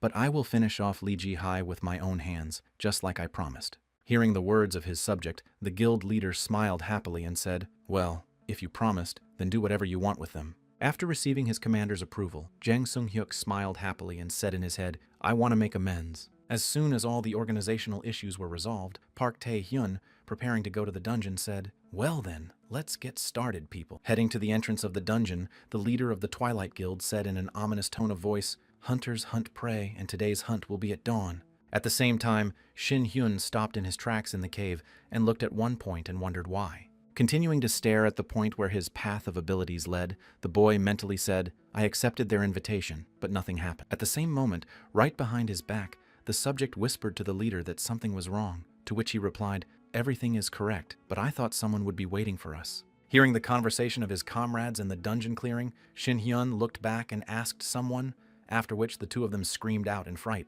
Taking a few steps toward the encryptors, Shin-hyun continued to approach and said menacingly, "Tell the truth about what you're up to," and he heard what you wanted to say in response. When Shin-hyun didn't get a proper answer to his question, he unceremoniously grabbed the man's face and squeezed it tightly. As soon as the guild leader was in his hands, the boy spoke, "I turned a blind eye, but you didn't think I would keep quiet until the end." The next moment, Shin-hyun pulled the man to him and looked him straight in the eye, adding, "If you want to leave here alive, you better tell me." At the same moment, one of the subjects who had returned saw a bright red beam somewhere in the rock and exclaimed in confusion what it was. When Galen saw that the target had arrived, he smiled happily and said, "He's pretty fast, so we won't have to wait for him." After hearing the words of his commander, the subject who controlled the bomb told his brother that the target had arrived, to which Joan replied well. Also noticing the bomb hanging over the entrance, Shin Hyun said in surprise that they had decided to show up, not expecting to see such a welcome gift. Continuing to look at the bomb hanging over the path in the cave, Shin Hyun smiled happily and said, "They're crazy." As soon as he finished saying his words, a powerful explosion occurred, which blew up the cave and caused the rock to collapse. At the same time, looking up, Lee Ji-hai mentally said, "I feel a strange, unpleasant sensation." Immediately after coming up with a reason why this might be happening, the girl mentally said, "I think I'm overheating. I should relax a little." Having finished her thoughts and concentrated her gaze ahead, Lee Ji-hai said, "By the way, there are 2 more. The first one, 400 meters to the east, and the other 700 meters to the west. We can probably finish everything in one day." The next moment after her message, the vice leader of the guild heard a loud noise behind her and looked in the direction of the noise and saw a column of fire, thinking it was an explosion. We were making a halt in that direction. What was going on there? At the same time, a fight between members of the Dawn and Twilight guilds was taking place at the place where the camp was set up. Having dodged the attack of the leader of the Dawn guild, the vice leader of the Twilight guild counterattacked, hitting the man with several blows. Not wanting to give up so easily, Young Jun-ho drew his sword and made one wide swing to hit his opponent before he could close the distance. However, having failed after his sudden blow, the man fell to his knees and leaned on his sword and mentally said, "Damn it." The next moment, raising his head and looking at the trio of enemies, he mentally added, "It's hard for me to deal with Jang Sung-hyuk alone, and then there's Ryu Sung-gong and Choi Ji-hyun." The next moment, he turned his gaze to Park Tae-hyun, who was just sitting on a pebble watching everything that was happening, and added, "I'm not talking about that monster." Clapping his hands to his opponent, whom his subjects were fighting, Park Tae-hyun said, "You are a hunter after all, and you deserve to be a leader." Continuing to clap his hands, the leader of the Twilight Guild added to the Dawn Guild, "I'm sorry for not considering you Young Jun-ho." Hearing these words from his enemy, the man wiped the sweat from his face through his teeth and said, "I couldn't even imagine such a meeting with Park Tae-hyun himself." Continuing to express his dissatisfaction, Jung Jun-ho added, "How did you get here? What happened to the hunters at the entrance?" When he received the question from his enemy, Park Tae-hyun smiled happily and said, "You're right about those guys." Immediately after his words, the leader of the Twilight Guild turned his head to Young Jun-ho and smiled ominously, adding, "And you, if we're here, what do you think could have happened to them?" Resigned to the fact that his subjects had left this world, the leader of the Dawn Guild said, "Well, since you found this place, no one knew about this raid." The next moment, suddenly rising to his feet and swinging his sword, Young Jun-ho exclaimed, "There are probably traitors among us." Continuing to march toward the enemies with weapons in his hands, the man confidently exclaimed, "But even so, I will wipe out all traitors from the Twilight." Hearing his opponent's shouts, Ryu Shingong exhaled with a sneer and said, "You've gotten stronger, not bad, but I don't think we should speed up." At the same moment, the man heard the scream of his subjects and turned his head to the side to see Choi Ji-hyun had just stabbed his friend. Continuing to look at his subject with a severe wound, Jung Jun-ho heard him shout out to the leader, "I don't want to die, please help me." The next moment, looking back from where Choi Ji-hyun's voice had come from, he heard Jung Jun-ho relieving his suffering, followed by, "I want to live again." Immediately after the shout of the leader of the Dawn, Ni Park Tae-hyun, shielding himself from it all with his hand and smiling slyly, said, "What a sad sight, I cannot watch this without crying anyway." The next moment, removing his hand from his face and looking at Jung Jun-ho with a smile on his face, Park Tae-hyun added, "Now you see how burdensome bugs are at times like this." At the same moment, the leader of the Twilight Guild, Lee Ji-hee, who had just returned and was preparing to stab him in the back, said a mumbled prayer, and it seems that someone made a mistake. However, before the girl could attack, her attack was interrupted by the deputy leader of the Twilight, Jang Sung-hyuk, who blocked the blow. Seeing the deputy leader in front of her, Lee Ji-hee smiled slyly and said, "Oh, I'm glad we met after all, baby." At the same moment, looking back to where his comrade had saved him from a surprise attack, Park Tae-hyun asked to say hello to me. Looking directly into the eyes of the girl who hated him with all her heart, the Twilight leader added, smiling, "I missed you, Ji-hee." She jumped back from her opponents and said, "Don't be silly." The next moment, after taking a fighting stance and preparing for battle, she added, "Finally, Park Tae-hyun, we have been enemies for a long time." Hearing the responsive greeting, the leader of the Twilight Guild turned his head to the deputy and said to Sung-hee, to which he heard the leader say yes, and then added, "Deal with her." After some time, a fierce battle broke out between the two guilds' deputy leaders, in which no one was inferior in strength.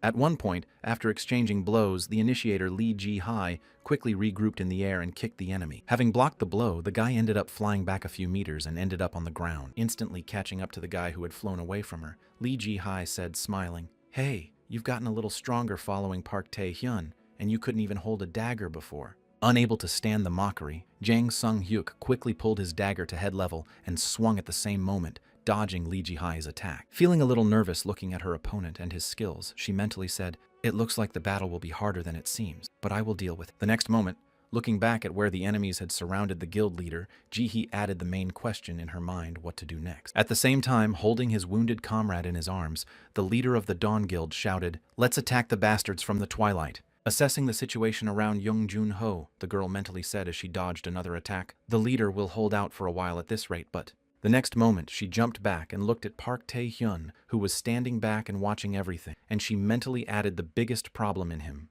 At the same time, Park Tae-hyun, sitting on the slide, continued to wave happily to his friend who was in a difficult situation. Stopping on the ground and taking up a fighting stance again, the girl followed her opponent and mentally said, "This is crazy. He's not just going to sit still. What do you want, Park Tae-hyun?"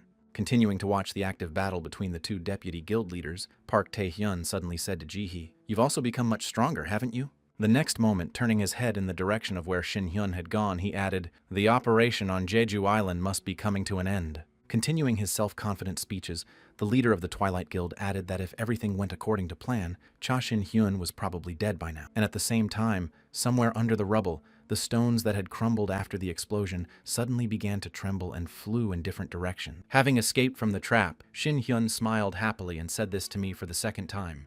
The next moment, looking up, Cha Shin-hyun smiled ominously and said, "Are you really that impatient to die?" The team leader also came out of the rubble holding his head and said, "Oh my god, what happened here?" Immediately after he said that, he saw the guy ahead of him who was supposed to be removed, and he confusedly said that he was Cha Shin-hyun. Continuing to stand in front and look at the floor, Shin-hyun said, "It's not funny at all. It looks like my haste made you show up earlier than planned. Even so, you thought you could finish me off with explosives." Trying to somehow establish contact with the guy in front of him, the team leader, holding his head, awkwardly said to the leader, "You're not hurt."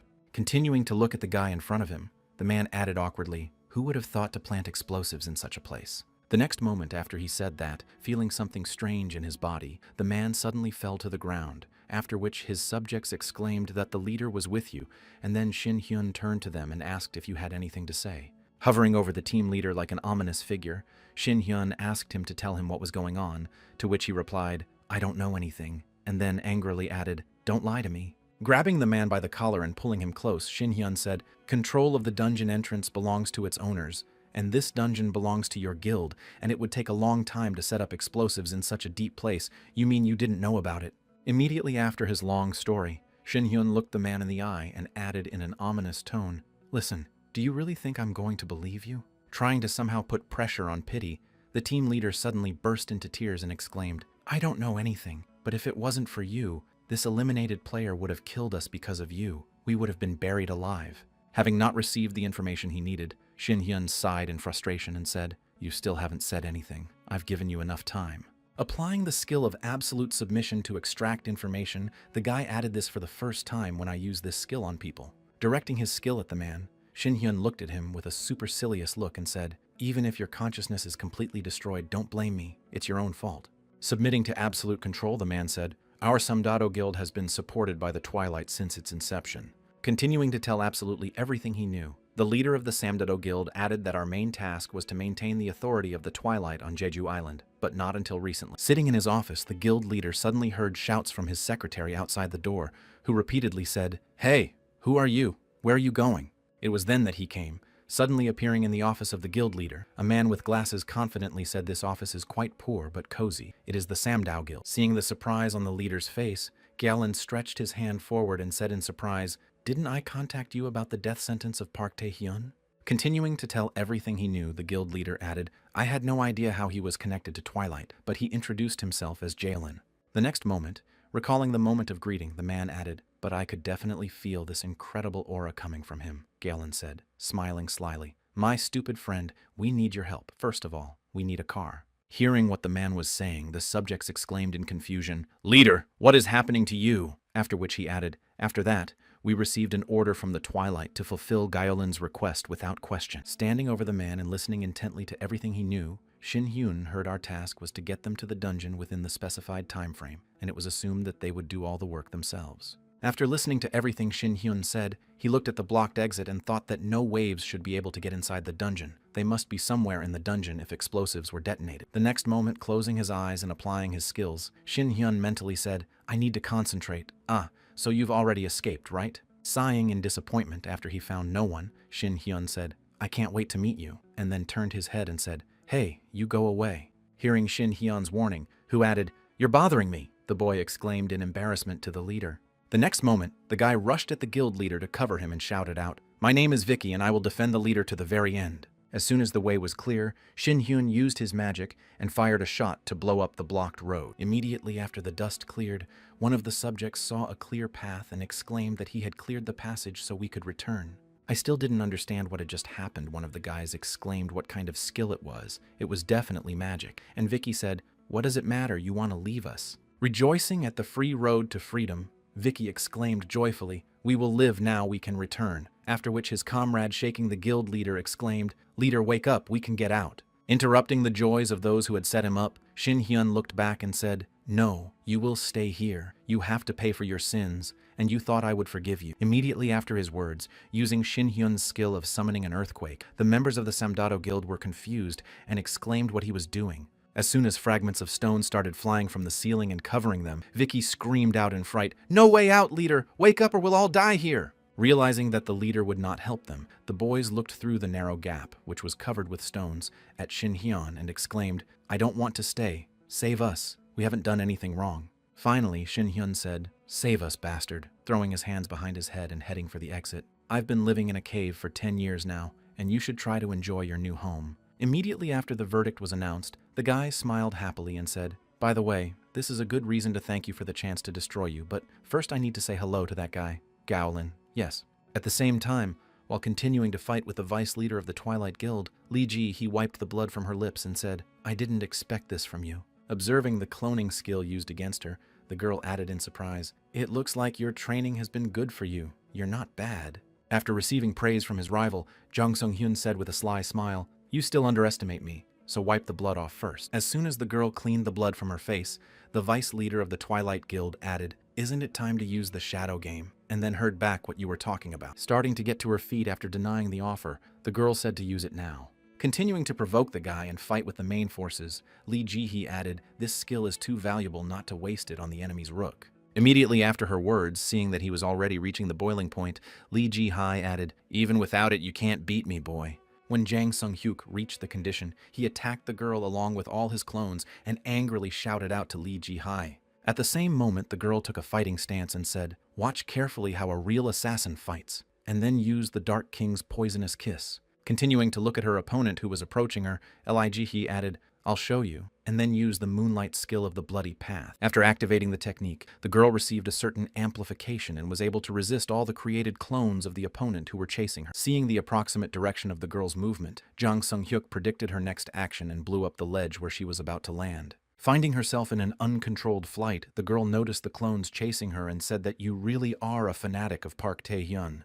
The next moment, having prepared to repel the attack, the girl swung her dagger and added a swipe as persistent as his. Immediately after her words, Jae-hee made a sharp swing and jerk in flight and found herself in the ranks of the clones, and in an instant she cut them all to pieces. At that very moment, right behind her back, she sensed the approaching danger and looked back and noticed the original. Having a great chance to attack while his opponent was open, Jang Sung-hyuk used the origin skill Poison Spear and attacked Ji-hae. After blocking her opponent's attack, she noticed some strange corrosion on her weapon and wondered what it was. The next moment after the collision with the enemy, the girl suddenly stepped back and Jang Sung-hyuk followed suit.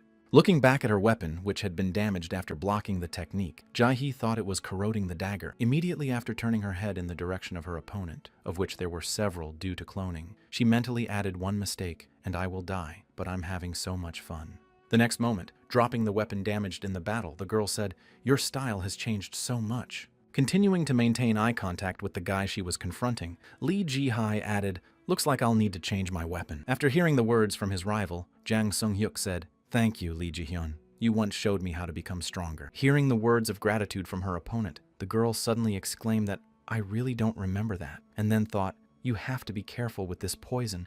You can't drag it out. But where is his real body? Looking down after hearing the words of his opponent, Jang Sung-hyuk said, You can't remember, so let me help you remember. Immediately afterwards, Jang Sung-hyuk said again, I'm giving you one last chance to use the shadow, and I heard him reply, I'm not going to use it. I'm going to keep it for someone else. Continuing to dismiss her opponent's orders, Lee Ji-hai added, I said this skill is not for you, and then mentally added, I can't use the shadow game in any way. I still need strength to fight Park Tae-hoon. Angry at another refusal to use the technique against him, the guy said, You're sure about that? And then rushing at the girl added, Well, if so, then get lost. As soon as the clones in front distracted the girl's attention, the original body behind her attacked in the back, piercing Lee Ji-hai through and through. The next moment, Jang Sung-hyuk's mind flashed back to when he bumped into Lee Ji-hai, and she said to him, Oh my god, look at you. You tried to copy my two-dagger technique. Continuing to look at the frightened, cornered boy, the girl added, That is, you are the one who tried to replace me with Park Tae-hyun. Continuing her dialogue with the frightened boy who was the last of his comrades, Lee Ji-hai added, By the way, about Park Tae-hoon, he's a bastard. Standing in one place in front of the frightened boy, Ji-hai added, Although you are pathetic, I am bothered by your existence. You annoy me with your whole appearance. After which Jang Sung-hyuk screamed and shouted, Stay away! Ignoring the frightened boy's exclamation, the girl crouched down next to him and put a dagger to his throat and said, You know, to make the assassin stronger. Smiling slyly in this situation, Lee Ji-hai added that you need to sincerely try to finish someone off. If you really want to be stronger, you have to hate someone so much that you want to finish them off like I do. The next moment, hunters appeared near Ji-hai and Jang Sung-hyuk, one of whom pointed in their direction and shouted, Lee Ji-hai, leader, and then shouted, Park Tae-hoon, they found me. Realizing that there was no time left, the girl got to her feet and said, You probably understand what I mean. I want to finish off the person who came here, so let's put off taking your life for later. Immediately after her words, the girl, who was about to run away, looked at Jang Sung-hyuk one last time and said,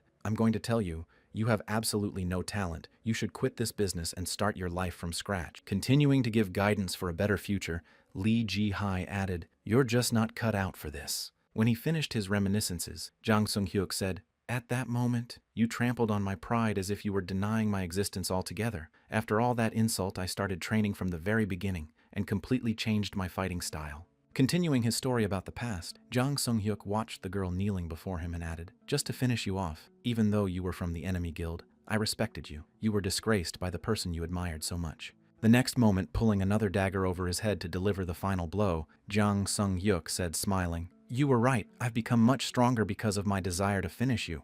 The next moment, after all these unsubstantiated speeches, the girl suddenly said, Oh, I think I remember. And then something strange began to happen. After dispelling her clone and showing her real body, Ji-hee added, You wanted to outdo me so badly, so you learned my lesson. Standing completely unharmed in front of the embarrassed guy, Ji-hee added, But there's one thing, I told you to leave this business here, it's pretty dark, right? After listening to his opponent's speeches, Jang Sung-hyuk exclaimed in his head that the shadow clones were shadowy. Feeling the dark, shadowy tentacles enveloping him, the boy added in his head, Why the hell did this happen now? As soon as the enemy lost the ability to move, Lee Ji-hee said with a sly smile, I'll give you one more piece of advice. A true assassin shows his face only once, when he has already taken the life of his opponent. Feeling a sudden intense pain as the shadows began to pierce his entire body, Jang Sung-hyuk cried out to Lee Ji-hee. Looking back at her opponent, who was being torn apart by her shadows, the girl said, You enjoyed your victory so much. After completing the battle with the vice leader of the Twilight Guild, the girl waved her hand and added, But it was just an illusion, idiot.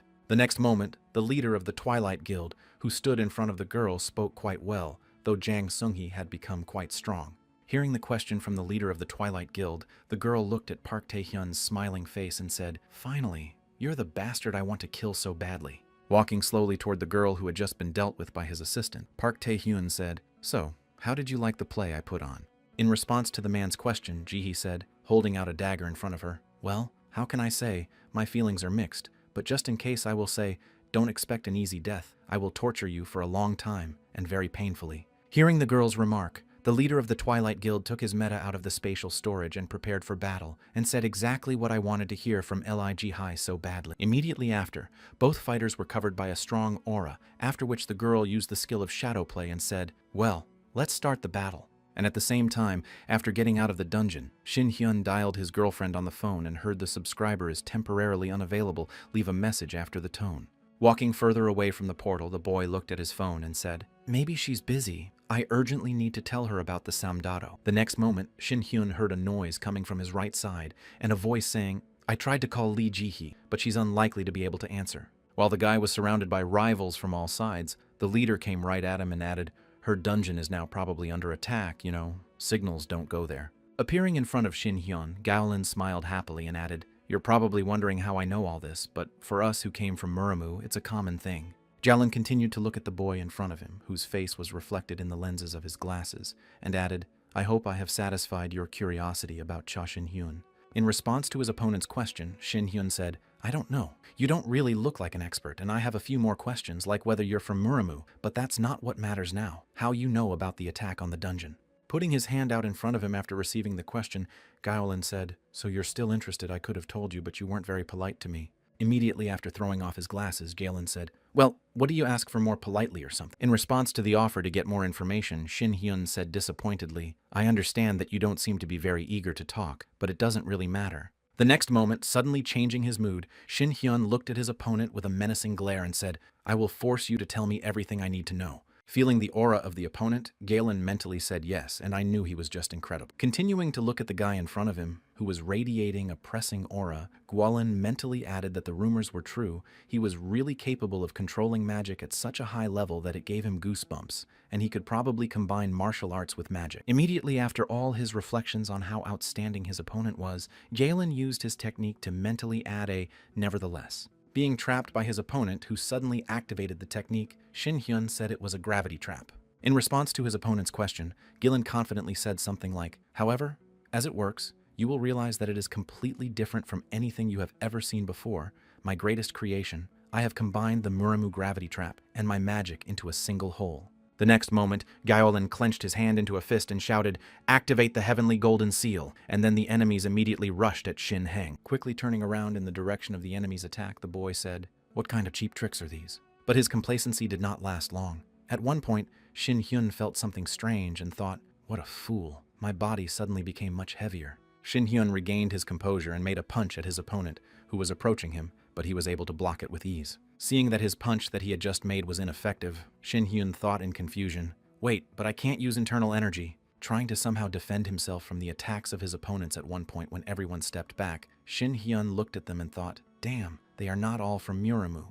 Having driven his opponent a little bit, Gaolin smilingly said how nice it was to look at your desperate face and how you are without inner energy. The next moment, when his subjects attacked the boy again, Gaolin added, "My heavenly golden seal absorbs all your energy." Continuing to watch his opponent being beaten with pleasure, Gaolin added, "All this energy is being transferred to my subjects." The next moment, the man spread his arms in front of him and confidently exclaimed, "No matter how strong you are, you cannot defeat us. The stronger you are and the stronger we are, there is no chance of victory." As soon as all the subjects at once attacked Shin Hyun, the rascal Gaolin said, "Your own accumulated power will destroy you." At one point, Shin Hyun suddenly smiled and said, "You talk too much. I'm tired of listening to you. I'm not called the Immortal Sword Emperor for nothing. I'll show you how pathetic you are in the face of true power." The true law is created by natural objects or amulets that are arranged in the right order, which is something like a new space. Zhuge Liang was a legendary strategist and master of formations.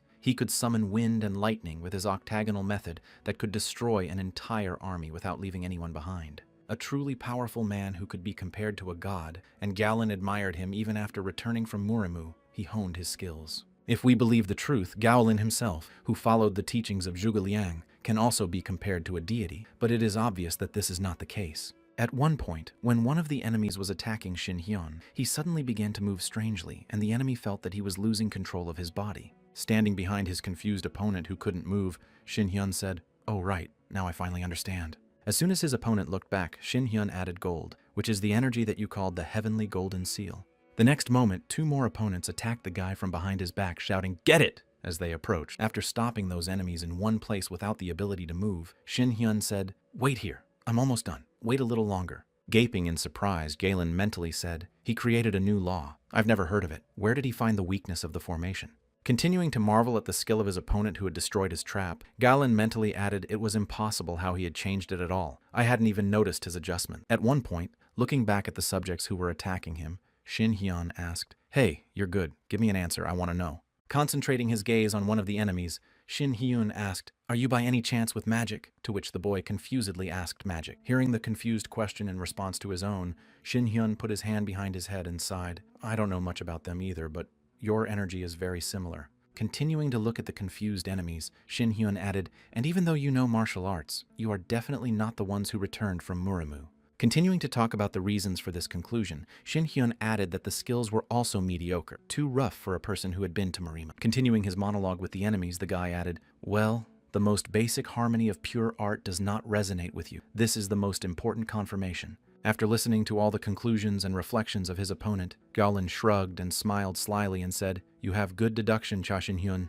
You are right, unlike us humans. The next moment, looking at his 3 subjects in the circle, Galen added that they were all artificial people. Shin Hyun was surprised to hear that and asked, when I taught martial arts, I used to break through someone's flesh and transfer my energy, but at your level, that would be foolish. Immediately after turning his gaze to the artificial people, he added, but it looks like you did something different, or else it just can't be. Continuing the dialogue with his opponent, Shin Hyun added that if they were created in the usual way, I would not feel the difference between the magic of a demonic cult or the magic of earthly magicians. Hearing his opponent's guess, Jalen laughed and replied, so you get it. Those idlers I turned into useful people cost me their lives. Continuing his story, Jalen added the speed of the research was high with several thousand subjects, resulting in subjects comparable to high-level adventurers. Immediately after, Galen added, no matter how hard you try, I will squeeze all the juices out of you with my formation, to which Shin Heng replied in an indifferent tone, so you used people as sacrifices. Immediately after his words, Shin Hyun used his power, which was reflected in a bright light above Galen's head, and said, well, I'm done with you. I liked your tricks. The next moment, Galen suddenly fell to his knees, clutching his chest and moaning heavily as he thought about the resonance of what was happening. At the same time, Shin Hyun was preparing a spell in his hands. He said, but it's time to end the battle with the demon's followers. Even if I break them or tear them apart, I don't feel any regret, but rather it invigorates me. Immediately after his words, Shin Hyun smiled ominously before the start of interesting events and exclaimed, so let's start hunting the demon. In response to his opponent's question, Galen gathered his strength and slowly began to stand up and said, you bastard. The next moment, as soon as he was able to raise his head, the guy folded his hands in front of him and activated the seal, shouting, how dare you say that? At that very moment, feeling the freedom, Galen's subjects joyfully exclaimed, my body was moving again. I was overwhelmed with energy again. I was in. Before she could rejoice in her freedom, Shin Hei raised his leg and prepared to kill them, saying, I'm sorry, but you're already in my trap. The next moment, with a thud of his foot on the core of his magic circle, magical energy began to spread from Shin Hyeon and rapidly headed toward his opponents. Not realizing what had just happened, Galen shouted out in confusion what it was, and then heard the painful screams of his subject. Clutching their heads, 3 artificial people were writhing in pain and screaming out with their whole bodies on fire, brother, save me, it's so hot. Returning to their creator, the subjects begged for salvation, crying out, big brother, please help, do something. After dealing with the 3 subjects of his main opponent, Shin Heng, heading for Gaolin, said fiery gold fire melts metal, and then heard a confused what? Continuing to approach Gaolin with an ominous smile, Shin Heng added an understanding of the 5 elements. This is the foundation of the basics. I removed my essence of energy and replaced the gold with a tweak. When Gaolin heard his opponent describe his recent actions, he was frightened and exclaimed, you just said that. In response to this question, Shin Hyun smilingly replied in Marima, I also studied formations a little, and your skills against mine are worthless, but I had a lot of fun. Hearing about the level of his talents compared to Shin Yon, Galen fell to his knees and said that I had spent my whole life in research and experimentation. Leaning on his hands and hanging his head down, Galen added, you've trampled all my pride. How could you ever achieve such a thing? After receiving a question from his defeated opponent, Shin Hyun folded his hands in front of him and said, you don't have to worry about knowing my true level. It would be an honor for you, so don't worry. Immediately after his words, the boy smiled happily and added that in this field you need talent, and without talent you won't achieve much, no matter how hard you try. Still on his knees and with his head down, Galen said, I'm going to finish you off now. Your formation will absorb all your energy. Sitting down next to his opponent and closing his eyes, Shin Hyun said, since you've taken the energy of a lot of people yourself, you don't mind if I take it from you, so let's get started. The next moment, Shin Hyun held out his hand in front of him and used the skill of absolute command. You will tell me everything about Li Ji-hai. Obeying the order of her new master, Gaolin scrolled through her memories and said, Li Ji, he is dead. Lying on the ground, the girls began to recall their memories, thinking I had been a loner all my life in the original world in Marima, but then I met you. The boy stretched out his hand to Li Ji-hai and said, who knew there were others who had returned besides me? My name is Park A-hong. Nice to meet you. Having become friends and started to go on raids together, Park Tae-hyun, holding back the monster, exclaimed to Ji-hai to run away, after which she said, what about you then, boy? Adding, I'll be fine, so let's go faster. The The next moment, recalling a moment of clearing a dungeon in a dark space, Park Tae-hyun grabbed his head and said, "This cave still reminds me of the times I was in Murim." Taking the girl's hand during that trip, Park Tae-hyun said in a frightened voice, "Never leave me." As I continued to lie on the ground during the battle and heard my name, Lee Ji-hee thought it was hard for you to rely on me, but at the same time, I was grateful to you. It was the first time someone needed me so much. We shouldn't have met. The next moment, she looked up and saw Park Tae-hyun above her, smiling and saying, "I think it's time to get up." Continuing to stand proudly over the girl who was lying on the ground after a long battle, Park Tae-hyun added, "Will you be satisfied with such a death?" After hearing the remarks from her enemy, she gathered her last strength and got to her feet to continue the fight. Without hesitation, the girl at one point rushed at her opponent with a dagger to try to quickly defeat him with a sudden attack. Noticing the girl's attack, the leader of the Twilight Guild took out his shield and used the deflection skill, and after a dagger hit him, an explosion occurred. As soon as the girl got down on one knee after the explosion, there was laughter, and then Park Tae-hyun said, "It looks like you're a little tired."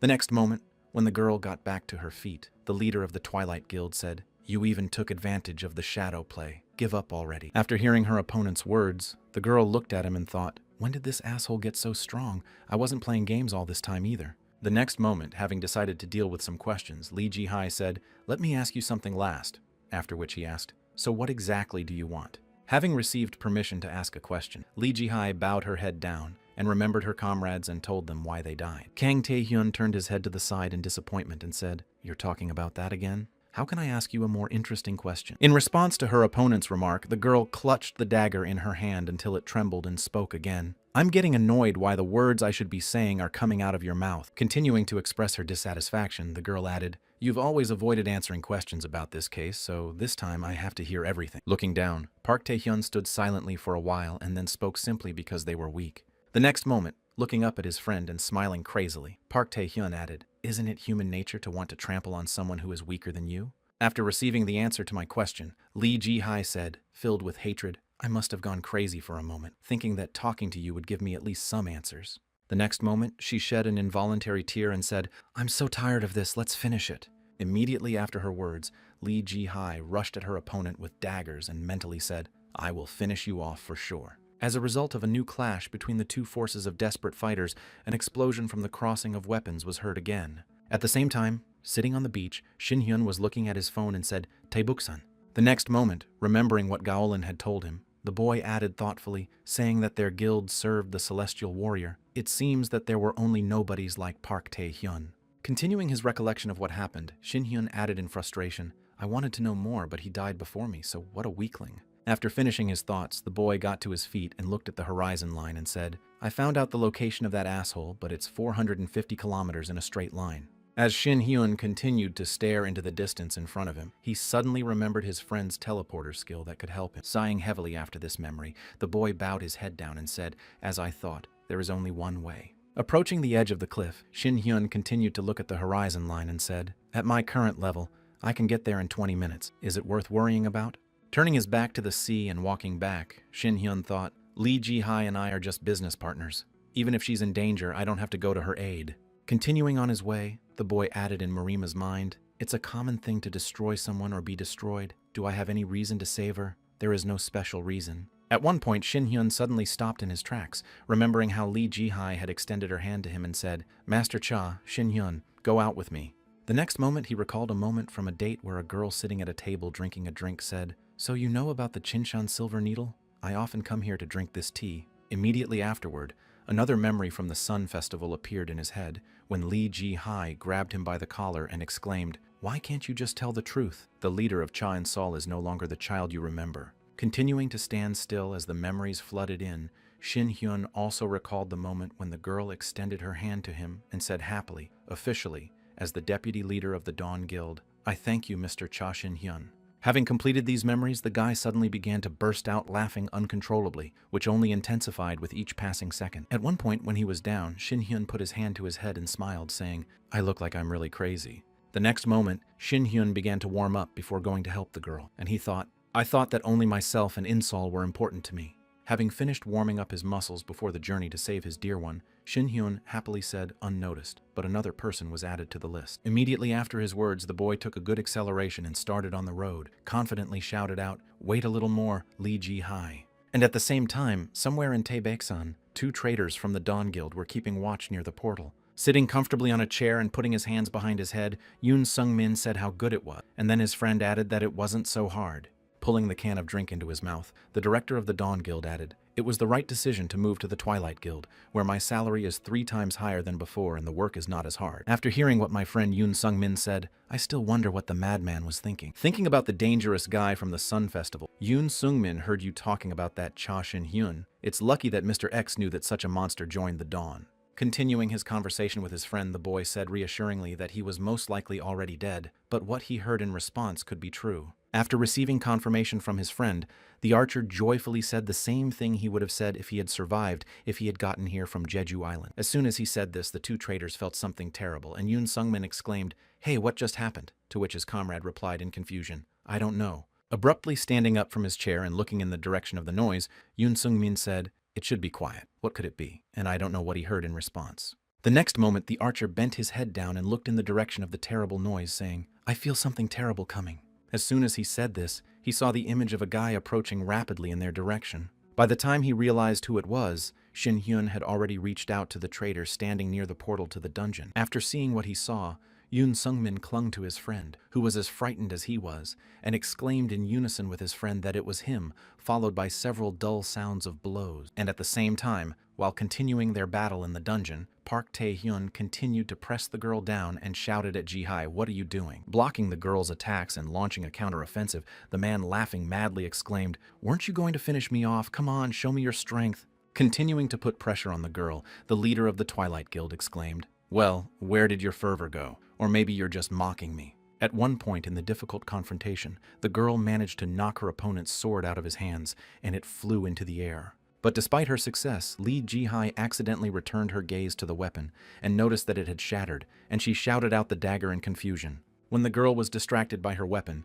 Park Tae-hyun grabbed her face and was about to slam it into the ground, shouting at Lee Ji-hai, "Concentrate on the battle! Don't be distracted!" Throwing the girl to the ground, the man stopped in his tracks and said how boring it was. The next moment, approaching Lee Ji-hee, who was lying on the ground wounded after the battle, the leader of the Twilight Guild said, "You wanted to defeat me with such strength." Continuing to look at the wounded girl who could not get to her feet, Park Tae-hyun added, "Apparently this is all you have." Immediately after his words, the leader of the Twilight Guild leaned over to the girl and smiled and said, "Now you see which of us was right."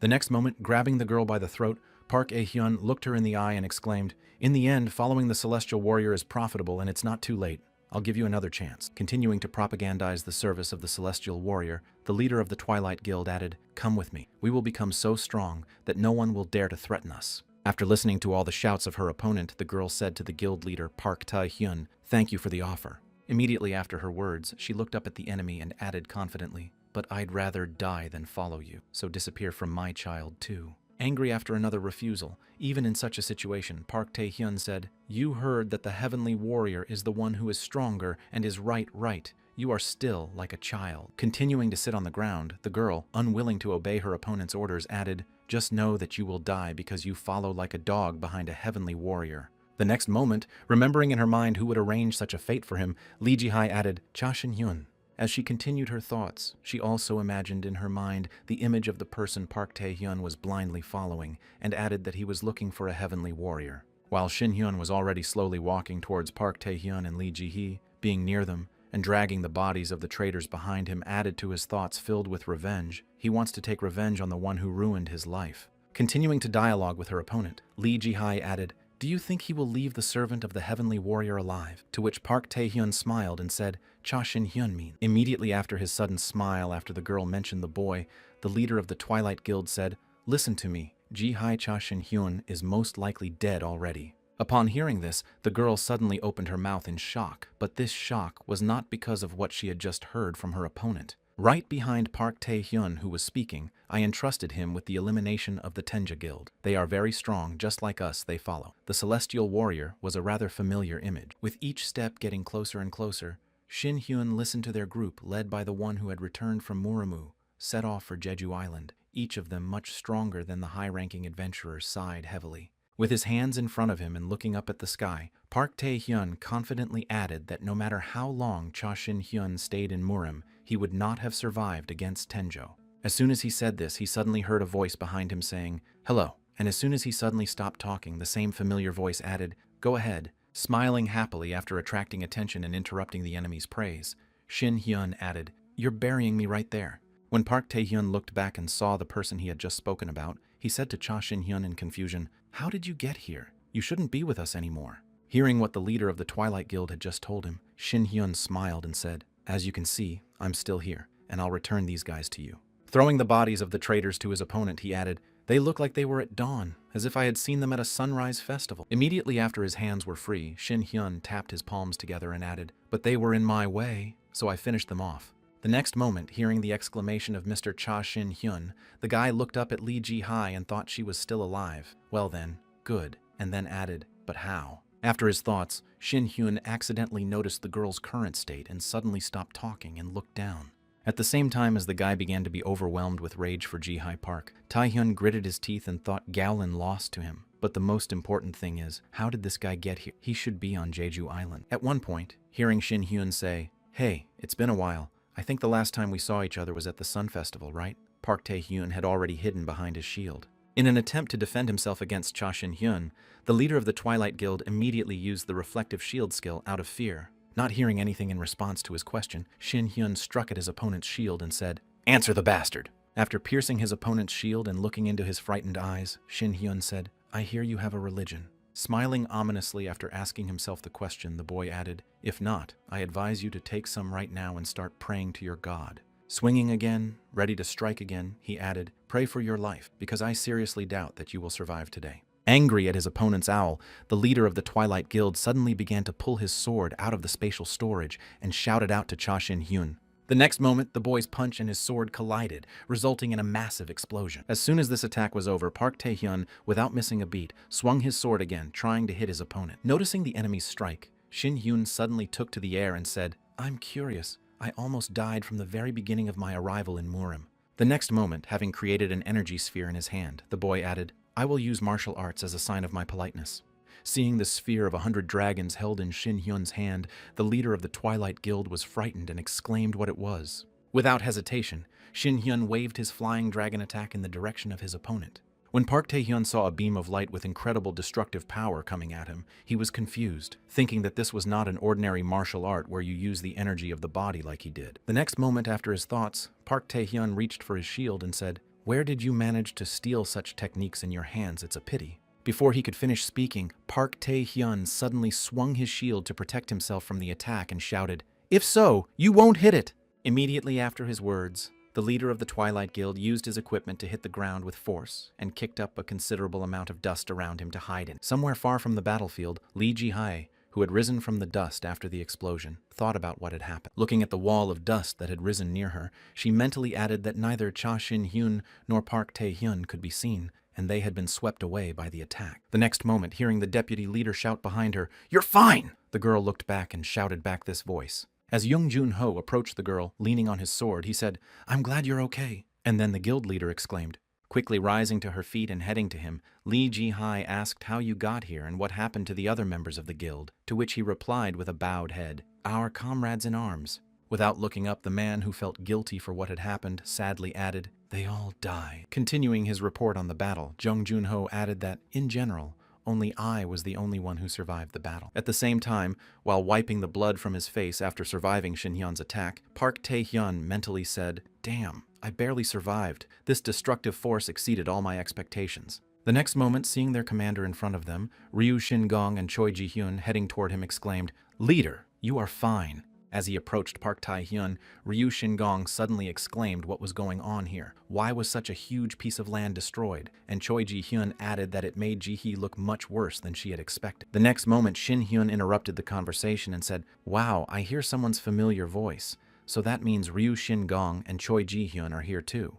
Turning his head in the direction of where the voice came from, Ryu Shin-gong exclaimed that, "Cha Shin-hyun, how did you get here?" And then Park Tae-hyun thought with a disgruntled tick that this monster was not even tired. Immediately after his thoughts, turning his head in the direction of his comrades, the leader of the Twilight Guild thought, "Oh shit, I still haven't had time to recover. I need a little more time." Seeing the excellent candidates who could buy him some time, Park Tae-hyun smiled slyly and suddenly shouted out to Ryu Shin-gong, Choi Ji-hyun, "Finish this guy." Continuing to throw orders around, the leader of the Twilight Guild added he was most likely weakened by that skill. This is the perfect chance, after which Shin Hyun folded his arms in front of him and said 2 more bodies means. Without observing any action from his subjects, Park Tae-hyun again exclaimed angrily, looking at his subjects, "Are you deaf? If you don't want to die, then attack." Heeding the cry of his leader, Choi Ji-hyun took out his weapon and shouted, "Good," after which Ryu Shingong also created a spell in his hand and added "Obey the order." The next moment, as soon as the 2 fighters rushed at Shin Hyun,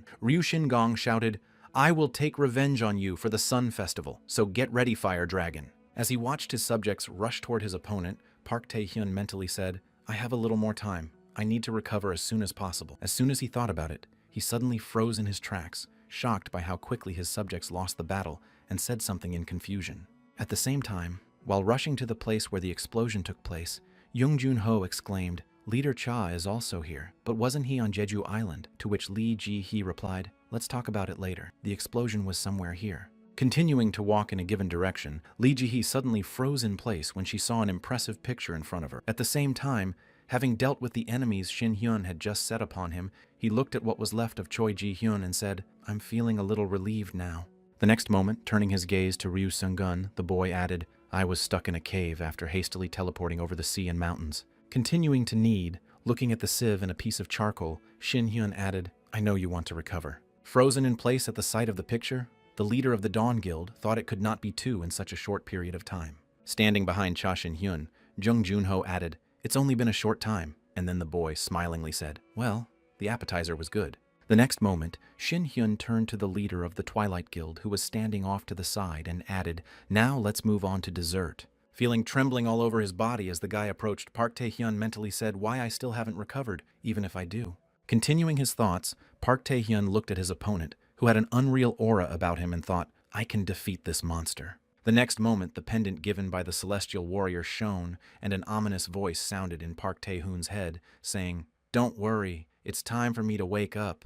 You've suffered enough." Hearing this voice in his head, the leader of the Twilight Guild asked if I would become stronger, and he replied, "Be sure I am the only one who can make you stronger, so show yourself to the fullest." The next moment, the heavenly warrior filled Park Tae-hyun with his power and shouted out to fight for his life. When Park Tae-hyun received the power of his body, he suddenly felt stronger and exclaimed that it was incredible how his whole body was filled with energy. Continuing to radiate an incredible aura that was much stronger than the leader of the Twilight Guild, he shouted with such power that "I will defeat you." Hearing what his opponent had just shouted, Shin Hyun smiled and said, "You still have some trump cards left? You're going to cling to your life. No doubt about it. You're going to die today." At that very moment, watching everything from his place of imprisonment, the heavenly warrior said with a sinister smile, "Park A-hoon, my loyal instrument, we have almost reached the goal. I missed you, Cha Shin-hyun." Shielding himself from his opponent's aura, which began to spill out in different directions, Shin Hyun said, "Wow, that's pretty good, and you kept it from me." Immediately after his question, looking at his opponent more closely, the boy added, "Despite your initial strength, it is a strength." Looking at the jewelry on Park Tae-hyun's body, Shin Hyun, who was standing across from him, said in surprise, "Necklaces." At one point, when his opponent jumped up and started to close in, Shin Hyun was surprised to speak quite quickly. Immediately after his words, the boy began to take out his sword from his spatial storage and added, "I'm even a little excited. If it's not your power, then I'll use it." Raising his sword above him, Cha Shin Hyun said with a smile, "You can consider it an honor for this swordsman to draw his sword from its sheath."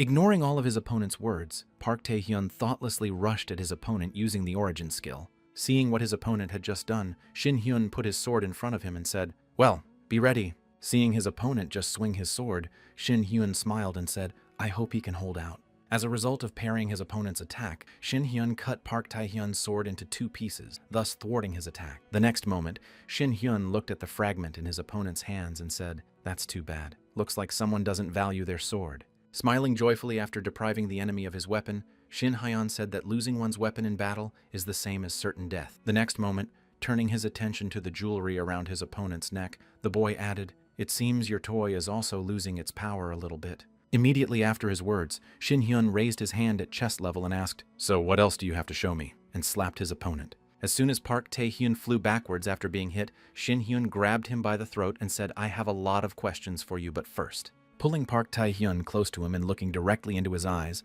Shin Hyun asked who was hiding under the persona of the heavenly warrior.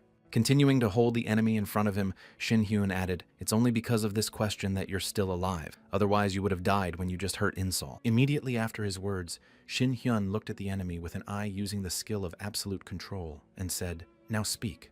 Continuing to hypnotize and subdue the enemy, the boy added a celestial warrior who you follow who he is. When asked, Park Tae-hyun said heavily, "The heavenly warrior is the one who sent us to Muram," and Shin Hyun exclaimed in surprise. The moment he said that, a huge number of Muramu system windows with a question mark began to appear around Park Tae-hyun and Shin Hyun. Not understanding what was going on, the boy looked at the windows and exclaimed, "What the hell?" The next moment, as soon as a chain appeared from each window and reached out to Shin Hyun and began to restrain him, Park Tae-hyun added, "The one who lives in my body." After receiving the answer to the question that had tormented him for so long, Shin Hyun exclaimed in confusion. At one point, Shin Hyun woke up after losing consciousness and found himself chained and suspended in the air. Not realizing where he was and how he got here, the guy suddenly exclaimed upon waking up what the hell had happened. The next moment after his exclamation, Shin Hyun looked at the area he found himself in and exclaimed in fright that it couldn't be the cave from Muramu. Feeling the intense panic that suddenly filled his brain, Cha Shin Hyun screamed out in fright,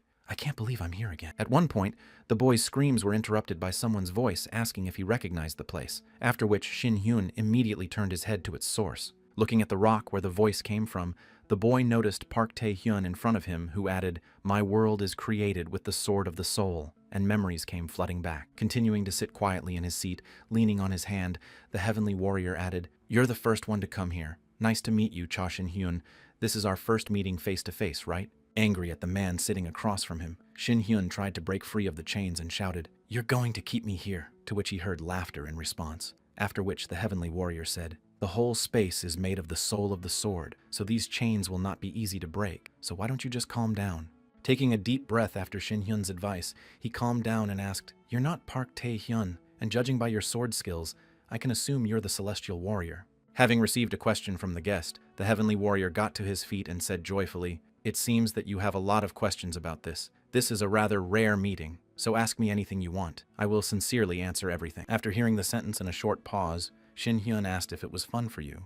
Understanding the misunderstanding of the celestial warrior, Shin Hyun recalled his past in Murima and said that he was in a terrible world where you are always alone and death is around the corner. Continuing to talk about the horrors he had to endure, Shin Hyun added, "I didn't know whether my family was alive or not. I lived for 140 years, so you saw everything." The next moment, Shin Hyun remembered the first time he was attacked by a man with a gun when he first got out of the cave. Having finished his thoughts, the guy angrily exclaimed, "All my 140 years of pain, you had fun, you bastard!" After hearing what exactly his guest was interested in, the heavenly warrior held a short pause and said, "To be honest, it was a little boring." Having received the answer to his question, Shen He, who was suddenly plunged into shock, asked in confusion what was boring. After answering his guest's questions, the heavenly warrior turned to Shin Hayon and said, "I am tired, and I almost died." Approaching the bound boy, the heavenly warrior looked at Shin Hyun and added, "However, I've been waiting patiently just to see your level rise." Immediately after his answer, continuing to look at the boy, the heavenly warrior added, "Why do you still remain a human being? You suffered so much in that world, felt all the hardships, but even so, you remained so." Hearing the question from the man in front of him, Shin Hyun looked up at him and asked what the hell you were talking about. Immediately after his words, Cha Shin Hyun suddenly laughed, and his crazy laughter did not stop, which surprised the heavenly warrior. Finally calming down after a furious fit, Shin Hyun said, "I really wanted to know something about you." The next moment, pulling on the chains that held him, Shin Hyun added, "I don't even want to think about these words, but it's good that you were bored." Immediately after his words, Shin Hyun grabbed the chains that held him in his fists and exclaimed, "I have one regret for which I wish to take revenge. If you don't know exactly, I wish for only one thing." When he felt the chains loosen, the boy abruptly lunged at the man in front of him and shouted, "You bastard who ruined my life, heavenly warrior, I will finish you." Immediately after he spoke, Shin Hyun managed to hit the celestial warrior standing right in front of him with his punch. At the same moment, in Shin Hyun's reality, the same gun worked as in the world where he had traveled to and pierced Park Tae-hyun's body. Immediately after striking his opponent, the jade pendant split and the power of the heavenly warrior left Park Tae-hyun's body. After punching a hole in his opponent's body, Shin Hyun froze in place, remembering what the heavenly warrior had recently told him. "Hear my words. Open the door to ascension and transcend human limits." As he continued to stand over the body of his defeated opponent, who was inhabited by a person he hated, Shin Hyun heard a voice in his head again, saying, Otherwise, you will lose everything. At one point, the leader of the Dawn Guild and the vice leader curled up behind the boy and shouted out, "Mr. Cha Shin-hyun." The next moment, seeing the horrific picture in front of her, she froze in place and asked Park Tae-hyun what had happened to him. Ignoring all the words of the girl who kept repeating her question over and over again, Shin-hyun gritted his teeth and exclaimed in frustration, "The next day, after contacting one of the top guild leaders, Kim Chul-ho, I heard him say, 'Yes, I'm listening, and I will follow your advice.'" Dusk, having heard from a representative of the Dawn Guild about the death of Park Tae-hyun, announced his complete surrender. Most of the high-level Twilight Hunters, including Park Tae-hyun, were killed and the survivors turned tail, which accelerated the process of joining the Twilight to the Dawn. Taking up his work, the chief secretary of the Dawn, Dong Hwan-oh, exclaimed to the nervous words of his assistant, "In any case, our guild will have a hard time without me. I'm not going to resign." The chief secretary, after being wounded in a battle against traitors, pretended to be dead and continued to heal himself. Thus, the problem of integrating the two large guilds was successfully solved. Trying to get ready for the event that was about to begin, the leader of the Dawn Guild confusedly exclaimed, "Where's my tie?" Grabbing his head, the man added, "Today is the Dawn speech, so why is the speech so long?" After that, an assistant ran into the office and said, "In 10 minutes, the press conference will be held. Hurry up." And at that time, another assistant, trying to put Young Jun-ho in order, shouted at the leader, "Stand still and shut up." In response to the cries of his subject, who was putting him in order, the leader exclaimed, "Wait, my neck can't breathe, help me." And at that time, Shin-hyun and Ji-hai were sitting at the table in his office, watching in silence. Taking a cup of tea from the table and pulling it into his mouth, Cha Shin-hyun gave me a feeling of déjà vu in my head. The next moment, having tasted the drink, the guy looked at the cup in surprise and said that it was Chinshan's silver needle again, after which he heard, "I'm sorry you don't like it," and said, "Of course this tea is only for pleasure." As soon as she refilled her tea and picked up the bowl again, Shin-hyun asked, "By the way, what are you going to do now?" And Lee Ji-hee replied, "Let's move on to the current situation." Continuing the dialogue with the young man, the vice leader added that, first of all,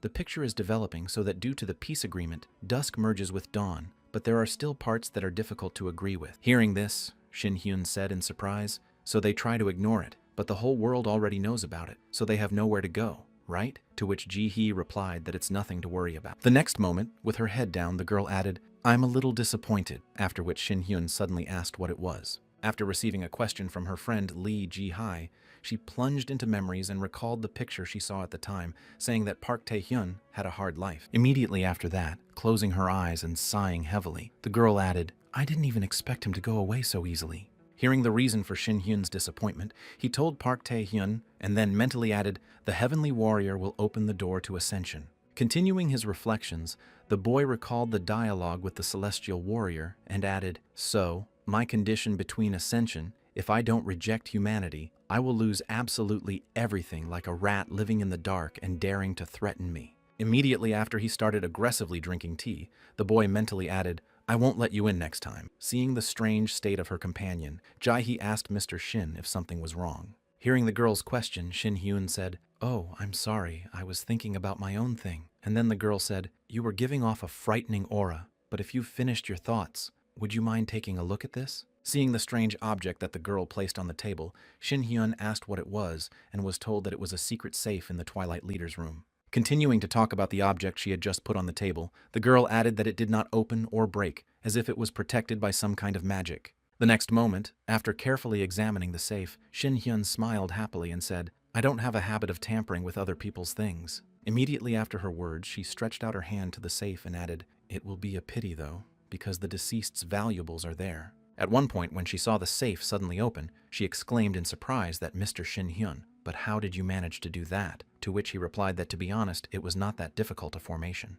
The next moment, reaching inside the safe and pulling out a folder labeled a confirmation document, Shin-hyun said, "Keep it safe, and what's in this piece of paper?" Before the guy could read the contents, Lee Ji-hai immediately snatched the folder from the guy's hands and said, "I've seen this before." Shin-hyun was offended by the fact that the folder he had just grabbed from his hands was snatched away from him. Continuing to examine the contents of the document in her hands, Ji-hai added this secret agreement between the Cheongjo Guild and Park Tae-hyun, which contains the transfer of all North Korean dungeons to the Cheongjo in case they cooperate with the Twilight. Hearing what the document contained in the house, Shin-hyun was surprised to hear that the dungeon was being handed over, and then heard his phone suddenly ring. While Ji-hai continued to look at the document, Shin-hyun picked up the phone and heard Leader Cha ask how you were doing, to which Kim Ki-yul replied. Continuing the phone conversation with his mentor, the young man happily informed us that, as you asked, before entering the underground dungeon, all the Samdado members who attacked you were captured and will be arrested. As Shin Hyun continued to listen to the dialogue, he remembered his actions in the dungeon when Kim Ki-yul said that there was chaos inside the dungeon. Was it really explosives that were used against you? To which Shin Hyun replied, and you looked around. To which he heard, it was impossible not to notice, but there was definitely something beyond imagination. The next moment, nervously looking back at Insol, who was angrily shouting, "Damn, Cha Shin Hyun, where did you go again?" Kim Ki-yul added, "By the way, I hope you'll come back soon. Otherwise, Cha Leader will be even angrier. You've been hearing everything for 5 hours without stopping." Hearing the question from his friend, Shin Hyun sighed and said, "God, she's so annoying," and then heard Lee Ji-hai say to Mr. Shin Hyun. Turning his head in the girl's direction, he heard something written here about the Tenjo Guild and then asked what it was. After receiving a question from the boy, Ji-hei handed him a document with records and said, but not in such detail, that there were 4 other people who returned from Murim besides Gao Lin. As soon as the folder with the documents was in Shin Hyun's hands, the girl added their personal information, saying that they were masters who had reached the 50th level, and then the boy said happily, "That's why their guild is called Cheongjo." The next moment, Shin Hyun turned his gaze to the girl and asked, "So all these guys are crazy fanatics?" And Lee Ji-hai replied that they most likely are. Having received the answer to his question, Shin Hyun suddenly stood up from his seat and said,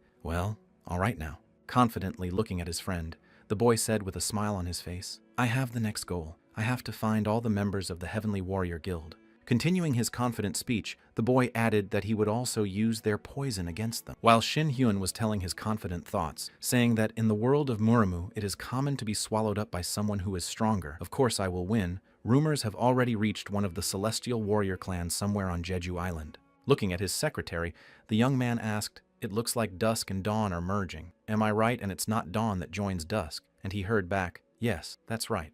Having received confirmation of his words, the guy asked again if you had contacted Gasoline and was told that 36 hours had passed since he had not responded. Having heard some information about his question, the boy put his hand to his chin and asked curiously, "It seems that both of them had failed." Immediately after he mentioned Gowlin, the boy said, "Okay, Park Tae-hyun, he was too confident, but it's amazing that Gowlin lost." Continuing his thoughts, the boy, not taking his eyes off his subject, added all the 10 commandments that were close to the masters of cultivation also lost touch. It seems that Park Tae-hyun was right. He should not be underestimated. But as for the level of Cha Shin-hyun's martial arts, he had probably been there for at least 75 years. Continuing his thoughts on the skills of his future opponent, the guy added, "He's about 68 levels stronger than me, which is pretty fun." Seeing the strange reaction of his master, the subject suddenly became alert and looked at him again after hearing the words. Immediately afterwards, the boy stretched out his hand in front of him and said, "Learn as much as you can about Cha Shin-hyun. Avoid direct contact. Do everything smoothly and slowly, and I understand what you said in response." Continuing to give instructions to his subject, the boy smiled slyly and added that his appearance and internal appearance did not matter, because victory can be achieved not only through the level of strength. Somewhere on Jeju Island, in the guild headquarters, Tamra Yiseol said, "Hey brother, listen to me carefully from now on if you run off somewhere without me again." Continuing to be angry with Shin Hyun, the girl added, "You're going to die for sure, you understand me?" To which he replied, "I'm sorry, I didn't mean to." Hearing her brother's excuse, the girl exclaimed, "Better tell me where you went at that very moment." Kim Ki-yul raised his hands and awkwardly said, "Calm down, Leader Cha." As Shin Hyun continued to listen to his sister's angry remarks, he tried to ignore them and thought that this was not the best greeting. The next moment, looking at the TV with the news on, the boy mentally added that it seems that the theme of Twilight integration is very popular now, and Chun Ho-jong took the initiative. Immediately after remembering the vice leader of the Dawn Guild, he mentally added, Lee Ji-hai decided to dig up more about the Cheongjo Guild. There is a risk that they will cover up all traces. It is better for her to take up the case herself, and if that is the case, is there any point in me looking for something? Putting his hand behind his head in painstaking thought, Shin Hyun added, "It would be much easier to take revenge, but I'm still going to take revenge." Before he could complete his thoughts, they were interrupted by Kim Hagen, who said, "I'm sorry, Leader Cha." Bowing to the boy, the man added, "I am to blame for the whole situation. I did not expect that there could be traitors in the Jeju guilds." Continuing to bow before the boy, the man added, "I offer my most sincere apologies, and whether there is anything I can do to make amends." After receiving a question from the leader of the Tamra Guild, Shin Hyun thoughtfully said, "Well, to be honest, I still have doubts about the Jeju guilds, and there may still be traitors among you." Hearing this, Kim Hagen exclaimed in shock.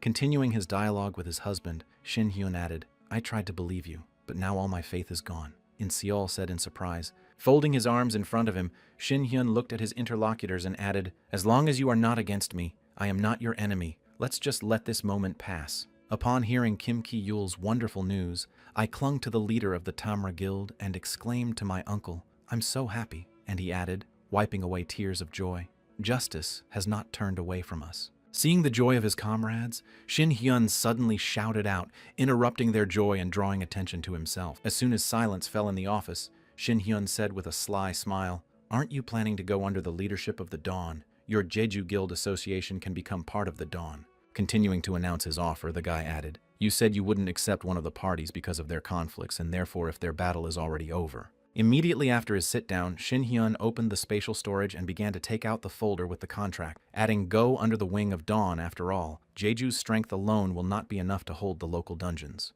Having received the folder with the agreement in his hands, Kim Hagen said confusedly, "Well, this needs to be decided by the entire alliance, so I can't say anything." Holding the papers with the cooperation agreement in his trembling hands, the guild leader Tamra added, "But honestly, this is the best deal for us." The next moment, the man bowed in front of the boy and exclaimed, "Thank you, Leader Cha," to which he replied that it was easier to trust each other in the same boat. After announcing his proposal, Shin Hyun, looking at Kim Hagen, added mentally, "If I extend my influence to this island, it will be easier to track down all the traitors from Cheongjo."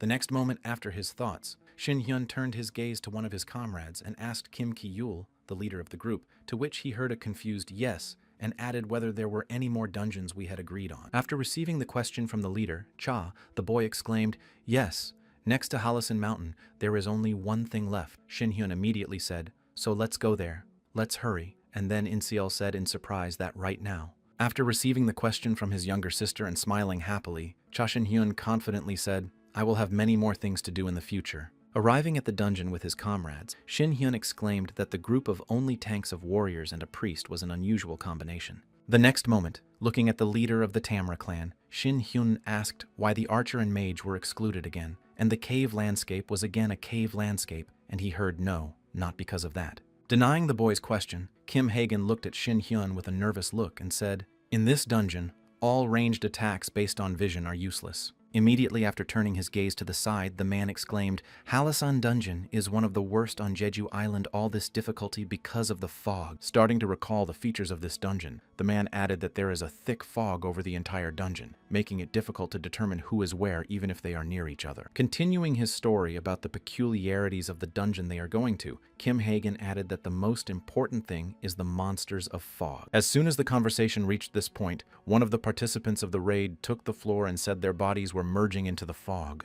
Continuing his story, holding the shield with the evidence in his hands, the boy added that ordinary physical attacks are difficult to resist, and damage can only be done by wide-range attacks like sacred magic that uses mana points and something else. Interested in Shin Hyun's story, the boy showed his shield with scratches and added to their unusually high strength. Showing the consequences of the monster's confrontation, the boy added, "They attack unexpectedly at the most unexpected moment, as if the killers had almost finished me off like that many times." Interrupting the boy in the middle of his story, Shin Hyun sighed heavily and said, "I understand what a long explanation," after which the boy exclaimed in confusion. Throwing his hand behind his head after the guy's exclamation, Shin Hyun said, "In general, I understood everything. I just need to hit them with a good skill." And that's what I heard in response. Well, that's about right. After receiving confirmation of his question, Shin Hyun headed to the portal and said, "I see. Then we'll finish with the explanations. I'll make a little more effort." As soon as Leader Cha entered the dungeon, the boy said offended, but it was worth at least listening to Kim Hagen, who pointed out that this was also his beauty. Moving to the dungeon covered in fog, Shin Hyun looked around and said that he had a rather familiar feeling. Continuing to stare at the same spot, the boy added a light breeze, but he could not see even 1 inch ahead. At one point, the leader of the Tamra clan shouted behind the boy and exclaimed, "Cha, you're here. I'm glad I found you so quickly." The next moment, the rest of the group moved into the dungeon, and Kim Hagen added that it was better to stay together from the beginning. Otherwise, even if you move away, you can get lost. Immediately after his words, the man looked back and exclaimed something else. "Hey, give me some light," and the priest, creating a bright sphere in his hands, exclaimed, "Yes, sir." As soon as the sphere of light moved forward, illuminating the path, the leader of the Tamra clan nervously added it would be safer to move together. After listening to the message from his friend, Shin Hyun looked at the man and asked Kim Ha-gyun, "You're the leader of the group, right?" Without waiting for an answer from Kim Hae-gun, Shin Hyun added that it seemed elementary, but still, is there an absolutely safe zone at the entrance to the dungeon? Continuing to move further through the sphere with his comrades, the group leader answered, well, there have never been any cases of monsters appearing at the entrance to the dungeon. At one point, when he saw that the sphere of light suddenly disappeared along with all his comrades, one of the soldiers stopped in his tracks. Realizing what had just happened, the boy began to look around in surprise and said that Shin Hyun was surprised, but at the same time he said, okay. Continuing to turn his head to find his comrades in the thick fog, the boy said in confusion, hey, where did you all go? Trying to understand certain inconsistencies, Shin Hyun said how strange it was at that time. The warrior exclaimed in confusion, don't joke with me like that. I can't see anything because of the fog. Continuing his thoughts, Shin Hyun thoughtfully added, why do they attack so suddenly? As a white tiger approached one of the group members from behind. As soon as the monster was about to pounce on the frightened boy, Shin Hyun was already approaching the monster from another direction to finish it off. Grabbing the beast by the head as it approached, Shin Hyun continued to pull himself to the ground and slammed it into the ground with a good slap. As soon as Shin Hyun defeated one of the enemies and a noise was heard, the team leader shouted out what had happened, and the girl added in surprise what the noise was. In response to the shouts of his comrades, Shin Hyun looked at the defeated monster and said, it means that during the attack, these monsters materialize. As soon as he said this, he heard the screams and groans of his comrades behind him and quickly looked back. Seeing a large number of enemies attacking his comrades, Shin Hyun also heard one of the group members shout out why the monsters were at the entrance to the dungeon, and Kim Hae-gun shouted to everyone to form a line and be on the alert. The next moment, one of the team members who had been attacked by the monster's first attempt noticed another one approaching him. At the same time, Shin Hyun was preparing to help the raiders when he suddenly heard someone shout out, trouble, where is the treatment? Immediately after hearing the shout, Shin Hyun used his skill to create a magic sphere in his hand and launched a dense attack on the monsters, resulting in an explosion. As soon as all the monsters that attacked his comrades were finished, Shin Hyun exclaimed, hey, everything's okay over there. Not receiving a response from his comrades, the boy added, so I checked the area with magic to find enemies. There should be no more enemies, now you can rest. After which someone happily shouted to the leader of Cha. Continuing to look at the savior of his team who was saying, one of them ran away, I felt his energy. But in any case, if you need help, ask for it too. Which he replied, I thank you, Kim Hae-gun thought, in such a short time. Continuing to look at his rescuer, the guild leader Tamra mentally added, I only had time to understand the situation and form a plan if not for leader Cha. The next moment, bowing his head down from the realization of his weakness, the man added, our group would not have withstood this pressure at the very beginning. As soon as the man finished his thoughts, he suddenly heard his name called out, looked up and saw Shin Hyun in front of him, and was asked if he would mind talking a little, to which he replied, of course. Standing apart from the other members of the group, Shin Hyun asked again if there were any attacks at the beginning of the dungeon, to which Kim Hae-gun replied that there had never been any. Continuing to tell the information, the team leader added, we haven't cleared this dungeon for a long time, which is probably why there were too many of them, so much so that they reached the entrance. After which Shin Hyun thoughtfully replied, I don't know, it's worth learning more during the clearing. After the conversation was over, the dungeon clearing began again and continued to go full steam ahead with Shin Hyun leading the way, destroying the bulk of the monsters that were attacking him. Surprised at the pace of the clearing, one of the group members exclaimed, you've been in the vanguard for 3 hours. You're doing fine. Maybe you have infinite mana points. Continuing to watch as their comrade ahead continues to destroy all the monsters, the girl added that maybe you should still take a break from time to time. Interrupting the words of the girl walking behind her, Shin Hyun suddenly looked back and asked if there were any changes since last time, like the frequency of attack or the level of monsters or something, to which she sharply exclaimed, yes, there are. Looking down, the girl said, listing the changes, there were definitely more monsters compared to the previous raids, but everything else was as usual. After hearing the information provided by a member of his team, Kim Hae-gun said that it might be because of the number of people, to which Shin Hyun replied that it was too early to tell. Turning back and heading to his comrades, he added, I scanned everything around 4.5 kilometers away. Something suspicious. Hearing this, Kim Hae-gun exclaimed in surprise, wow, your search magic has such a wide range. After receiving a question from his friend, Shin Hyun raised his head and said, well, we'll see it soon enough. After all, this is a dungeon, so an increase in risk should be the norm. 1 hour after Shin Hyun gave his opinion, Kim Hae-gun's team reached a certain point, after which he froze in place and exclaimed in confusion, what the hell? Looking at the gigantic wall of even thicker fog in front of them, the man wondered why the fog was so thick. Nervously laughing, Kim Hae-gun asked if it was more like a white wall and was told that there was something else quite interesting about it. Immediately after his words, Shin Hyun, sensing the presence of the enemy, told Kim Ha-gun to throw the dagger into this fog, to which he confusedly exclaimed, "Yes, of course now." The next moment, pointing his finger in the direction where the weapon should be launched, the guy added a clot of energy right in front of me. "Throw it there," and I heard him say, "I'll try to hit it." Obeying his comrade's order, the team leader did not hesitate to throw his dagger in the direction indicated. As a result, the dagger struck the creature directly in the eye, which was hiding in the thick fog. As soon as the monster's loud roar sounded, Shin Hyun smiled happily and said, "Be on the lookout." Not understanding what Shin Hyun meant, the team leader shouted out in confusion at the approaching team. The next moment after the boy spoke, a monster appeared in the air above them, having just jumped out of the thick fog. It was a giant monster of fog that popped out of him because he had been stabbed in the eye with a dagger and was angry. When one of the team members saw the monster flying directly in his direction, he exclaimed in fright that, "Why me again?" The next moment, the team leader, who quickly activated, rushed to the aid of his comrade and quickly eliminated the threat that hung over the guy. After rescuing his friend in trouble, Kim Ha-gun looked around at the rest of the team and exclaimed, "Don't whine about size." Looking at his comrade standing behind him, the man added confidently, "Working as a team, we can handle anything." Seeing how all the members of the squad took on the common victory, Shin Hyun smiled happily and thought that the leader of the group was not stupid. Immediately after his thoughts, turning his back on his comrades, Shin Hyun mentally added, "I don't see the point in helping them. I'll go even deeper," and then heard that they were going one after another. As Shin Hyun continued on his way, he thought to himself, "I was expecting another giant prey to appear, and this is the second time, if you count the monster in Puchon."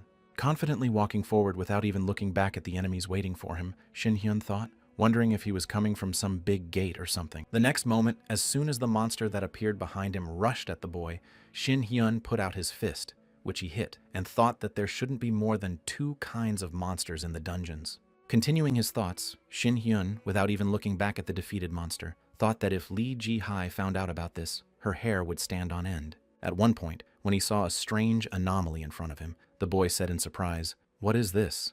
"No, it's something else." Reaching out his hand to the anomaly that appeared in front of him, the boy mentally said, "You can't touch it," as if there was nothing to grab onto. Continuing to examine this anomaly, the boy added mentally, "I can only see it, so I can't influence it." The next moment, having called up the status window, the boy said, "An unknown phenomenon that pierces matter," and I was dizzy. At the same moment, approaching his teammate from the back, team leader Kim Ha-gun exclaimed, "Cha, it seems that there are no big monsters around here." No sooner had the man finished his report than Shin Hyun asked, "Do you see anything like a crack?" To which the man replied, "No, but something happened to you." After receiving the answer from his friend, Shin Hyun smiled slyly and said, "I wonder if only I can see it that way." Immediately after his words, Shin Hyun suddenly changed his tone to a rude one and said, "So it's your doing again." Somewhere in the guild, Lee Ji-hee was sitting at her desk sorting through papers when a knock came to her room. Hearing him and guessing who it could be, the girl said, "Don't come in," to which a man's voice replied, "I'm coming in." The next moment, the door opened and a man with papers appeared in front of the girl, smiling happily and heading toward the vice leader. Sighing in displeasure at the man's impudence, Lee Ji-hai said, "You must not have heard me. I told you not to enter." In response to the vice leader's remark, the man pulled a pile of papers toward the vice leader and said, "No, I heard you perfectly well. In fact, you were waiting for these documents more than anyone else." And then Lee Ji-hee said with a sigh, "What a nerve." Starting to look through the papers brought to her by the senior secretary, Lee Ji-hai said wearily, "I'm sorry to say this, but lately, when I see you, Dong-hwan, something starts to boil inside me. You know why?" After receiving a question from the girl, the senior secretary said, "I guess it's because I always bring you work." And then she said, "You know everything." And then looking at the clock on her phone, mentally added, "I've been here all day." Immediately after the girl's remarks, Dong-hwan handed her another piece of paper with a work and said this time it was about the scene of the accident, and unfortunately. As soon as the girl looked at the paper, she immediately grabbed it and began to reread it carefully and asked if there were any dead during the last exploration of the new dungeon. In response to the girl's question, Dong-hwan said awkwardly, "Although we organized a research team of only mid-level guards, it was confirmed that they died before they could even use their skills." Continuing to report on the incident, the man added, "How not to look at this case requires your intervention. The dungeon that appeared this time seems unconquerable." Somewhere in the airport, dragging their suitcases and shouting at the people of Jeju Island, "Don't go, brother and sister Cha, please come back," Shin Hyun thought nervously. "We've finally completed our contracted program." After saying goodbye to the members of the Tamra Guild, the pair of young people left the island and ended up in Seoul, where they boarded a car and headed home. Sitting in the car, Shin Hyun continued to look at the skill stone he had managed to acquire, not even hearing his sister actively calling him, repeating, "Hey brother, At one point, the girl finally got his attention by shouting loudly to the guy and added, "Why are you flying in the cloud? It's a skill stone you picked up in the dungeon." After receiving a question from his sister, Shin Hyun said with a sigh, "Yes, he fell out of the misty monster of a large species, and I received it as a reward." Also, remembering Kim Kyul and Kim Hagina, who handed him tangerines and a stone and joyfully exclaimed, "Take it all!" Shin Hyun heard, "Oh my god, if we sell all this, we'll get at least 1,000,000,000 won. Let's eat some meat, brother." Continuing to drive the car and talking to her brother at the same time, the girl added, "I see, but what about the appearance of a large monster? You said something similar happened in the Puchin dungeon." Shifting her gaze to the boy, Insol added, "At least 2 monsters have appeared twice already. They are going to destroy the world." After hearing his sister's remark, Shin Hyun furrowed his brow and suddenly said in his head, "The real problem is the big monsters," and that crack was what it was. Starting to recall the moment of demonstration of the crack to his comrades, Shin Hyun said, "You see something here?" and then thought he was missing skills and martial arts, and it could not be detected by the sense of energy. Also, remembering the conversations of his comrades who were pointing in the direction of the crack and saying, "I don't see anything," he said that there was something there. Shin Hyun added mentally, "I was the only one who could see the crack." Continuing his thoughts, Shin Hyun mentally added to Kim Hagen's thought that perhaps it was my unusually high perception. Continuing to think, the boy added in his head, "But I can't draw any accurate conclusions. I wonder if it's connected with the heavenly warrior." And then suddenly heard, "Hey brother, are you listening to me?" To which he replied, "You were saying something."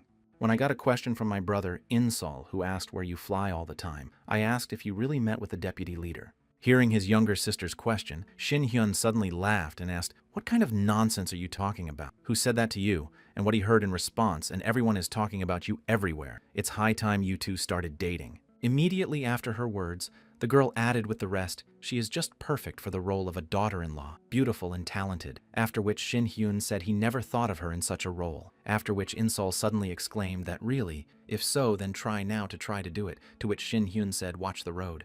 At one point, when she woke up after falling asleep at her desk, Lee Ji-hai heard it sound like you were finally awake. Turning her still sleepy gaze to the source of the voice, she saw Shin Hyun, a man with fine manners, watching her while drinking tea. Continuing to sit in front of the guild's vice leader, Shin Hyun added just in time, "Because I was thinking about boiling my tea again." To which Lee Ji-hai suddenly jumped up from her seat and exclaimed, "Mr. Shin Hyun, when did you come?" To what I heard in response, "I think it's been about an hour." Throwing her arm around her neck, the girl awkwardly said, "At least you gave me a sign. You entered like an assassin." And then noticing her jacket, she thought in surprise, "When did you get it on me?" And then heard that you seemed very tired, so I didn't wake you up, and then I thought that you were the only assassin here. Hearing her guest's remarks, the girl suddenly banged on the table and said, "I'm tired, and don't even get me started on the mid-level Twilight Hunters who oppose the Union. My head is splitting." Leaving the table and heading to Shin Hyun, the girl added, "I'm also trying to find out more about Cheongjo, but we've sent a Chinese informant to find out soon." Before she could finish speaking, she suddenly felt herself stumble and start to fall to the ground, and Shin Hyun suddenly picked her up. Finding herself in an embarrassing situation, the girl looked directly into the eyes of her savior and thanked Shin Hyun. Immediately after, the girl suddenly got to her feet and began to grip her waist, thinking, "I haven't gained weight since then." Shin Hyun said, "It's strange that a trained warrior like you could be so tired just because of some office work." After receiving this remark, Lee Ji-hai heard exactly what was going on and then looked back and asked, "Have you heard of the unconquerable dungeon?" Starting to roll up her sleeves, the girl turned to Shin Hyun and added, "I didn't use that name after stabilizing the dungeon's difficulty level." The next moment, as soon as the girl stretched out her hand in front of her, Shin Hyun looked at the injured area and asked about the wound in shock. Showing the boy her injury, Lee Ji-hai lowered her hand and looked away, saying, "There is a dungeon in Cheongcheon whose severity is impossible to measure. I went there alone, and you can see the result for yourself." The next moment, looking up at the boy again, she added, "I even used the shadow game, but I managed to defeat only one monster." Immediately after her words, she began to bite her nails and added nervously, "I've never seen or heard of such a strong dungeon. And besides the reappearance of large monsters, the rules of the dungeon are changing rapidly. If this continues, nothing will happen, right?" After hearing Ji-hai's words, Shin Hyun turned his head back and said, "I wanted to tell you something separately, but I'll have to save the details for later." Immediately after his words, Shin Hyun turned his back on the girl and added, "So, where you say you're going to find that place, I'll see for myself." Hearing the boy's words, Lee Ji-hyun said exactly what he said in the showcase, and after a while in a rebellious dungeon in Cheongcheon. Covering himself with his hand from the heat coming from below, Shin Hyun said, "First there was fog, and now the volcano. A hot, unpleasant smell. Continuing to look down at the lava lake that was in this dungeon, Shin Hyun added, "With the help of energy perception, I feel that there is something inside, and I need to go in." As soon as he said that, he noticed something strange happening in the lake, after which a lava monster suddenly appeared. Shin Hyun jumped back from the enemy who decided to appear in front of him and said, "Fortunately, you came out to greet me and save me the trouble, so it was you who left the burn on Lee Ji-hai." The next moment, with a sly smile after his words, the boy added, "Well, I'm sorry to bother you while you're bathing in a warm bath." Immediately after his words, he looked back to where the enemy was already approaching him and exclaimed, "But you dared to look down on me, and that annoys me terribly." Sometime after the monster's appearance, Shin Hyun got into a fight with it and began their confrontation, in which the lava monster continued to push. Dodging another attack from the monster, the boy spoke quite a bit of hot magma so that the flames of Ryu Shin Gong stand aside. Stepping back and looking again at the enemy who was attacking him, Shin Hyun thought, "I wonder how much of a challenge he must be. I hear he must be a difficult opponent for ordinary hunters to fight in such an environment." Continuing his thoughts, the boy mentally added that melee warriors would not be able to attack because of the heat, and the power of ranged attacks would not work because of his physique, and indeed, for the people of this world, it is an impassable dungeon. Immediately after his thoughts, ready to use his inner energy and martial arts, Shin Hyun said the worst thing of all. Having made his strike and smashed the enemy into small pieces, the boy folded his arms in front of him and added his regeneration power. Putting his hand behind his head, Shin Hyun said, "It's been 15 minutes. I've cut it, beaten it, torn it, and frozen it, and it's still intact. How annoying is that? Lee Ji-hai dealt with one, and I came here in a hurry, and I should have asked her about the method of elimination." At one point, when Shin Hyun saw that the enemy's body began to gradually gather in a pile, he was surprised to hear that the body of this giant could be holding something. Immediately after his words, Shin Hyun directed his power in the direction of the lava lake and made a powerful explosion. The next moment after the explosion, a red crystal flew out of the lake, and Shin Hyun shouted, "Bingo!" Disappointed in the time and effort spent on the search, the guy said it took a little effort to destroy one. As soon as the monster's core was destroyed, Shin Hyun received a system notification that said, "Experience gained your level has been increased. Cha Shin Hyun's hunter level has risen to 56. With a sly smile after seeing the result, Shin Hyun said, "I raised my level by 3 at once, and just look, if I try a little harder, I'll get a good benefit." After a while, leaving the dungeon, Shin Hyun put the phone to his ear and said hello, to which he heard in response, "Mr. Shin Hyun, you came out of the dungeon. You are fine." After receiving a question from his interlocutor, the boy confidently said everything was fine, it was fun, and then heard you did it. In response to Lee Ji-hai's question, Shin Hyun said, "Lend me this dungeon," and for a while I had a good idea and something else. At the same time, while Shin Hyun was talking on the phone with the vice leader of the Dawn Guild, an unknown man was watching him from a hiding place. After listening to the end of her friend's request, Lee Ji-hai said, "I understand what you were talking about." Standing by the window in her office, the vice leader of the guild added, "I will do whatever you say, Mr. Shin Hyun. Take care of yourself." After finishing the dialogue with her friend and taking the phone away from her ear, the girl stood for a few seconds in complete silence and said, "China means." After a while, when she arrived at the unconquerable dungeon with Shin Hyun, Ji-hai exclaimed to her brother. Continuing to stare at the lava monster in front of her, her younger sister screamed out in fright at what it was. Having cleared the way to the monster's core, Shin Hyun said to Yoon Seol, "Try to break this thing in front of you," to which she looked back and exclaimed in confusion. Having received the order from her brother, the girl added in embarrassment, "You forced me to come here to fight lava monsters, and it's hot in here," to which Shin Hyun replied, "Calm down and break it." Immediately after his order, Shin Hyun put his hand on his sister's head and added, "You don't believe me. You know I won't do you any harm." To which she replied again, "You keep playing the same record. You could at least explain what's going on."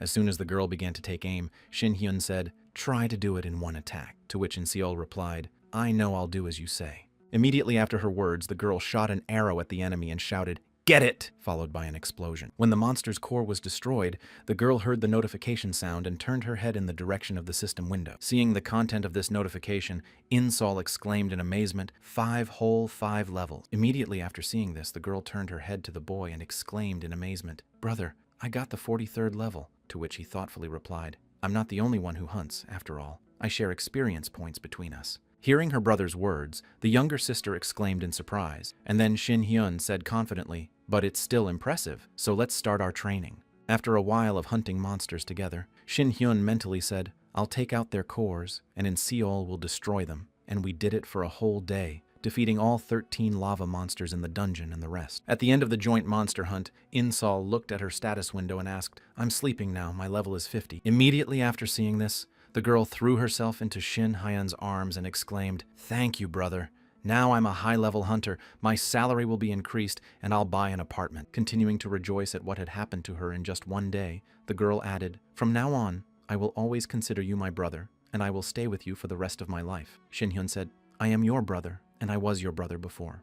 The next moment, after letting go of the boy, the girl got down on one knee and shouted in the direction of the dungeon, "My brother is the best in the world," to which Shin Hyun said, "Stop it." Smiling awkwardly after hearing the shouts, the boy said in his head, "She began to idolize me. I hope it will always be like this. Now Insol will have a decent salary if I'm not mistaken. Only 10 people in Korea get that." After putting his hand in his hair, Shin Hyun added happily, "I've been leveling up with you, and now my level has passed the 60s, so you don't have to worry about Cha Shin Hyun's level, the 65th super high-level hunter." The next moment, handing his sister a skill cube, the boy said, "You're going to be rewarded for your hard work, aren't you? Take this as a gift in honor of the new high-level hunter." And the girl said in surprise that it was the same. Interrupting the girl's surprise, Shin Hyun said, "This cube is a skill stone I received on Jeju Island recently." And she said, "It's also expensive. You could buy one of the most expensive houses in Seoul for it." Continuing to hand the skill cube to the girl, Shin Hyun said, "Don't say too much. Try harder. You must be strong enough to keep your title of high-level hunter," to which she replied in surprise, "Well, I understand, thank you." When the girl received her gift, Shin Hyun suddenly turned back and went off to do some business, saying, "I'm going to leave you for a while," and the girl asked him where he was going. When Shin Hyun received a question from his younger sister, he said with a sly smile, "We have a rat here, and we need to catch it." At the same time, looking through binoculars at Shin Hyun, the spy lost sight of his target and said, "Damn, where the hell did he go? It's hot." Taking the binoculars away from his eyes, the spy nervously added that there were no more monsters left, and he had crushed the entire dungeon alone. Immediately after his words, the boy put his hand to his mouth and began to bite his nails, thinking, "Was Cha Shin Hyun that serious? We're in great danger at this rate." At the same moment, interrupting the spy's thoughts, Shin Hyun, who appeared behind him, leaned over to his ear and said, "Hey, meow." Frightened by what he heard, the boy quickly jumped up and headed for the exit of the cave. Seeing how quickly the enemy began to run away, Shin Hyun smiled happily and exclaimed, "You have a good reaction and speed, and you're pretty fast." Immediately after he said that, Shin Hyun used his teleportation skill and appeared right in front of the fugitive's nose. At one point, Shin Hyun grabbed the boy and lifted him by the collar on an outstretched arm and said, "The heavenly harmony of pure art does not resonate." The next moment, Shin Hyun thought about the artificial people's techniques and thoughtfully said, "Murimu's techniques, but they were done roughly. Interesting, and where did you learn it?" Having not received an answer to his question, Shin Hyun turned his gaze to his opponent in front of him and asked, "Hey, what are you doing with your tongue?" Angry at the spy who was spying on him, Shin Hyun gritted his teeth and shouted, "Answer me, you fake bastard!" Receiving only heavy groans from the spy, Shin Hyun said angrily, "I've been following you since yesterday, and I'm convinced that if I hadn't acted, you would have continued to follow me around, and it was easy enough to sense you." Continuing his dialogue with the spy, Shin Hyun, prepared to use his technique of absolute submission, said, "I hope you came here prepared to die." Continuing to hold the spy, who had already begun to choke on the foam in his drink, Shin Hyun added, "Go ahead and tell me everything you know." Sometime later, after returning home from the dungeon raid and gathering there, the three of them took the lead. Lee Ji-hai spoke up, and everything turned out to be much more serious than it seemed. Looking at Shin Hyun and In Seol, who were sitting with her at the table, the vice leader of the Dawn Guild added the collapse of safe dungeon sleep and the appearance of large monster species moreover. The next moment, recalling another problem with the cracks in the dungeon, Lee Ji-hai added that only Mr. Shin Hyun can see these cracks, but it is impossible to contact. Putting her hand to her head and sighing heavily, Lee Ji-hai added the addition of twilight and the anomaly of the dungeons, and the feeling that something else would fall on our heads. Hearing the girl's words, Insol clenched her hand into a fist and confidently exclaimed, "Well, deputy leader, don't worry, we cleared the dungeon," to which she awkwardly replied, "Thank you for your hard work." Also joining the conversation, Shin Hyun said the foggy dungeon we left under the supervision of the Tamra Guild. If they do, I will let you know. But one thing is clear. Continuing to explain his opinion, Shin Hyun added that all these events happened at the same time, which is a clear sign of the destruction of the old system, and China is our enemy here. No one knows what danger awaits us ahead. Immediately after his words, Shin Hyun turned his head to his younger sister and said, "That's why I raised your level," to which Insol exclaimed in surprise that he was serious. Without taking his eyes off his younger sister, Shin Hyun added, "And also so that you can protect yourself from those who will look for us in the future." Hearing Shin Hyun's remark, Lee Ji-hai suddenly asked, "Did something happen recently that made you say that?" and was answered by the fact that I was being followed in the dungeon. Having received the answer to the question, Li Jihai asked in confusion what the gentlemen were watching. Was he that stupid or brave? To which Shin Hyun replied that, as expected, he was from the gang and did not have much valuable information. Immediately after his words, Shin Hyun added with a sly smile, "But I was able to learn something from him, and meanwhile, somewhere in a hotel on Jeju Island." Sitting in his hotel room, Jo Fung, a member of the Cheongjo Guild of the Dark Team, continued to look at his smartphone. Watching the screen of his phone turn off, the boy mentally said to Liu Wei, "Why don't you call me? Maybe something happened to you." As soon as he thought about it, a voice came from behind the front door and said, "Room service. Please open the door." Ignoring the first exclamation of the staff, Jo Fung again heard the room service open the door, after which he thought, "And to hell with these subjects," after which he shouted out, "Get out." Without waiting for the door to open, Shin Hyun knocked it off his foot and shouted out, "Room service had arrived." Suddenly pulling out a knife and preparing to fight, Jo Fung exclaimed, "You crazy bastard wanted to die. If you don't want to see your insides, then get out of here." Hearing the threat, Shin Hyun said with a sly smile, "So we'll quarrel." And then releasing his inner energy, he added, "Why do you have to shout like that? Maybe I came to see what it was." The next moment, Shin Hyun turned to his confused opponent who had recently threatened him and added, "Hey, I'm sorry I broke the door." Standing in front of his enemy with a smile on his face, Shin Hung put his hands to his sides and said, "You are Jo Fung, right?"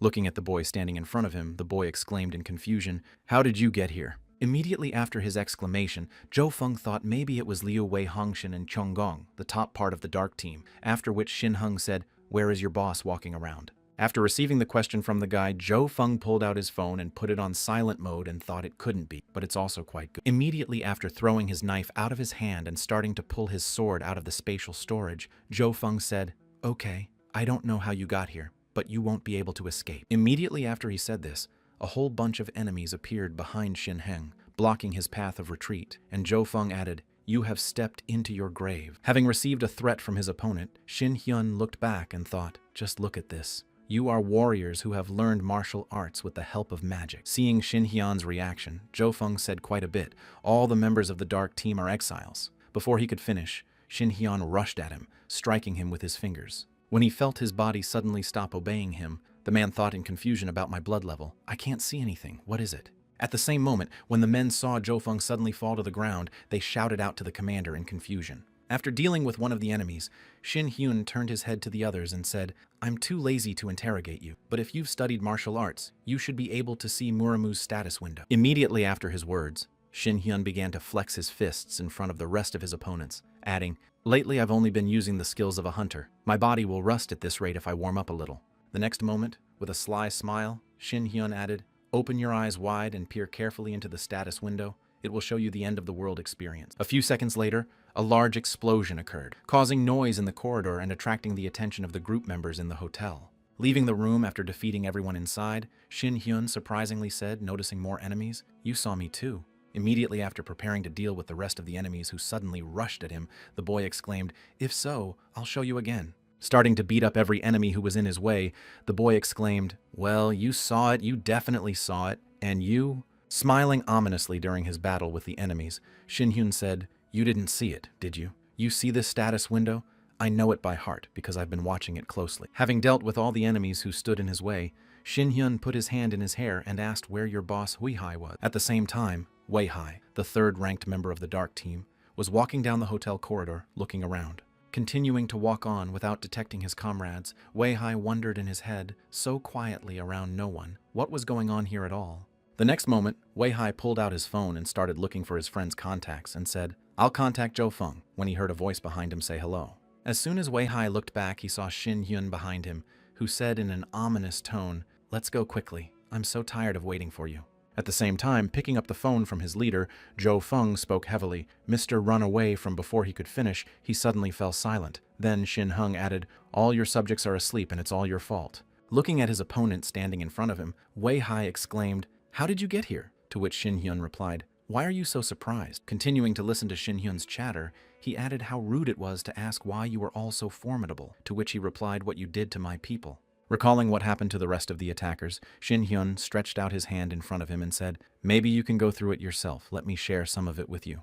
At one point, having moved to the pool on the roof of the Wei Hai building, I came to the surface and heard that in your country, it is customary to swim in suits. Don't you know about the saying of excessive politeness? Suddenly controlling himself, he was angry with the enemy. Weihai thought, you can't give in to his provocations. Teleporting with a group is advanced technology. Even in China, few people have such skills. If that's the case, then Zhou Feng and the others are probably dead. Continuing to look at Xin Hyun, who was sitting in front of him, and asked what he was thinking about, Weihai mentally added how strong he was looking at his aura. He could be compared to Yang Chon, or even stronger with his teleportation skill. It would be difficult to escape. Even if I died, I still need to report his skills. Hearing the man suddenly laugh while in the pool, Xin Hyun asked him in surprise why he suddenly swallowed water. After receiving a question from the boy, Weihai took up his sword and said, "No, thanks to you, my mind has been cleared up. Don't underestimate me." Starting to use his magical skills, Weihai added, "I am the third in the dark team for the heavenly sword. I will drown you in my own blood." A few seconds later, an explosion was heard on the roof of the building, and people passing by screamed in fear that something had exploded. What a horror. At the same moment, Xin Hyun began to run away from his opponent, who was serious about the case, and exclaimed, "Wow, you run so well," and the guy who followed me was also skilled. Continuing to swing his sword, Weihai shouted, "Shut up! I know you are not running away from Muramu, and fight me like a warrior against a warrior." Swinging his sword again and striking his opponent, Weihai exclaimed, "Fight me to the last breath." Feeling the sudden attack of his opponent, Xin Hyun stopped in his tracks and suddenly laughed. Weihai asked what was so funny. Wiping the tears from his eyes, Xin Hyun said, "I'm sorry. I can't laugh anymore. My stomach hurts. Let's think logically. I liked you." The next moment, unleashing all his strength, Xin Hyun exclaimed, "The ant I'm fashioning to crush with one finger dares to threaten me. Isn't that funny?" Continuing his speech, Xin Hyun added that maybe Cheongjo is a zoo where there are only insects, and your leader is probably a monkey, to which Weihai angrily exclaimed, "You're kidding me, boy." In response to his opponent's exclamation, Xin Hyun, preparing to attack, said to such mistakes as, "You should not show off, do not be stupid, and stand at attention," and then directed his magic at the enemy. Trying to dodge his opponent's attacks, Weihai mentally said, "The arrogant bastard, but nevertheless his arrogance is to my advantage. I have a chance to win." At one point, after blocking Xin Hyun's attacks, Weihai changed his grip, cried out in heavenly sorrow, and instantly went on the offensive. At the moment of his attack, Weihai noticed that his opponent was not there, and he turned his head sharply and noticed that Xin Hyun had moved into the sky. Raising his head up, one of the passers-by watching the confrontation exclaimed, "Wow, look at this battle of hunters, and not in a dungeon. Zoom in and take a photo." At the same time as he began to quickly approach Xin Hyun, Weihai, preparing to attack, thought the same trick would not work on me twice. As he approached Xin Hyun, Weihai shouted, "Get lost!" And then flames suddenly rose around them, preventing them from completing the attack. Hearing the words of his opponent, who said, "Why my body?" Xin Hyun asked, "What are you doing? Come on, attack, or maybe something is wrong." Realizing what the reason could be, Weihai suddenly exclaimed that there simply could not be a soul sword, to which Xin Hyun suddenly remarked bullseye. The next moment, grabbing the enemy by the face, Xin Hyun said, "Now tell me what kind of heavenly sword you have, dear. I'm not kidding, but you've done a good job anyway. But there's nothing else to see, and it's time for you to rest." Immediately after Xin Hyun's words, another powerful explosion occurred, sending Weihai down, and this moment was filmed by a guy who was filming everything. Suddenly behind him, Xin Hyun asked, "Have you been filming since dawn? So you've been filming from the very beginning?" And the cameraman exclaimed, "Oh my God." Taking his camera in hand, the boy said confusedly, "I thought I would accidentally drop it, so I tried to film the battle as accurately as possible, as ordered." To which Xin Hyun replied at the end, "Edit the part where this guy is suffering and send it to the leader. Make it unclear who won and who lost, and I heard you." Immediately after his exclamation, the cameraman looked back at Hen's tire and exclaimed, "I'm sorry if I can ask you this, but where are you going to use this video?" To which he replied, "You can think of it as a movie teaser. In other words, it's a battle announcement." After a while, the news reported that Cha Xin Hyun, known as the leader of a martial arts guild in the city center, was attacked by an unknown person. Continuing to report the news, the presenter added that it is believed that the scale of the battle was enormous, and that nothing is known about the life of the hunter Cha Xin Hyun. After seeing the news, one of the guys who saw the battle with his own eyes asked me if I had seen the news. Wasn't it great? And then I heard from my friend who thinks who won. In response to his friend's question, the boy said, "By the way, didn't you say that your friend works at the hospital? They say that Cha Xin Hyun is undergoing intensive treatment." And Cha Xin Hyun replied, "Who could have attacked him?" At the same time, while at the scene, Lee Ji-hai handed the guy a can of drink and said, "The days are getting colder. Did you find out anything?" Having helped himself to the handed drink of Shin, Hen said, "Well, even after interrogating him with an absolute order, he immediately died. Having received the answer to her question, the vice leader said that it seems to be some kind of magic that is imposed on certain words, that as soon as they are spoken, the victim immediately dies, and yet now we have evidence of their attack. Continuing her dialogue with the boyfriend, Lee Ji-hai added with a sigh, "I thought they were pretty annoying rivals," to which Shin Hyun agreed. Smiling happily at Shin Hyun's remark, the girl said, "What am I talking about? Don't you have ways to turn the whole continent upside down and find them?" After receiving the question from the girl, Shin Hyun replied that you would try to stop me in that case, right? To which she replied with a sigh that of course it was not worth raising our problem at the international level. Thinking about Lee Ji-hai's words, Shin Hyun said to me, "I also don't want to do such a ridiculous thing. I want to stick my head out and hide again. If I blindly bet on a strong hand, my opponent will easily throw the cards away." With a sweet yawn, the boy added, "But if you pretend that you are on equal footing, you can play a little and see his reaction," after which Lee Ji-hai asked if you were leaving. Continuing on, the boy added, "I'm tired. I'll rest a bit at home, get ready for the express conference, be careful," to which the girl said, "Don't worry, it's a press conference. We're specialized in that. We'll bet everything on it." A week before the press conference, one of the attendees noticed the vice leader among the people and whispered, "Wow, it's really Lee Ji-hai," to which his friend added that it was really true. Looking at the girl who arrived at the conference, one of the cameramen added that the alliance between Dawn and martial arts is strong. "I've never seen her sit like that in public. It makes me a little worried." As they continued to talk among themselves, one of the guys mentioned a rumor that they already had a child, and then the door to the press conference room suddenly opened, and Shin Hyun entered. Seeing the guy's condition, someone suddenly exclaimed, "Oh my God, is it true that you were badly wounded in that fierce battle? Who could have done that?" At the same moment, Lee Ji-hai sighed heavily after seeing what she had seen and said, "If you dressed like that, you should have taken your wounded arm out of your pocket." Taking his seat at the lectern, Shin Hyun said, "I welcome you all. Thank you to all the journalists who have taken the time to attend this press conference, and thank you to the Dawn Guild for providing us with the space." Continuing his speech in front of a large number of press, the young man added, "You probably have a lot of questions about the incident that happened 1 week ago, which is why I want to tell you my position right away." Raising his wounded arm in front of him,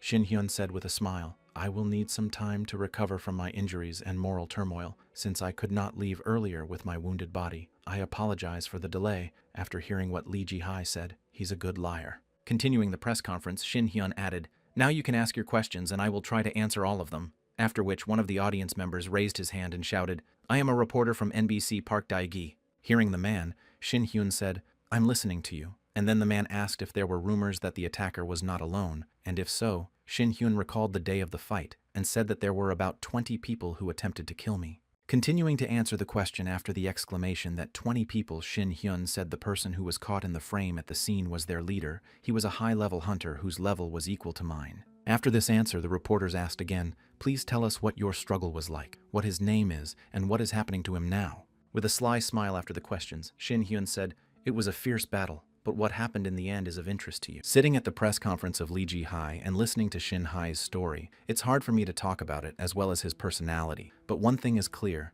they were all Chinese, so we are going to officially request cooperation from China in the near future. Upon hearing Shin Hyun's appearance, one of the reporters suddenly exclaimed, "How could hunters from another country attack ours? This is clearly a national problem." Leaving his seat and coming out to the reporters, Shin Hyun raised his palm in front of him and said, "I don't know who is trying to catch me if this bastard can hear me now."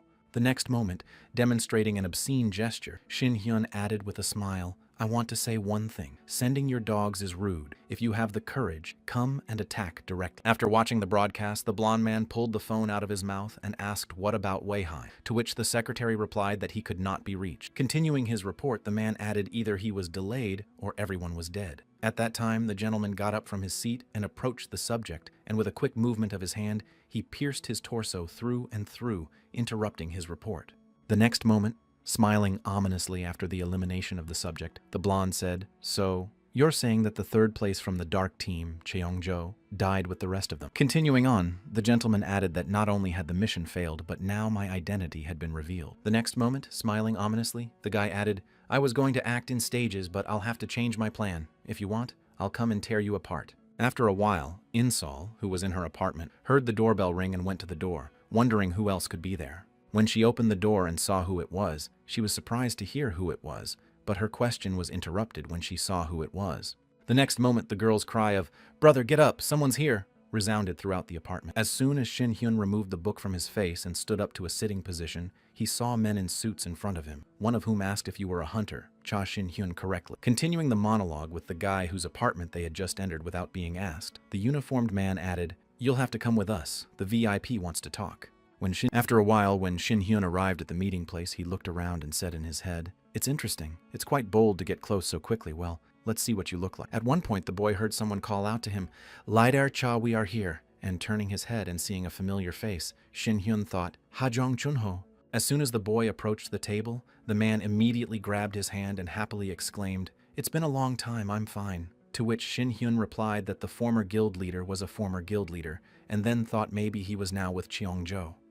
As I continued to look at the man who had extended his hand to me, President Park Chung-soo Shin-hyun, I thought about why he was suddenly here. Inviting the boy to sit down and taking his seat, Park Jong-soo said, "You must be surprised by my sudden invitation. I apologize, but it's an urgent matter, please understand." Hearing her husband's words, Shin-hyun turned her head to the former leader and said, "How do you know each other?" To which he replied, "The best guilds in Korea always have ties to the government, so our friendship can be considered a state secret." Hearing this, Shin-hyun furrowed his brow and said he must have been close to Twilight if that was the case. The president must have some connections to Cheongjo. After completing his thoughts, Shin-hyun turned his head to Jung Jun-ho and said, "So why do you need a hunter like me?" To which he suddenly exclaimed, "Leader Cha, be polite." Holding back my anger and irritation at the boy's rudeness, Park Jong-soo said, "Let's get to the point. And a few days ago, I heard rumors of an attack by Chinese hunters." Hearing the information, Shin-hyun yawned and said, "You know that all the media were talking about this," to which the man replied,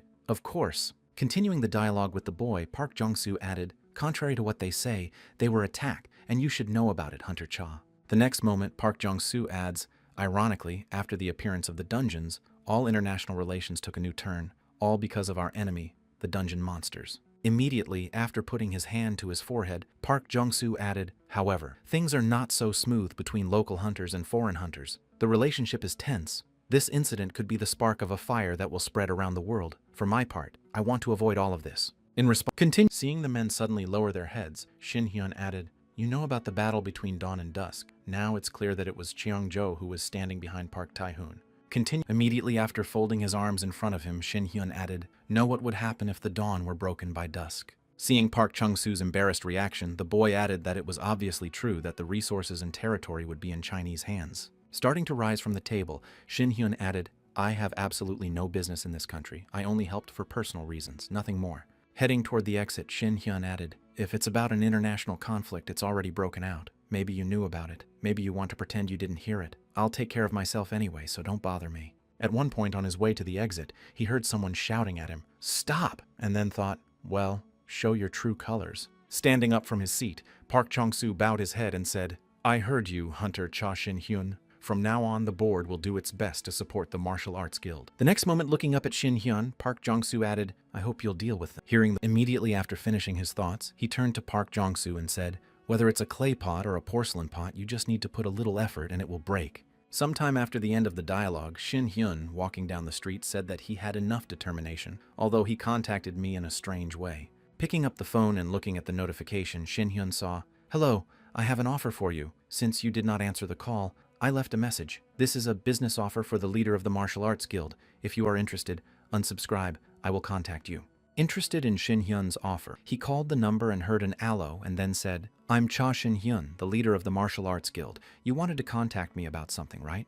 When he heard who had called him, the man smiled and said, "I'm glad you answered. I'm a hunter named Khan Chansik. I found your contacts on the internet, and I'm glad it was the right number." Continuing the phone conversation, the man added, "Can I talk to you in person? To talk about this on the phone is a little problematic." Hearing this, Shin-hyun thought about not talking to which guild is suspicious. Moving on, Shin-hyun said into the phone, "Okay, I have some free time today. I can meet you in 2 hours." To which he replied, "I'll send you the location and be in touch." As soon as the other person hung up, Shin-hyun looked at his phone and said, "Well, maybe I should call her." After a while, Lee Ji-hee, who was sitting in her office at the Dawn Guild, suddenly heard her phone vibrate.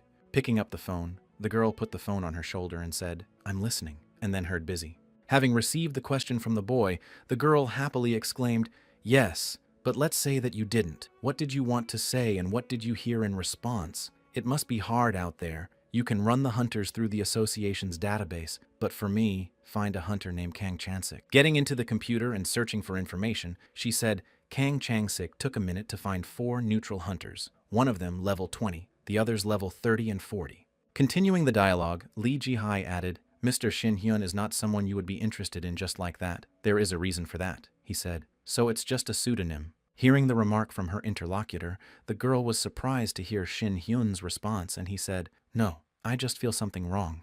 2 hours later, Shin Hyun arrived at the meeting place and sighed heavily, thinking how tired I was today, how many meetings I had, and how it felt like I was meeting so many people for the first time. Continuing to stir his drink, the boy smiled slyly and added in his head that he could question him, because it would just burn his brains out with an absolute order. Time is running out to play with him, and leave him to release all the accumulated stress of the whole week. The next moment, feeling the presence of the guest behind him, Shin Hyun mentally said, curiously bold, though weak and too open, perhaps the deal for this dead man was death. Stopping next to the guy he had come to see, the man said, Well, here we are. Immediately preparing his martial arts, Shin Hyun said to talk about everything without missing a single detail. Otherwise, you will have a hard time starting from the very beginning. After hearing the threat from the guy who came to the meeting, the man stretched out his hand to Shin Hyun and said, This is our first meeting. I'm Kang Chang-sik. I came from North Korea. When he heard where this hunter came from, the boy was surprised to hear that it was North Korea. Wondering where exactly the man came from, Shin Hyun said in surprise that North Korea was the right country, and was told that it was. After receiving confirmation, Shin Hyun asked if it was bad enough to let me know, to which Kang Chang-sik replied with an awkward laugh, Please bear with me a little longer. Trying to somehow calm his interlocutor down from his harsh actions, Kang Chang-sik added, You know, there is no organized system of hunters in our country. Continuing the dialogue with Cha Shin Hyun, the man heard that there are no hunters in North Korea, to which he replied that they simply do not exist. The next moment, recalling the country's system, Kang Chang-sik added that the National Assembly had banned the training of hunters for fear of a popular uprising. In response to the information he heard, Shin Heng said, But didn't you call yourself a hunter? And was told that I have a Chinese license, and technically, I am a Chinese hunter. Hearing this, Kang Chang-sik said China is the same as selling resources, and at first everything was going smoothly. Renting out dungeons was a good idea, but continuing the story, the man added that everything turned out so that our country actually became their colony. And because of the situation, the leadership could not get out.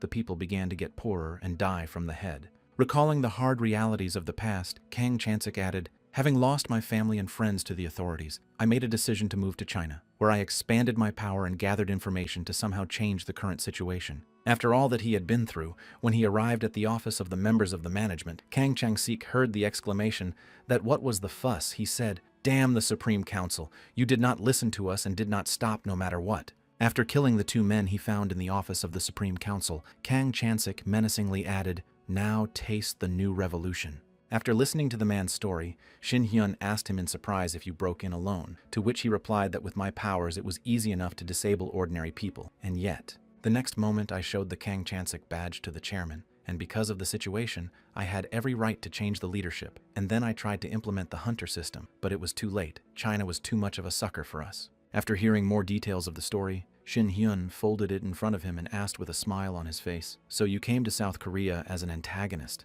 Having received a question from his interlocutor, Kang Chang-sik exclaimed, You are right. We plan to open some dungeons in South Korea for free visits and to resume the exchange of industrial information in the Kaesong area. Stretching out his hand in front of him, the man confidently added, By strengthening South Korea's influence while pushing China out, I believe that in this case it will restructure the North Korean system and return stability to the country. Continuing to announce his ideas, Kang Chang-sik added, Of course, all this depends on the help of the hunter Cha Shin Hyun, after which he thought it was so interesting.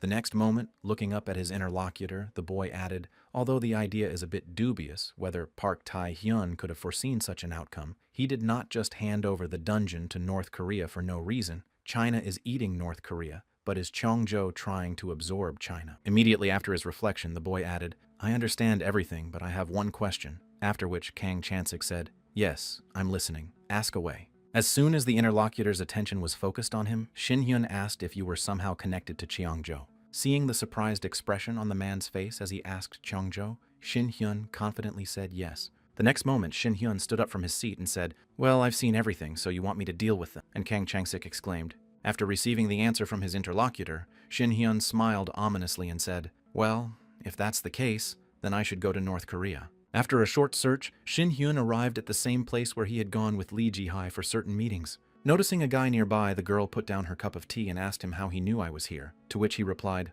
My phone was dead and you weren't in the office, so I wanted to come here. Hearing her friend's train of thought, the girl bowed her head down and said, after all the years of studying and being found so easily, she could return to her old way of life, and then suddenly heard a similar question. Go on a date with me. Suddenly looking at Shin Hyun, Lee Ji-hai stood up and said, it's been a few months since I was last asked out, and where are we going?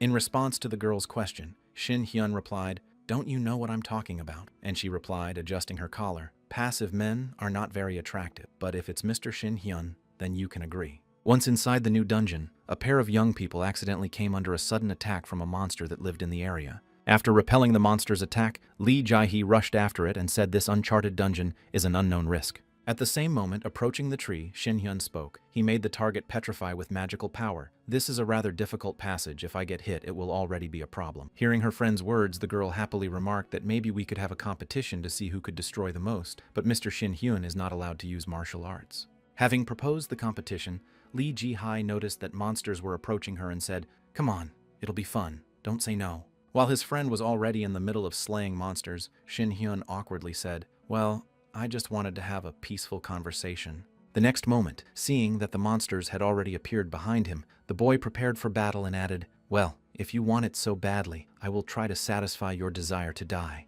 After dealing with the enemies who decided to attack him, Shin Hyun rubbed his palms together and said, they're not even good for warming up. Immediately after he said that, he looked in the direction of Lee Ji-hai, who was sitting on a whole pile of monsters, and added in surprise, wow, it looks like someone really let off steam. Jumping down from the pile of defeated enemies, the girl said, though the difficulty was high, they were like newborns compared to the rebellious dungeon, and then Shin Hyun added this. Continuing her thought, the girl put her hand to her chin and said, nevertheless, I am still worried about the growth of such dungeons across the country, and there are still not enough high-level hunters. Hearing his friend's remark, Shin Hyun said that our country is not the only one where the number of dungeons is constantly increasing, like North Korea. Seeing the surprise on the girl's face, the boy added, yesterday I met with a North Korean hunter, Kang Chang-sik. He asked for North Korea's help in exchanging experience. And then Lee Ji-hai said in surprise that North Korea.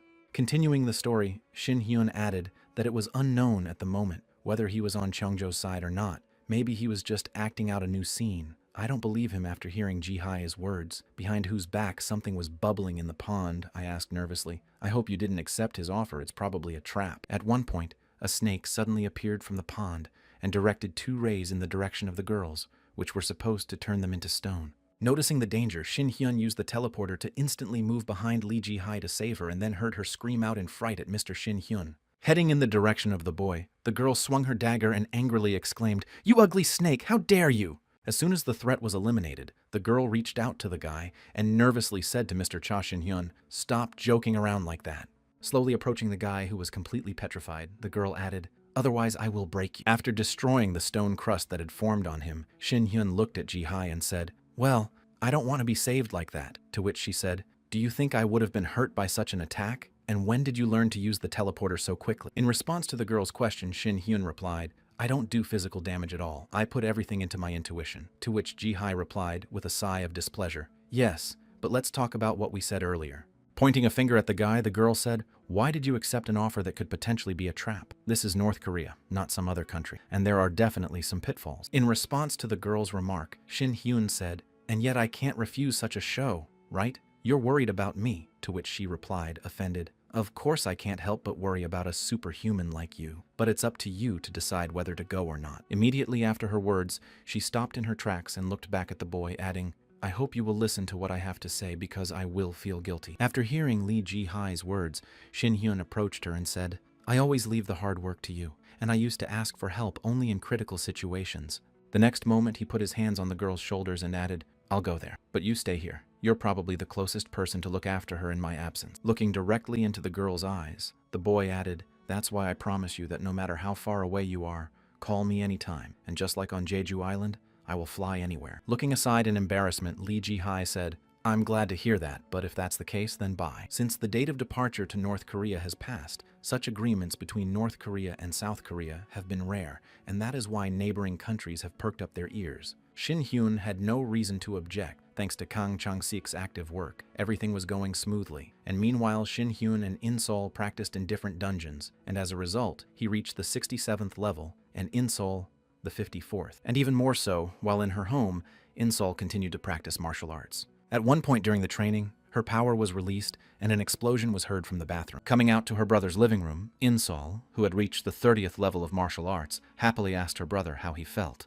Looking back at the girl and smiling happily, Shin Hyun thought Insol had reached the initial stage of fencing, which is only the beginning of the martial arts journey. Now that everything is in order, she can fend for herself. After a while, when he found himself on the bus of tires, Hen said this to check the microphone. With a sly smile looking at his comrades, the guy added, "I am the general manager of this department, Cha Shin Hyun, and I am glad to be here." Hearing the voice of the leader Jae Won Woo, the 47th level warrior knight thought, wow, it really is Cha Shin Hyun. The next moment, Shin Hyun turned his gaze to Ju Yeon Seok, a level 46 tank. Shin Hyun added, "All of you are promising high-level hunters." As Shin Hyun's eyes continued to run over his comrades, his gaze fell on Hana Song, the 45th level priest, and he added, "I'm sure you all understand the scale of this operation." After hearing all that, Go Min Hek, the reaper of the 45th level, suddenly said, "This is me." When Shin Hyun heard that his speech was interrupted, he asked what the question was and then added, "I'm sorry to interrupt, but you can lower the microphone a little bit. We are young and can hear you so well." After receiving the remark, Shin Hyun thoughtfully said, "Yeah, that's right," and then thought in Marima, "The louder the better." Heeding Shin Hyun's remark, he continued that the project of exchanging hunters between North and South Korea is also an important diplomatic event, and this operation will not be limited by rules. Continuing his speech, the guy added, "Thanks to this, I will make you real high-level hunters." Seeing the rather unusual behavior and shouts of his comrades, Shin Hyun asked why such a reaction, "You don't believe me," and heard no answer. Looking down, Hana Song added, "Will it be possible since we have been raising this level for so long?" Hearing what exactly was bothering his friends, Shin Hyun confidently said, "Insol can start," at which she exclaimed from behind him, "Well." Appearing in front of her comrades, the younger sister smiled happily and said, "Hello, I am Cha Insol, a sniper since dawn, and I want to thank everyone who has come." After greeting his sister, the guy said that in the schedule of North Korean raids, she will be the leader and you will clear the dungeons on her commands. Jae Won Woo suddenly jumped up and said, "Usually the most experienced player is the leader, and I certainly don't doubt Hunter Chia's abilities." Hearing the remarks from his subjects, Shin Hyun bowed his head down and said with a sigh, "I entrusted her with this work." After the surprised reaction of his comrades, Shin Hyun looked at his younger sister, who was embarrassed, and added that Cha In-sol has a lot of experience in management. After hearing her brother's praise, the girl said, "I used to be a team leader, but recently I was able to clear many high-level dungeons and even visited a rebellious one." Hearing exactly where the girl had been, her friends exclaimed in surprise at the rebellious Shin, to which Hen confidently replied, "Even so." The next moment, as soon as the girl showed everyone her system window, Shin Hyun added, "In Seol's level to be higher than yours." Surprised by what they saw, the comrades said in confusion that she was just a leader. In response to Shin Hyun's remark, Insol replied that she managed to raise 20 levels in just a few months. She risked her life, but the risk paid off at that moment. Insol thought, "I'm so ashamed. I'm ready to burn with shame."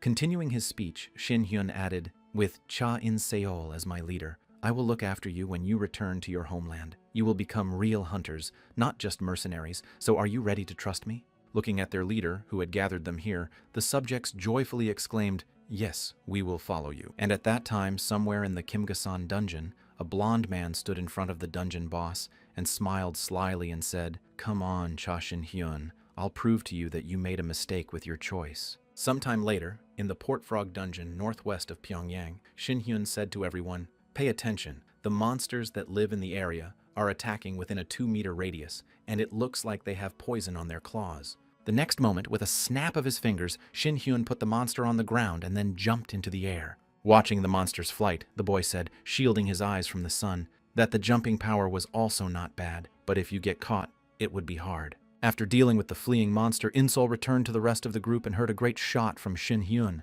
after which Go Min Hyuk thought they were definitely brother and sister to such a dangerous monster so easily. Continuing to talk to his subjects, Shin Hyun folded his hands in front of him and said, "Regrouping is left to the leader of the group," after which In Seol said to Yeon Seong to come over here. Spreading her arms to the sides, the girl suddenly added a reaper in the center, warriors in the front row, a tank defending the team, a reaper using gaps in the defense to destroy enemies, and I am a sniper to defend the perimeter of the group. So now everyone quickly gathered. After listening to his sister's commands, Shin Hyun suddenly remembered a conversation with Kang Chang-sik, who exclaimed in surprise that "You just said that," and then Shin Hyun added, I'm saying that the schedule should be as tight as possible at least once every 2 days. After hearing this demand, the man confusedly remarked, "But this is not a dungeon exploration with an unknown level of risk. Are you sure about this? The exact information about the monsters, the landscape, and climate will be unknown." In response to her husband's worried exclamations, Shin Hyun replied, "I told you so, and I say if you want to clean up, don't be sorry and work hard." After a while,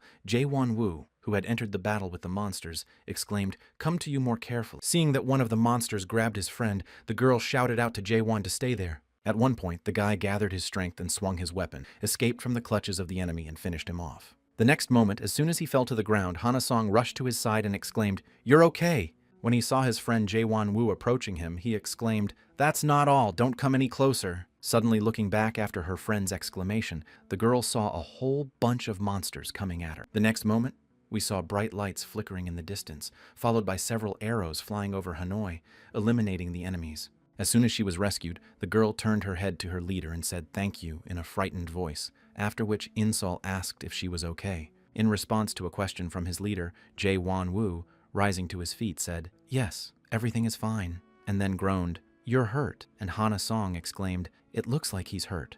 When she heard that one of her comrades was injured, Insol said please concentrate on his treatment, and then looking back she added the Reaper and Tank are changing positions, which she heard well. While treating her comrade during a moment of respite, Hana-song thought, wow, she's been running around all day scouting, intercepting, and even defending, and almost all of her shots hit the target, but no one has ever hit her. Continuing her thoughts, the girl turned her gaze to her comrades and added, "The difference in our levels is not so great, but how can it be so strong?" And then Insol said, "You've had enough rest, so get ready to go." Suddenly jumping up from his seat after Jae-won-woo's order, he exclaimed, "I haven't rested enough yet. We've been on the ground all day, and there are no fewer monsters, and we're almost out of health and mana." Approaching the leader, Jae-won-woo added, "You probably want us to give our souls to God here, but there is a line that cannot be crossed, so let's stop the raid here without any objections." Hearing the demand of one of his younger sister's subjects, Shin Hyun, who suddenly appeared behind Jae-won-woo, said that the limit was how many times I had heard this word. Continuing his speech, Shin Hyun added, increasingly irritating the boy, "You are weak, no matter what they call you, no matter what kind of candidate you are." The next moment, he turned his gaze to the rest of the group and added, "Even when you don't have the strength, you have to ask yourself if it will be enough. You think you are the only one who makes mistakes so often." Immediately after turning his gaze to his younger sister, Shin Hyun added, "You and Insol aren't that different in terms of levels, but you know why she's stronger than you. At least she never gives up in the face of death compared to you." Continuing his speech, Shin Hyun added that it means that you have to make yourself stronger, but unfortunately, you gave up so quickly, to which Jae-won-woo replied that he understood. The next moment, remembering his past, Shin Hyun said, "Do you think I was that strong from the beginning or something?" At the moment when a huge number of monsters appeared behind him, frightening the comrades who saw them, Shin Hyun added, "But even so, patience alone is not enough to make you stronger." Immediately after his words, he began to create a magic spell to eliminate monsters, and added that anyone who wants to become stronger should look for a way to do so. At one point, having covered the whole crowd of enemies with his magic, Shin Hyun added, "And whoever doesn't need it is looking for excuses." Having dealt with all the enemies who were following him, the boy put his hand in his hair and said, "But what are you looking for?" Seeing what the boy in front of him had just done, Jae-won-woo said in confusion, and then bowing before him, "God Cha," exclaimed, "I will find a way to follow you." After that, his comrades trusted Shin Hyun, and the tour of North Korea was successful, and the pace of the tour has been going on for a month now. When they reached Mount Kimgang in front of the inaccessible dungeon, Insol said, "Brother, this gate is so big," and Shin Hyun thought, "Just looking at it makes me think that Chungjo is here." At one point, before he was about to go to the dungeon, one of the subjects shouted out to the leader Cha, then stopped in his tracks and looked back at Shin Hyun and asked what was wrong. Having attracted attention, the boy asked about the same inaccessible dungeon and whether we would be enough to clear it.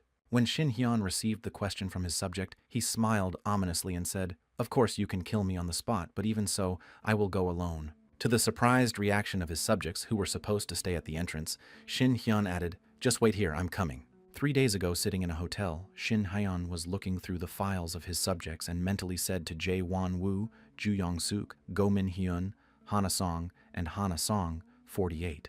Continuing his thoughts, the boy mentally added that even Insol managed to climb 2 levels, and now she is the 56th person to successfully overcome 2 or 3 levels. Continuing his thoughts, Shin Hyun added that, although our power is difficult to explain, the group did not have many questions because of the high level of trust in me and in Seol.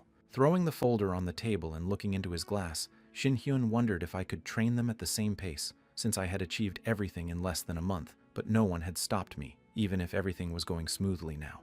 Continuing to think, the guy added in his head that it was not a fact that it would continue to be like this. I was purposely clearing high-risk dungeons because we had the money and experience points with us. Even if China was doing nothing now, Chongzhou would not lose sight of this. I wonder if my assumptions would come true or not. The next moment, interrupting the boy's thoughts, Kang Chonsik, who arrived with his glass and bottle, said, "Excuse me, I wanted to talk to you, it's okay." Putting the drink on the table, the man said, "You're doing so well. I really didn't think you could clear the dungeon every 2 days." Putting his hand behind his head, the man awkwardly added that thanks to Mr. Cha, the number of active dungeons had sharply decreased, to which he replied in surprise that it had already. Then Kang Changsik added, "I plan to clear the dungeons only to the south of Pyongyang," after which Shin Hyun asked if the plans were changing. In response to his friend's question, Kang Jong-sik smiled happily and said, "No, everything remains as it was, just a little bit longer." Seeing the man's strange behavior, Shin Hyun thought, of course it will be over soon, and said, "What's next?" Somewhere inside the Kimgasan dungeon, Insol gritted her teeth against the cold and called out to her brother, "Brother, this is much colder than the very cold talk." Continuing to follow her brother, the girl added, "I thought everything would be fine because the equipment is equipped with resistance to cold. It seems I should have taken more things," while the subjects who were following behind whimpered and added, "It's so cold. It's better not to cry because tears will freeze to your eyes." Hearing the complaints of those following him, Shin Hyun thought even In Seol had a fever, so it looks like things are not going to be easy when he suddenly heard someone shouting to Leader Cha. Turning his head back, he saw Kang Chang-sik approaching him and adding that it might be too reckless to go on. Hearing his friend's suggestion, Shin Hyun looked at him with surprise and asked what was wrong with you yesterday, when you were so willing to accompany us as a guide. After receiving Shin Hyun's remarks, Kang Chang-sik thought I was too impulsive and wondered what kind of fly had bitten me in this dangerous dungeon I had to escape from. How could I have ever forgotten about it? The next moment, interrupting his comrade's thoughts, Shin Hyun put his hand on his shoulder and said, "Thank you for your concern, but lead us on. This is the last dungeon, so we must not drop the reward." And the man replied in confusion, "If you say so, then okay." Continuing on, Insol looked back at her comrades who were talking about how cold it was and thought, "It's getting even colder, like fighting monsters. We're going to freeze to death." At one point, interrupting his sister's thoughts, Shin Hyun, who saw a monster on his way, exclaimed.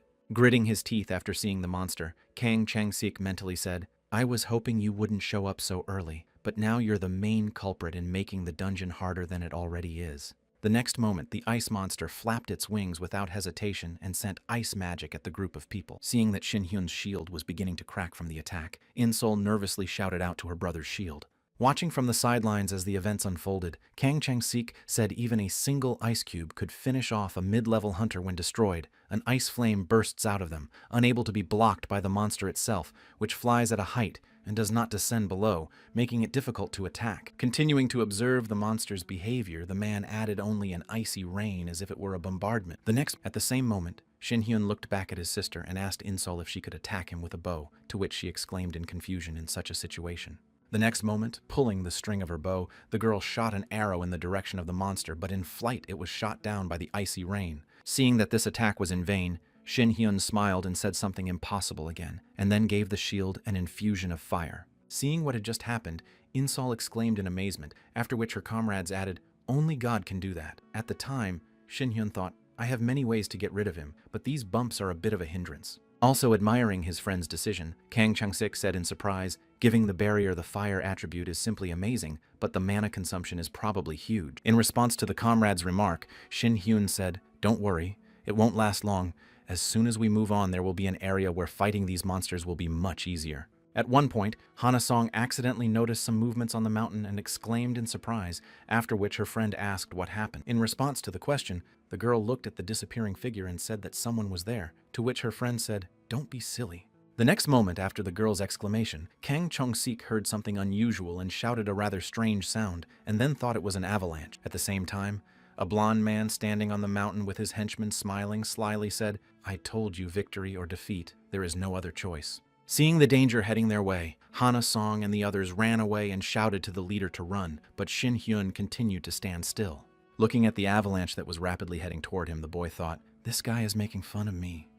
Continuing to follow Yanshin with her eyes, the girl mentally added, "We have lost several leaders and a large number of people at his hands. I have to catch him, but the master will say don't even think about coming with us." The next moment, suddenly calling out to the leader, Zhang Jianwan, the second in Cheongzhou, said, "Sir, I will go and make sure that the enemy is dead." Heading to his soldiers, the second in Cheongzhou shouted out a legion of golden lions 40 men, a legion of lightning arrows 40 men, a legion of dragons 20 men. After listing all his subjects, Zhang Jianwang exclaimed to everyone to obey the master's orders, to which they responded with absolute obedience. As soon as without hesitation, Yang Cheng, seeing his opponent in front of him, suddenly took to the air and shouted, "Finish him off, Cha Shin-hyun! Show me your true strength!" At the same time, seeing a bunch of enemies in front of him, Kang Chansik exclaimed in confusion what the hell was going on. The next moment, immersed in his memories, Kang Chansik recalled how Shin-hyun had killed all his subjects and exclaimed what the hell leader Cha didn't need. As soon as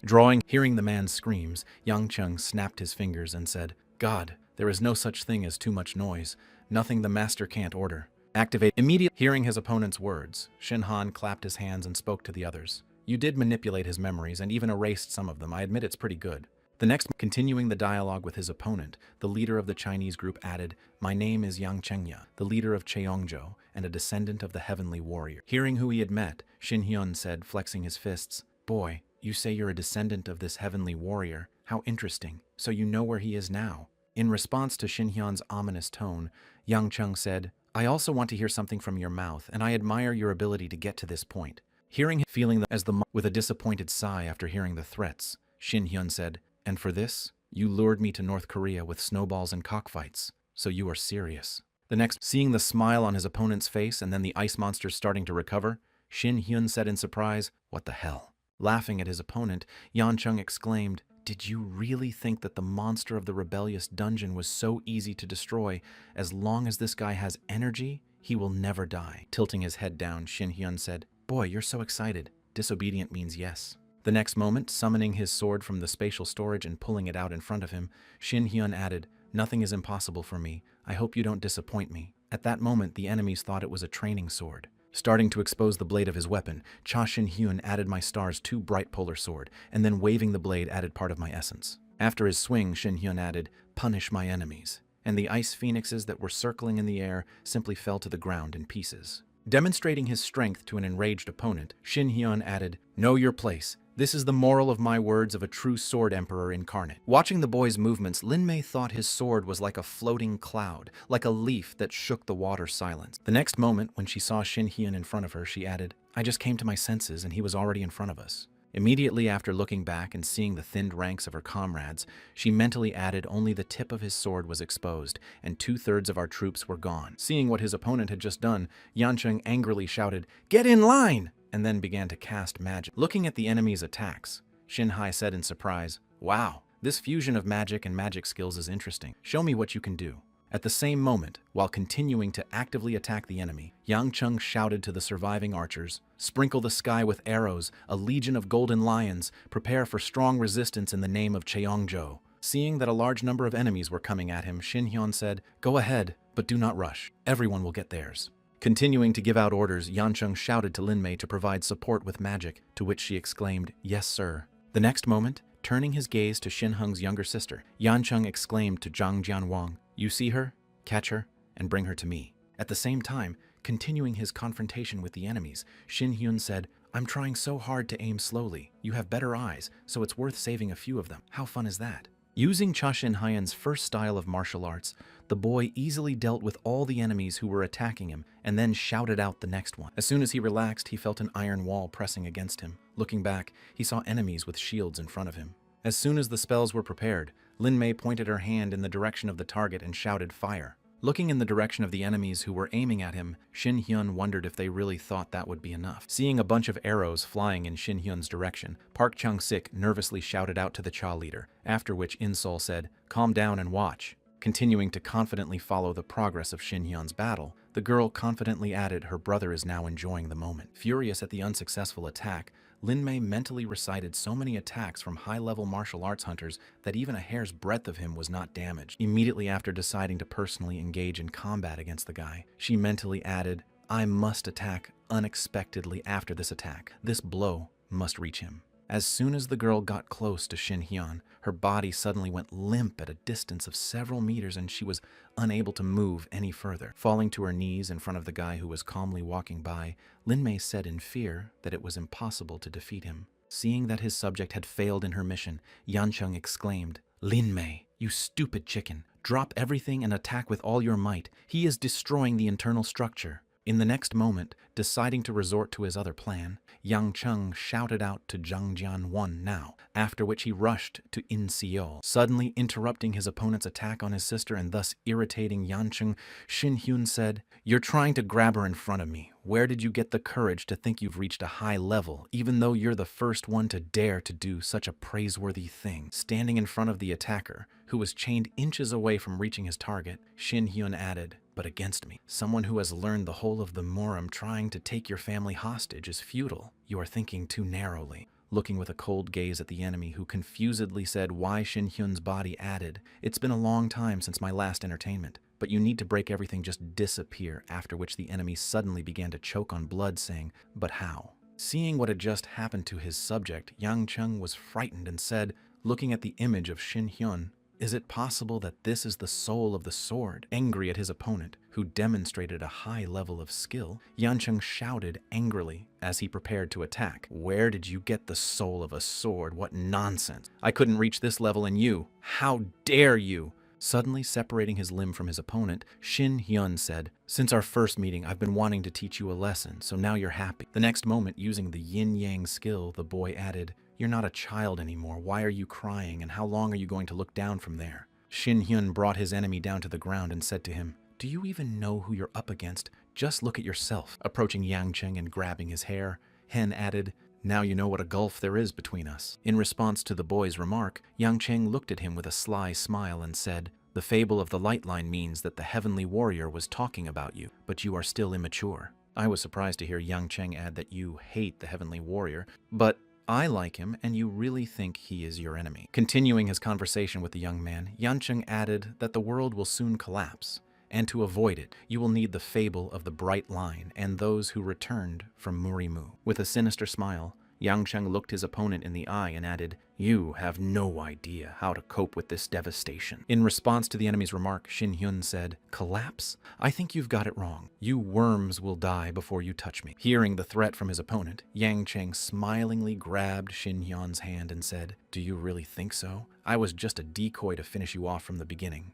Immediately after removing his opponent's hand, Yan Cheng exclaimed, "But it wasn't so." After bewitching Shin Hyun with his skill, Yang Cheng spoke a demonic spirit control, an ability I learned after much research and training. The next moment, raising his hand, the boy added, "You gave me too much time. You should have finished me when you had the chance to get up." Giving an order to his opponent, Yang Cheng said, "Your spirit is under my control, so how does it feel to be controlled like a puppet?" Swinging his fist to hit Shin Hyun, Yang Cheng exclaimed, "I can continue this until you die. I will use you as a test subject." Before Yan Cheng could complete his strike, I suddenly received a slap from my opponent and fell to the ground. When the enemy was on the ground, Shin Hyun looked down at him and asked, "Hey, what are you doing?" After a while, when Lin Mai came to, she heard something strange and said what it was, and then looked up to see her master being beaten and cried out, "Lord!" As soon as Yang Cheng fell back to his feet after a long beating of the tires, Hen said, "Look up, kid.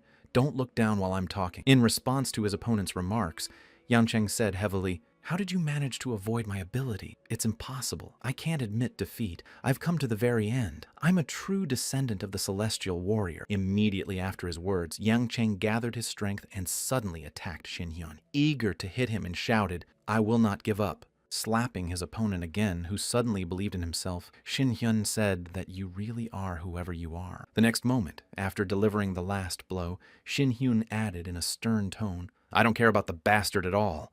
As soon as Yan Cheng was on the ground, Shin Hyun used his skill of absolute control to say, "Well, whatever you want, now it's my turn."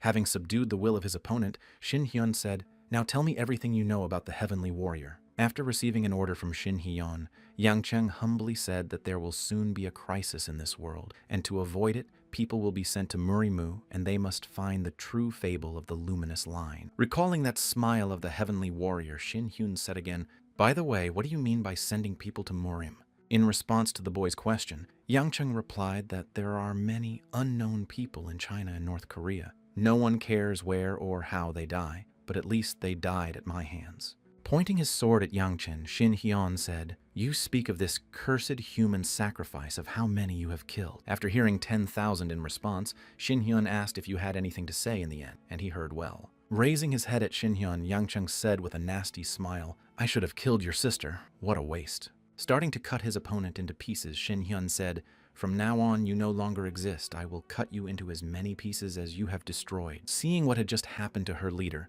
Lin Mei bowed her head to Shin Hung and said in a trembling voice, "From now on, you are my lord. Please accept." Continuing to shed tears, the girl added, without raising her head, "Please help me." To which Shin Hyun replied with a sigh, "It's so dirty here." 1 month later, gathered at a regular meeting, the leader of the Dawn Guild joyfully exclaimed to the dear citizens that the inter-Korean exchange of hunters had been successfully completed, marking a new turning point in diplomatic relations between North and South Korea. Continuing his speech, the man pointed to the participants of this exchange and added that there is more good news, and it is the birth of new hunters of high rank. Joyfully clenching his hand into a fist, Young Jun-ho exclaimed, "We have achieved so much, and it is the merit of only one person."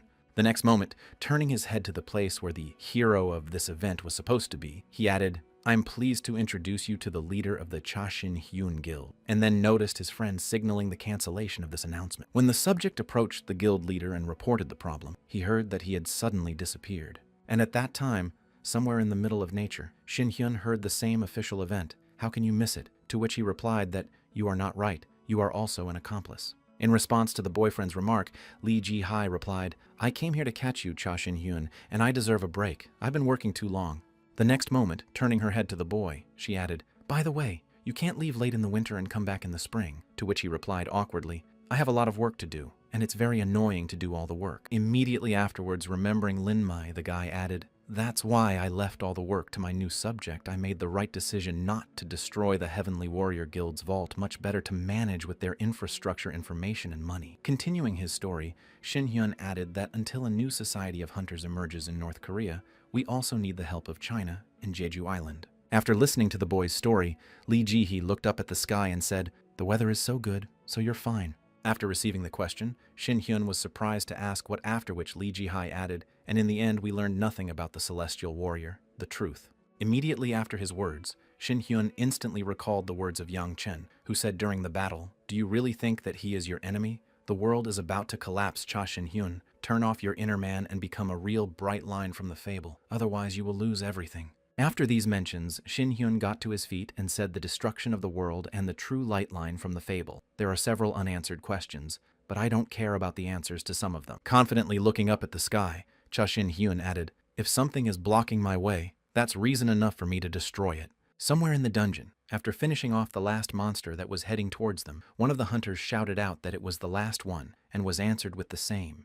Having received the answer from his friend, the team leader looked back and exclaimed, "Well then, let's start the training." Stretching his back next to his comrade, one of the subjects spoke while the others were collecting moonstones. "My body just crumbles when it's time to collect, Commander, and we don't have the ability to collect all the monster stones at once." To which he heard no. Picking up another pebble and turning his head to his subject, the boy said there was no such useful skill. At one point, noticing another enemy nearby, the leader suddenly prepared for battle and shouted that there was still a surviving monster. No sooner had he attacked the enemy than he noticed that he was no longer alive and added in surprise that the body was a monster. After a while, when the leader left the dungeon, he thought that even a stone hadn't fallen out of it, and he needed to report it. The next moment, interrupting his leader's thoughts, the subject shouted out to Commander Kang, "We received a message about the dungeons of Mount Chiach," and then he asked what was there. In response to a question from his leader, the subject did not take his eyes off his tablet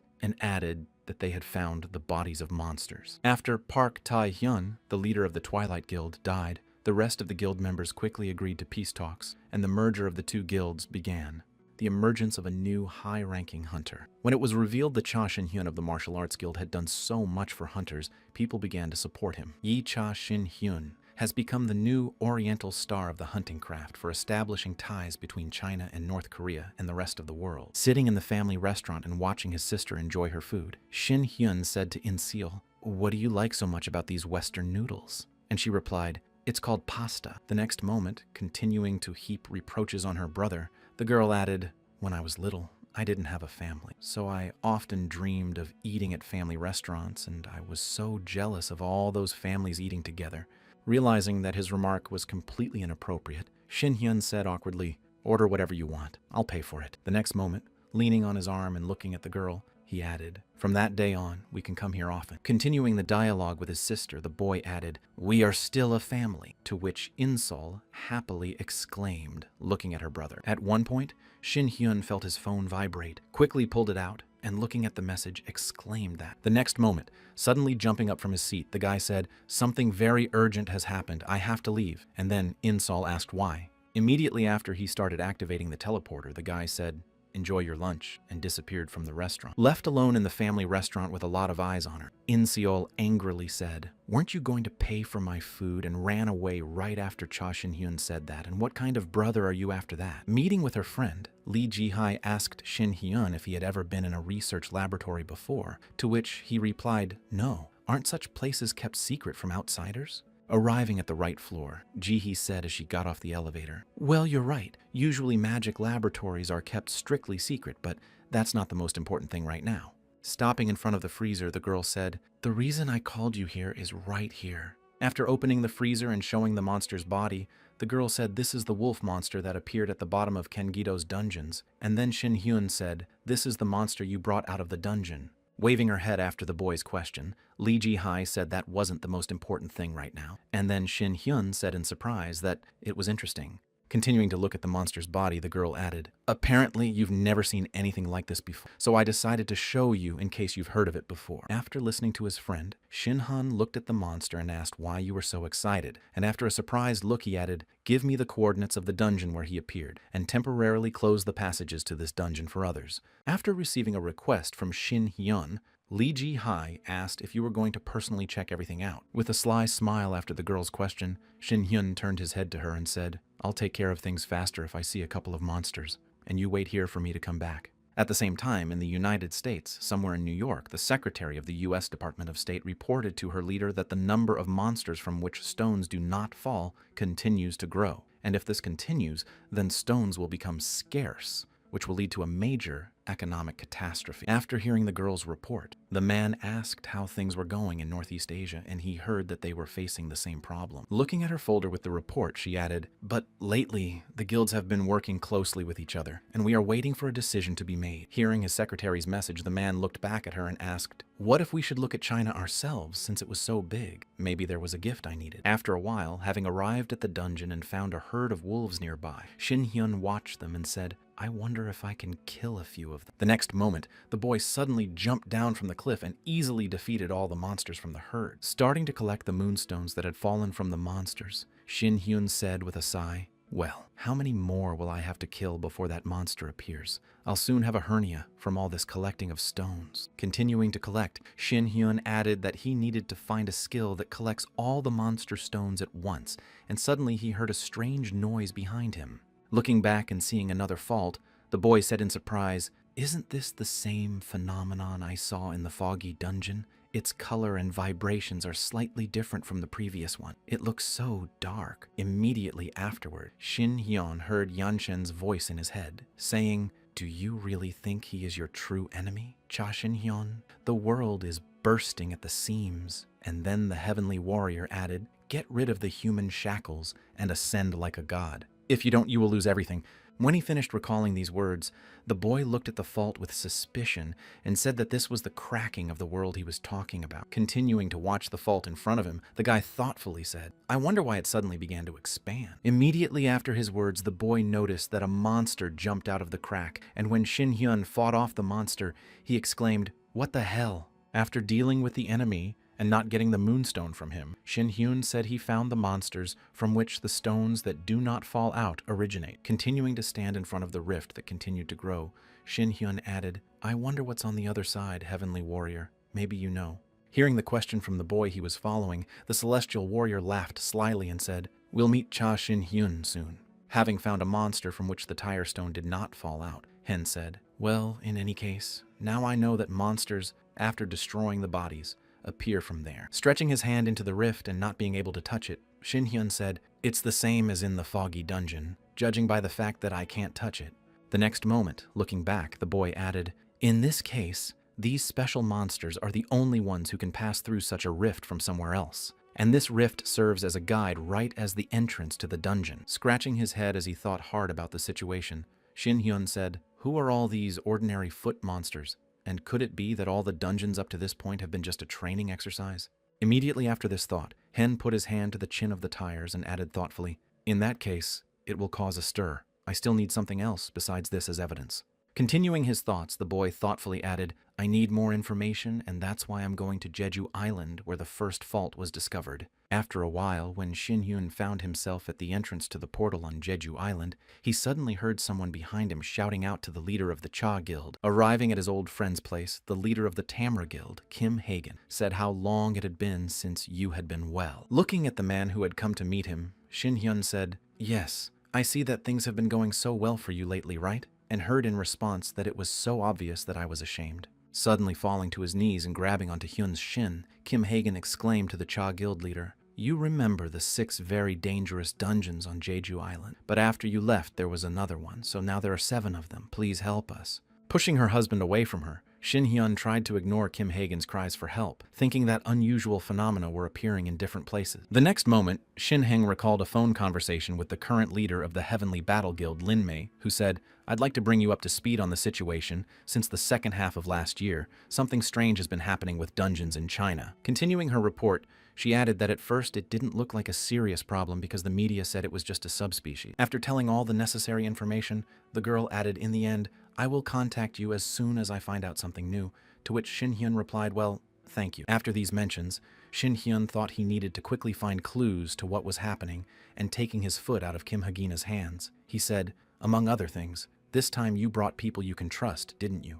When he heard the question from his friend Kim Hagen, he confidently exclaimed, "Of course I did it. I recruited only those I trust in the team more than anyone else. Please trust me." After listening to all the man's convictions, Shin Hyun pointed to the portal and said, "Okay, I believe you, so now I'll go ahead." Squinting his eyes and looking at the entrance to the dungeon, Shin Hyun mentally said, "I will destroy everything on the way until I find another corpse." Once in the dungeon, Shin Hyun, following his tactics, quickly destroyed all the enemies that came his way. Standing with his mouth open after seeing Kim Hagen, I thought, I know he is a high-ranking hunter, but how did he manage to kill so many mist leopards so quickly? After which Shin Hyun said, "Let's go in and hurry up and don't forget to collect stones from the monsters." Arriving at the rift in the dungeon that was discovered last time, Shin Hyun was surprised to see how much the rift had grown. At one point, Kim Hagen suddenly coughed and exclaimed to the guild leader Cha, after which he asked in surprise what was wrong.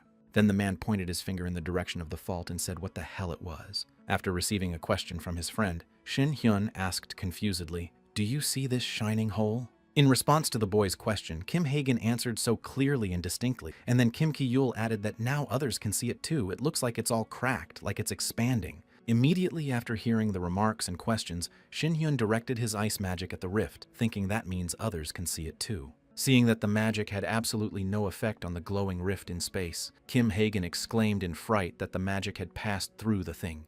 At the same time, somewhere near the training dungeon on Mount Chiak, one of the observers yawned with boredom and said, "Hey, is there anything to chew on? I could eat something right now." After hearing a question from his friend, one of the boys asked Hunter Yu if he would like some veal jerky, to which he replied, "No thanks." Immediately after refusing the offer, the man stood up from his seat and began to straighten his back, saying, "Being a dungeon guard is an easy job. I have only a month to go, and if my body gets so stiff that I can't work as a hunter anymore." In response to the Hunter Yu's complaints, his friend said that everything would be fine. He would work a little in other places and get back in shape, to which Yu replied that the problem was that I didn't really want to work. At one point, seeing that the picture from the monitor disappeared, one of the hunters said who approached the monitor, to which his friend replied that it was not me. The next moment, a goddess appeared on all the TV monitors and other monitors and said that although none of you wasted the blessing, you did not take it seriously. Continuing to broadcast her message everywhere, the goddess added that this is the way things are and the fate of humanity. All I can do is to delay the time as long as I can, and I pray that all of you will be able to recover from this horror. Recognizing this person by his voice, one of the hunters nervously exclaimed, "Isn't this the voice of a goddess?" and was answered, "Yes, it's the same voice I heard in the lessons at the Hunter Academy." The next moment, hearing a strange noise from the street, Hunter Yu rushed outside with his comrades and shouted that it was out of the way. When he found himself on the street and saw the rabbit monsters in front of him, he was surprised to hear his eyes say, Damn, my eyes are definitely not deceiving me, guys. You can see it too. In response to Hunter Yu's question, the comrades looked at the monsters in fright and replied, yes, we can see that too. What the hell did the rabbits from the dungeon forget to go outside for? Somewhere in a dungeon on Jeju Island, one of the group members felt a strange anomaly and saw a monster in front of him and exclaimed what it was, why a wolf was coming out of there. Silently watching the monster appear from the rift, Shin-hyun thought special monsters appear from the rift. All the rules of dungeons crumble like a sand castle. The next moment, grabbing the monster by the throat with his hand, Shin-hyun mentally added, I'll take it alive for now. After which Kim Hagen exclaimed in surprise as a wolf came out of the dungeon, isn't this a dungeon with leopards? After knocking the monster on the head and causing it to lose consciousness, Shin-han said everything was correct, but something was wrong. Throwing the monster at the feet of his comrades, Shin-hyun added, be careful with transportation. This is a very valuable research specimen, but you have nothing to worry about. I knocked it out. After handing the monster over to his comrades, Shin-hyun used the Soul Sword skill to try to attack the rift, but was prevented. Just before the rift, a system notification from Muramu appeared, blocking the sword and saying, Cha Shin-hyun, this attack is forbidden. The next moment, Shin-hyun himself began to be surrounded by system windows from Muramu in which humanity is not yet ready, and the same applies to you today. If you have not yet been allowed beyond the last frontier, do not try to break through by force. After reading all the warnings, Shin-hyun thought, the Soul Sword may not work on everything, which means that there are other heights I need to conquer. Turning his back on the fault and walking away from it, the boy mentally added that the understanding of it was enough for me. After a while, having arrived at the conference with journalists, the man said to everyone, I am the leader of the Dawn Guild, Jong Jun-ho, and before I get to the main topic, rising to his feet with Lee Ji-hai and bowing in front of the people, the man added, I wanted to apologize to all of you first. Continuing his speech, Jong Jun-ho, recalling past events, added that because of the dungeon phenomenon that occurred, and because of which the monsters were able to get out of the dungeons, our entire country suffered numerous losses. The next moment, continuing his speech, the man added that due to the emergence of so-called mutants, after the destruction of which no stone is left, the number of ordinary monsters decreased, which caused serious damage to the economy. Continuing his speech, Jong Jun-ho added that this is something that is being faced around the world, and Korea has decided to unite the guilds to work together to resolve this crisis as soon as possible. Bowing his head to the people, the leader of the guild added, that's all we have to say at this press conference. Thank you all. After hearing the apology, members of the press began to shout, and the Twilight Guild agreed to these terms. Are you sure that this is a joint decision and not a unilateral one? Continuing to bombard the representatives of the Dawn Guild with questions as they were leaving the hall, the reporters added, how are you going to take responsibility for the fact that the hunters failed to protect the country? Leaving the conference room and turning the corner, the pair of people saw Shin-hyun in front of them, who said thank you for your hard work, after which Jong Jun-ho exclaimed in surprise to the leader of the Cha Guild. When she saw Shin-hyun standing in front of her, Lee Ji-hai exclaimed, hey, didn't you say you couldn't make it today? To which he replied, I did.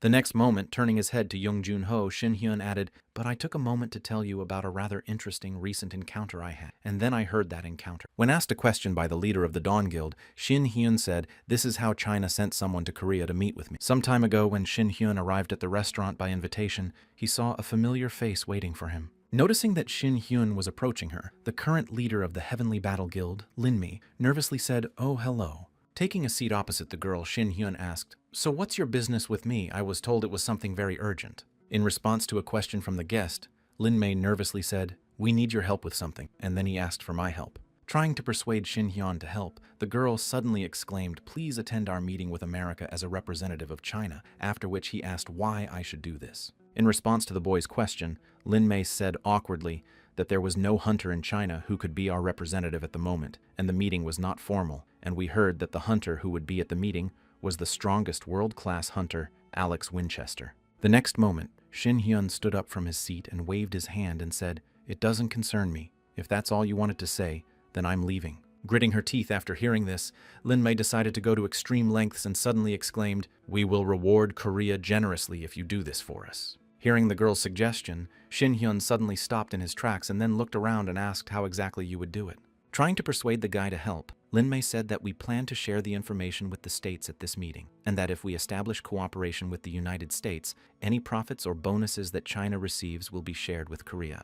Thinking about the offer, Shin-hyun thought, that's not a bad offer. I'll squeeze every last drop out of it, and then said, okay, I agree. And then Lin-mi happily exclaimed, thank you very much. After telling me all the details of the meeting with the Korean tire representative, Hyun said, I'm going to go to China for a while. After a certain period of time at the meeting in China, Shin Hyun was quietly whistling on the couch, waiting for the guests to arrive. The next moment, the silence was broken by Lin Mei saying, "Alex asked for a personal meeting with you," and Shin Hyun asked in surprise if it was personal. After hearing the question, the girl added that he said he wanted to meet with other strongest hunters like him, and only one secretary or assistant could be present at the meeting from each side. Looking at the girl with a surprised look, Shin Hyun asked, "So I'm the secretary?" And Lin Mei scaredly exclaimed, "Of course not, I'm your secretary." After a few seconds, Shin Hyun felt the presence of the guests and said, "It's getting interesting." Then the girl asked, "Excuse me?" And Shin Hyun added, "You'll understand when you see them." The next moment, the door to the room opened and a man walked in and said, "Nice to meet you. I'm Alex Winchester." Immediately after introducing himself, the man pointed to the girl who had arrived with him and said, "This is my assistant, Barbara Allen." Hearing the introduction of the guests, Shin Hyun pointed to the girl next to him and said, "I am Cha Shin Hyun, and this is my temporary secretary Lin Mei." And then I heard that Cha Shin Hyun was there. Looking at the guy sitting in front of him, Alex was surprised to see that he was a hunter from Korea, and he replied, "Well, it just so happened." Alex Winchester took a seat and said, "I'm here to discuss things with the Chinese representatives, so you don't mind if someone from another country hears the subject of our dialogue." In response to her husband's question, Lin Mei replied that everything was fine, after which Shin Hyun added, "I wouldn't be here if they hadn't invited me." Sitting down on an empty seat on the couch, Alex said, "Well then, everything is in order. I guess you are also quite concerned about the latest dungeon breakthroughs." Continuing his thought, the man added that the problems change from country to country, but if monster stones are cheap and non-polluting fuel disappears in the future, it will hit the world economy very hard.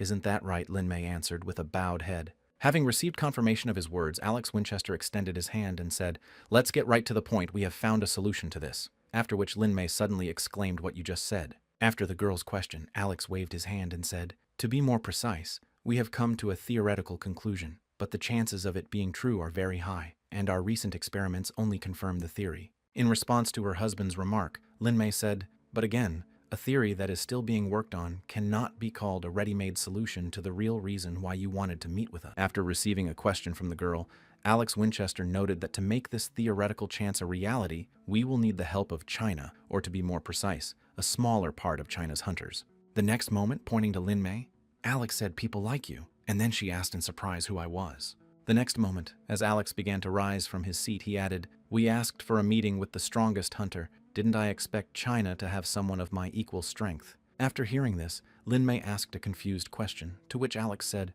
"Don't pretend to be ignorant. We studied at the same place." Seeing Lin Mei's confused look, Shin Hyun thought, an American familiar with the origins of martial arts cultivation, and then said, "Since we're talking about this, I'll join the conversation." Having aroused Alex's interest, Shin Hyun folded his arms in front of him and added, "Because of what you said, I realized that you need a martial arts master." The next moment, standing up from his seat, the guy confidently added, "Or the one who came back from Murim. I would have been very disappointed if I hadn't intervened in this conversation." Feeling the response to his aura, Alex said in surprise, to which Shin Hyun replied, "I understand that you are surprised, but this reaction is already very tired. It is quite possible to suppress the resonance of the heavenly harmony of pure art. Just don't ask. It will show you the difference in our level, kid." Putting his hand to his chin, Alex said thoughtfully, "It's true that I haven't met many people who respond to the heavenly harmony of pure art, but still." The next moment, Alex glanced at Shin Hyun and said, "Calling it a difference in our levels sounds a little insulting. Maybe we'll see how strong you are, but if you're a hunter with that much hidden power, I don't care if you're from China or anywhere else." Smiling after receiving Alex's offer, Shin Heng said, "As you wish, Lin Mei lend me the coordinates of your nearest dungeon," to which she exclaimed, "Well, I will do so immediately." After some time in the dungeon, Shin Hyun, standing in front of his opponent, heard the words, "Let's start the test," and replied, "Start whenever it's convenient for you, although I don't know if you can really test me." After his opponent's remark, the American bowed to Shin Hyun and said, "Let me introduce myself once again. My name is Alex Winchester." Immediately after he said this, the man suddenly changed his tone and added in a menacing voice, "In Murima, they called me a heavenly demon." Hearing the threat from his opponent, Shin Hen said with a sly smile, "I guessed you had a nickname since you're from the West, but you're not only from Murimu, you're also a heavenly demon." In response to Shin Hyun's question, Alex said that it was just that somehow it happened by itself, that this place was the only one without prejudice against foreigners or people of color. Continuing his thought, the American added, "To everything else, I got so high in the hierarchy, destroying my comrades, so this place is a demonic cult." In response to all Alex's stories, Shin Hyun said that the members of the demonic cult usually attacked me at the risk of their lives, so it was quite pleasant to defeat them. Immediately after his words, Shin Hyun wagged his finger at the man and said, "Go ahead and attack. I'll let you test the first 3 attacks." Angry at his opponent's provocation, Alex said, "Well, thank you for the honor," and then attacked the guy with his fists. Having blocked his opponent's attack, Shin Hyun threw his fist to the side, thus shifting his center of gravity. Quickly reacting to the fact that his attack failed, Alex changed his position and prepared to kick. At one point, he threw a punch at his opponent, but Shin Hyun managed to block this punch as well. After blocking 2 of the enemy's blows, Shin Hyun tried to go on the counteroffensive by striking Alex back. However, at the same moment, Alex blocked Shin Hyun's shot and tried to launch another attack. Seeing the American's abilities, Shin Hyun instantly pushed him away and said,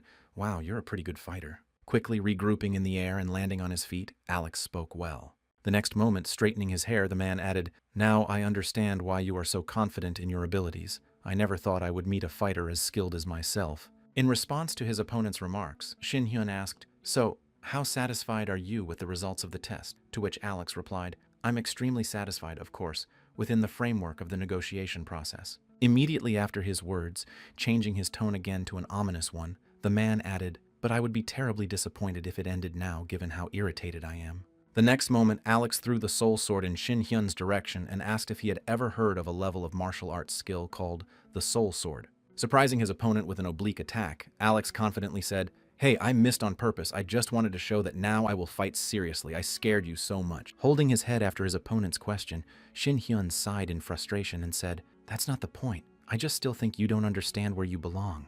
Immediately after using his soul sword technique, Shin Hyun said menacingly, "My dear Junior, never tell anyone that you know how to use the soul sword." The next moment, after demonstrating the true form of this skill, Shin Hyun added that this is what the true form of this skill actually looks like. Having lost the battle against Shin Hyun, the American bowed his head down after admitting defeat and suddenly said, "Hey." The next moment, looking at Shin Hyun, he added, "Can I call you my senior?" To which he replied, "That's the difference in our strength, Boogaloo." Immediately after his words, Shin Hyun leaned over and shook hands with the man, adding, "Although it took you a while to realize the true state of affairs, I will show you how generous I am." Continuing his thought, Shin Hyun straightened up and added, "Now treat me as your senior comrade. What is your solution to the problem of the lack of monster stones?" Having received a question from the guy, Alex got to his feet and said, "We came up with a project based on the theory that the stones of monsters are their very essence." Hearing the idea of the plan, Shin Hyun said in surprise that the essence, but isn't the essence the result of magical monsters accumulating energy for thousands of years?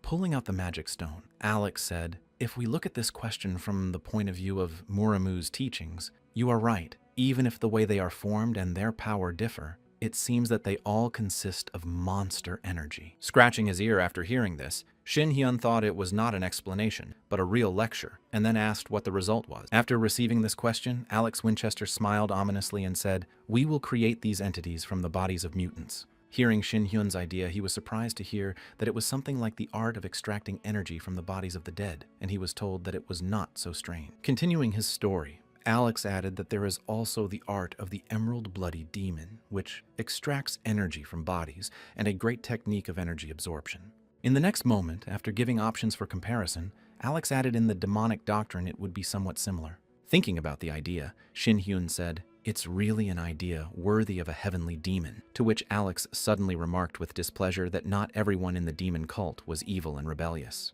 Hearing the younger man's offended tone, Shin Hyun threw his hand behind his back and said, "Okay, I heard you. Let's go back to finish our negotiations." Returning to the meeting room, Shin Hyun said, "To wrap things up, I have decided to cooperate with America on my own behalf." Immediately after turning his head to the embarrassed girl, Shin Hyun added, "But you have nothing to worry about. We are not throwing you out of the process." After which Lin Mei exclaimed, "My lord." Alex Winchester, looking through the papers, spoke after everything that had been said so far. Continuing to talk about the conclusion, the man added, "We will be co-authors, so all profits will be divided 50-50 or more." The next moment, Alex confidently added, "You will have exclusive rights to the product in China and Japan," after which Lin Mei exclaimed in confusion. Immediately turning her head to Shin Hyun, she asked disappointedly, "Does this mean that if you want to, you can cut off the supply at any time?" To which he confidently replied, "Yes, that's right." Smiling happily in a room full of oppressive atmosphere, the boy added, "I need to keep you in line somehow, don't I?" At the end of the negotiations, Alex said, "I swear on my name that I will try to push these terms of approval through." Immediately after his words, he extended his hand to the business partners and added, "But please remember something. All this will only be valid if you succeed." Shaking hands with his business partner, Shin Hyun confidently told him, "Of course I understand." Sometime later, Cha Shin-hyun and Alex Winchester arrived at the U.S. laboratory in San Francisco. Seeing the size of the research center, Shin-hyun was amazed to hear the size of the research center was impressive, and then he heard that it was the largest research laboratory in the entire western part of America. As soon as the door to the unit began to open, the man added that it was built to be especially stable in case you revolted in the process of creating an entity. The next moment, as the device appeared in front of them, Alex said it was a monster rock extractor, to which Shin-hyun said in disappointment, "It looks too ordinary." After a brief remark, Alex put his hand on the device and said, "If I put my hand on this device and put some energy into it." The next moment after his actions, a ball of energy appeared in the bottom of the pallet, and then the man said it would turn into an artificial entity created from my energy. Taking the ball of his own energy in his hands and demonstrating it to the boy, Alan said, "So far, I have achieved only this," and was told to wait just a minute. Pointing to the ball he was holding in his hands, Shin-hyun said, "A dead monster can't inject energy like you just did, and even if he were alive, it's unlikely the monster would agree to that." After listening to his partner's remarks, Alex said with a smile that this was the main problem, "So I am counting on your help in this matter." Realizing that they wanted to dump the troublesome work on him, Shin-hyun threw his arm around Alex's shoulder and asked, "Hey, have you ever been to the Shaolin Temple before?" To which he suddenly remarked that a heavenly demon would not dare to enter such a place. After hearing this, Shin-hyun suddenly exclaimed, "Do you fucking think that being a celestial demon is some kind of contract office job or like a one-to-one replication of the ritual that Shaolin monks use to create energy pills?" Immediately after his exclamation, Shin-hyun suddenly had an epiphany and smiled slyly and said, "Alex, I think I found a solution to pull this off." Recalling one interesting thing, Shin-hyun said artificial essence is something that has long existed in Marima, to which he heard a surprised exclamation from Alex that. Continuing to talk about this curiosity, Shin-heng added that the most famous product is probably the great energy pill of the Shaolin Temple. After hearing this story, Alex Winchester awkwardly scratched his cheek and said, "So he knows how they are created." To tell the truth, I have never been particularly interested in what orthodox sects do. After his younger friend's remark, Shin-hyun said, "Well, your idea is certainly not bad," and then was asked what plan you had in mind. Immediately after, Alex suddenly asked if I could invite someone here, after which Shin-hyun asked in surprise who it was. Then Alex looked into his friend's eyes and confidently told him that the person who created this prototype is a 70th level craftsman, and he is also one of the only people in America who returned, except for me, who does not tell the public about it. After a while, the artisan Tyrone Wilson arrived in the room with the device and said, "Nice to meet you. I'm Tyrone Wilson." Immediately after his words, the man put the cage with the test subject on the ground and added, "I brought what you asked for." Walking up to the cage and starting to open it, Shin-hyun said, "Well, let's get started." Taking the subject out of the cage and starting to cast magic on him, Shin-hyun said, "This magic is one of the variants of the large energy absorption techniques." After turning the monster into an energy ball, the boy said, "The energy feels a little hostile, probably because it was created from a monster." Immediately after he said that, Shin-hyun crushed the energy sphere and placed it on the device. I also felt a little uneasy. A few seconds later, an energy ball from the recycled monster fell into the device's tray. Then Shin-hyun said it was done. Taking the final product in his hands and holding it out to his friends, he said, "Look at this," and then heard an amazed, "Wow, it's amazing." Picking up the energy ball made by Shin-hyun, Tyrone Wilson began to examine it and said, "I'll study it in more detail." After using his glasses and making a thorough analysis, Tyrone Wilson said this in surprise, after which Shin-hyun asked in surprise if something was wrong with the fit. Starting to show nervousness, the man said, "No, not at all. I'm just very surprised because it looks so much like monster stones that I've already started to wonder if I'm imagining things." Stretching his neck with self-confidence, Shin-hyun said, "Isn't undeniable success in our case quite expected? And I took over the case after all." Immediately after the guy's words, Tyrone Wilson put his hand on the device and said, "Well, now the main question is whether I can use this martial art." Arousing Shin-hyun's curiosity, Tyrone Wilson added, "It looks like if I want to use this device myself, I will also have to learn the principle of this skill, so I will need you to teach me the technique of large energy absorption as you see it." After receiving the question from his comrades, Shin-hyun folded his hands in front of him and said, "Of course I don't mind," but then they asked him in surprise. Then Shin-hyun added, "I'm a pretty strict teacher. If you want to study with me, you have to endure all my training." And the students nervously looked away from the guy. 1 week after the training, having reached a certain level of skill, Tyrone Wilson said, "Well, let's try it." and then started using magic. Having done everything exactly like Shin Hyun, the man crushed the resulting sphere from the monster and poured it onto the device, resulting in an energy sphere. When Alex Winchester saw the great result, he happily exclaimed to us that we had succeeded. We had done it. The next moment, the man looked at Shin Hyun with joy and exclaimed, "Damn, you have some crazy skills. I can't believe you taught him in just a week." After hearing this, Shin Hyun looked back at his student and said that the fastest way to learn something was to beat him up, and that was it. Immediately after his words, Shin Hyun headed for the exit and said, "Well, if you have succeeded, then I can return to Korea." To which I heard that so quickly. In response to the questions of his comrades, Shin Hyun looked back and exclaimed, "I need to go home. If you encroach on my destiny while I'm gone, I will grind you into powder." After hearing Shin Hyun's threat, Alex, covered in sweat from worry, said, "Yes, we know about it." After a while, when Lee Ji-hai noticed Shin Hyun in her office, she said happily, "You came back quickly enough." However, my younger sister was not so happy to see me back and added unhappily, "We haven't seen each other for a long time since the day you left me." In response to Inseol's remark, Shin Hyun said awkwardly, "I told you that I had to choose then, but I won't do it again." Hearing Shin Hyun's excuses, Ji-hai tried to calm Inseol down and said to Ms. Cha, "Please calm down. We have to tell him the good news as well." Hearing what his friend had just mentioned, Shin Han was surprised to hear good news. After hearing the boy's question, Ji-hee showed the flag he had made with his own hands and said the new martial arts guild emblem looks great, doesn't it? In response to the girl's question, the guy replied that he was not bad,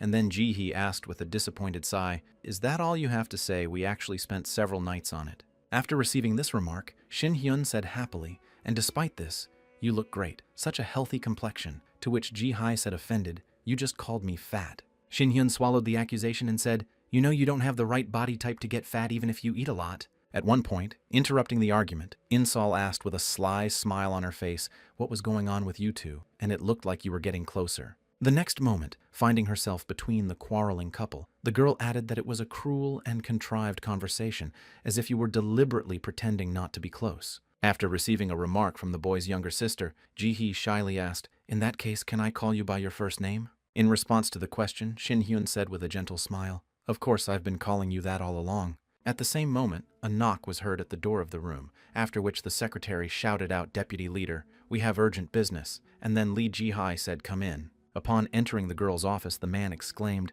"We just received a report that more than 3 new types of monsters have appeared in the Takeback dungeon." Upon hearing the message from her subject, Lee Ji-hai exclaimed in confusion that there was another tragedy besides the dungeon breakthrough. After hearing all that, Shin Hyun looked at his subject and asked him what new kinds of monsters were coming out of the vaults. Opening the tablet and starting to check the information, the man said, "We're not sure about this. Someone mentioned that there had been strong tremors in that dungeon before, and then Lee Ji-hai asked about the earthquake." Recalling those who returned, the subject added that the earthquake was so strong that the hunters who went there complained of numerous headaches. Thinking about what she had heard, Lee Ji-ha put her hand to her face and said, "This has never happened before. I will go there immediately where?" Before the girl could finish her question, Shin Hyun suddenly interrupted her, grabbing Ji-hai's hand and saying, "Wait." Having attracted the girl's attention, the boy confidently said, "I'll go there myself," after which the deputy leader asked in surprise what you were doing. Without answering Ji-hai's question, Shin Hyun looked into her eyes and thought, "I think the goddess is somehow involved in all this, and it could be the work of a heavenly warrior." After a while, having finished off all the enemies in the place of cataclysm, Shin Hyun said in the dungeon, a complete mess of monsters of all kinds appear. Standing still and looking at the rift in front of him, the boy added the second revelation of the goddess was obviously somehow related to this. As Shin Hyun moved forward, he added that first the dungeons were breached, and now random monsters are appearing everywhere. Is this the work of the goddess? Or is it just a warning of many tragedies in the future? At one point during his thoughts, Shin Hyun saw silhouettes in the fog near the fault heading in his direction. A few seconds later, as soon as they cleared, a team of former students said in surprise that, "Mr. Cha, when did you arrive on Jeju Island?" Stepping forward, the girl added in surprise, "It was as if you were walking through a foggy dungeon." When he received a question from his former student, the boy was surprised to hear that you had just said Jeju Island. Immediately after this question, the guy thought about it a bit and said that it was not just an event with different types of monsters, but the dungeons merged together.